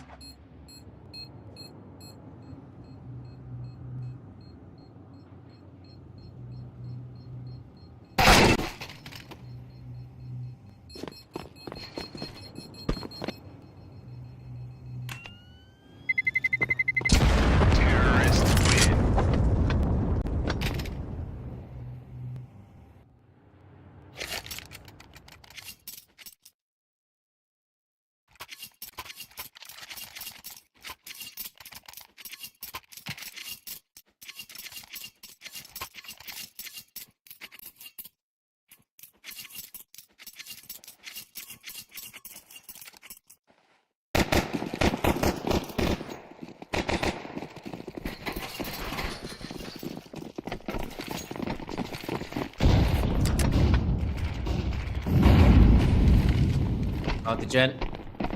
Optical purchase. They'll not even having a chance.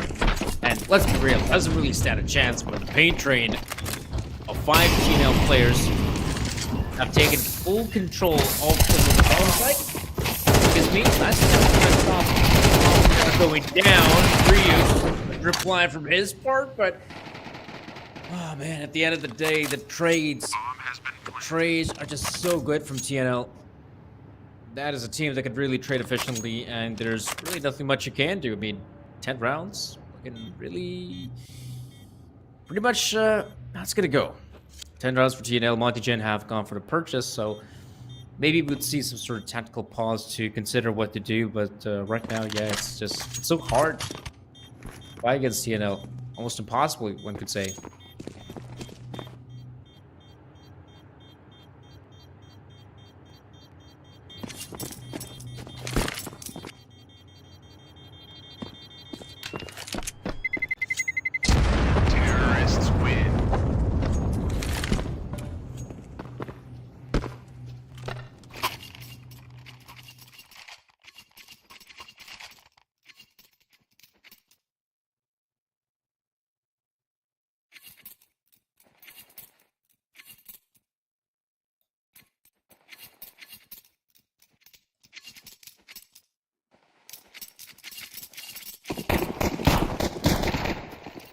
Okay.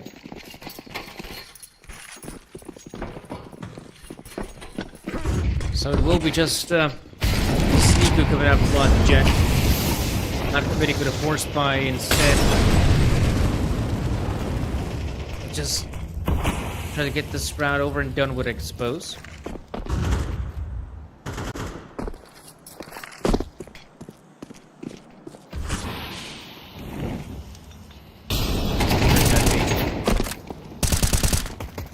A lot more difficult than I hoped for Monty Gen.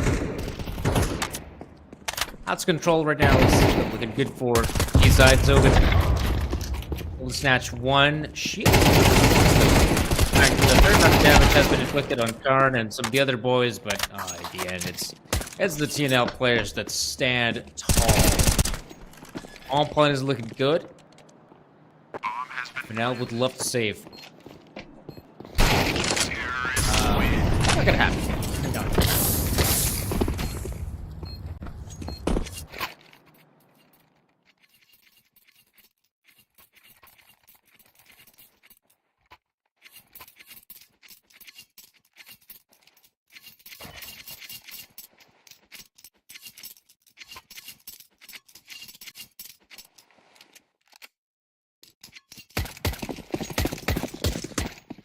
Yeah.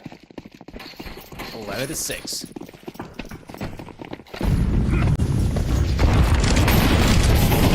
A few more opportunities for Monty Gen to find any success. Oh, I feel like that was a pretty cool play from Lean to allow a few players to walk past him. Finally, Trigger gives me trying to give us his best shot. Here's the one to come out on top.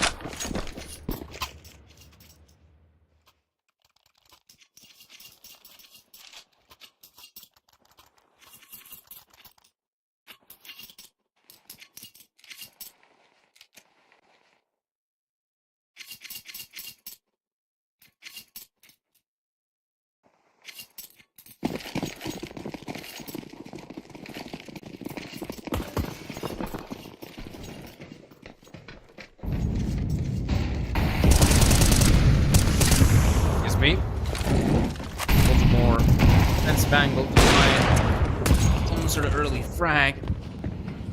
Luckily, it will be shield. Get the first.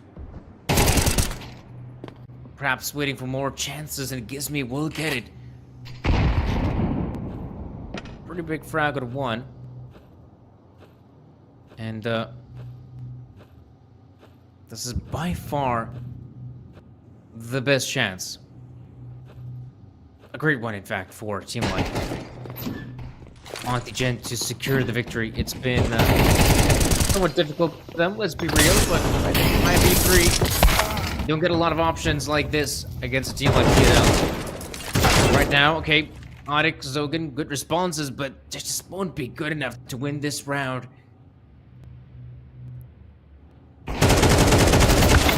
As for standing Onyx, trying to give us his best shot, but it will be Monty Gen to come out on top.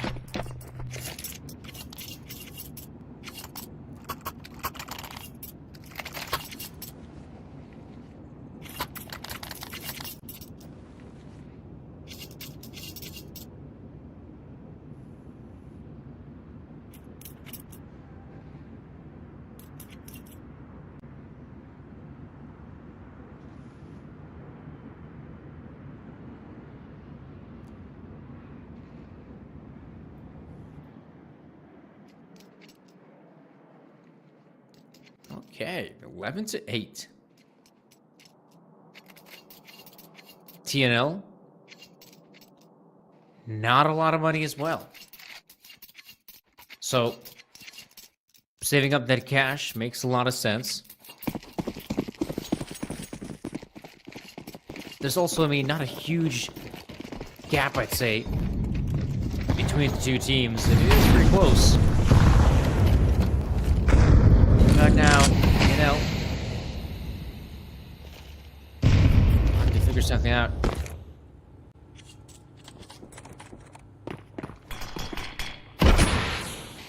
Monty don't like the fact that they're just sticking to their guns of the previous round. Playing safe, not committing. waiting for TNL to make the first move.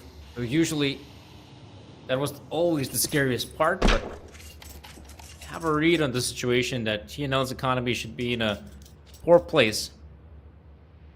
So there's really no need to be aggressive, try and challenge these pistol players. In fact, from what I'm seeing right now, this is probably one of the slowest rounds we've seen from TNL this entire second map. Oh no, maybe not. 1 minute. Okay, there we go. They push. They're going for it. Looking for the frags. It looks like it won't get a single. Okay, second frag for Sogan. Alright. And just as I thought Monty will secure an easy round win, it was still pretty easy. They lose the 2 players, so it's not that bad. Yeah, it's only a 2-round difference, so nothing major, to be honest.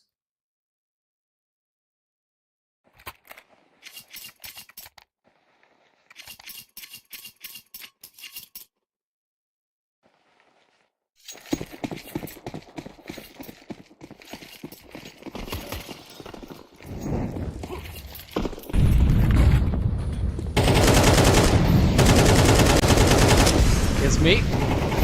Gonna take the first point of contact in outside. TNL not punishing just yet, though Stomac has taken a really solid position. If he does drop down, he can get a frag on 1.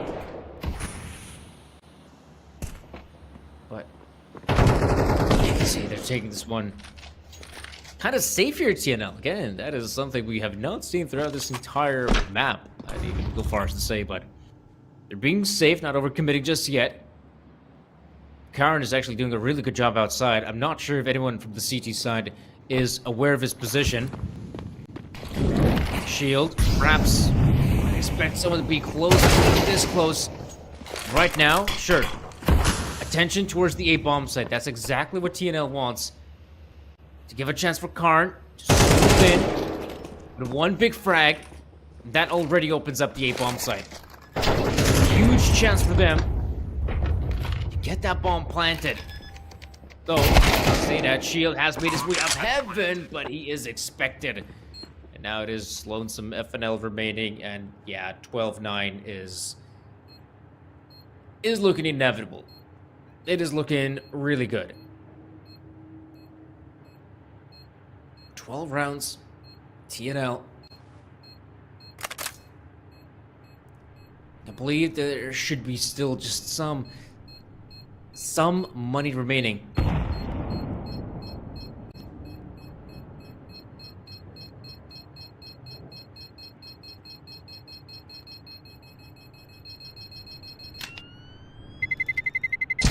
Terrorists win. Let's see. It's gonna be quite okay. So for Monty, it's good to see they'll have just a fair amount of money to get that purchase in. It won't be too dramatic.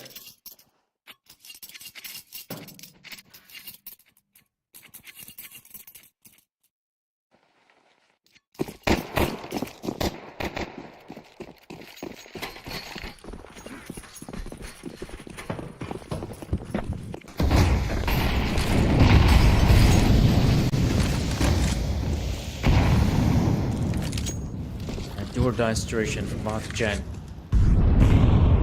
Aiming for victory and nothing less in the next few rounds. And then overtime will also be a journey in its own right. But right now it's a good start. Shield is able to pick up the 1. Gives me not aware of how close the players have gone down secret. They're pretty deep in this position. Right now there's still a few more players remaining on the lower bumps at FNL and Titanic. That's a good spot for a player. So good. It might just be good for the bomb plant, and I like the fact that, yeah, FNL not going for the insta spam. He's waiting to go in for more, and now it is a 3v2. Onyx is getting dangerously close. Oh my gosh, there's no one expecting him. He finds some absolute miracle of a timing, and now Zogan, I mean, he has the bomb planted for him. He doesn't even have to push through the double doors. All he's got to do now is just play it safe. Perhaps here's the tap, and even taps away the head and TNL. I mean, the guys are pumped. They are pumped. They're happy. They've secured themselves the grand final appearance at Galaxy Battle 5. So they're living it. They're happy. They're enjoying the moment.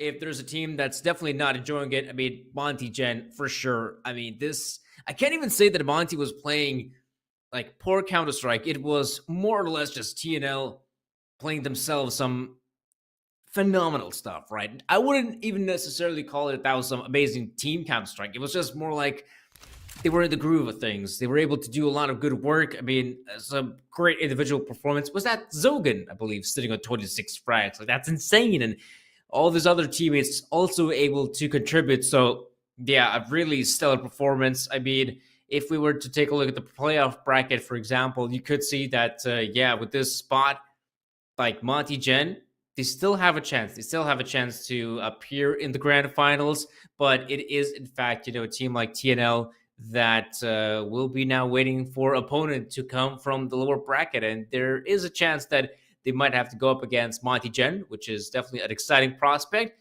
But also, let's give a shout to some of the other teams out there as well. Kana will have to play their best 3 series against Nexus. So the winner of that matchup will go up against Monty Gen. And then, of course, on Monday, we'll have our grand final. But for now, folks, that's going to be it here for today's broadcast. Hope you enjoyed the cast. Hope you enjoyed the stream. And be sure to give this stream a follow. Follow us on social media. And that's going to be it here for today. Guys, have a good one. Have a good rest of your evening. And see you all next time. Goodbye.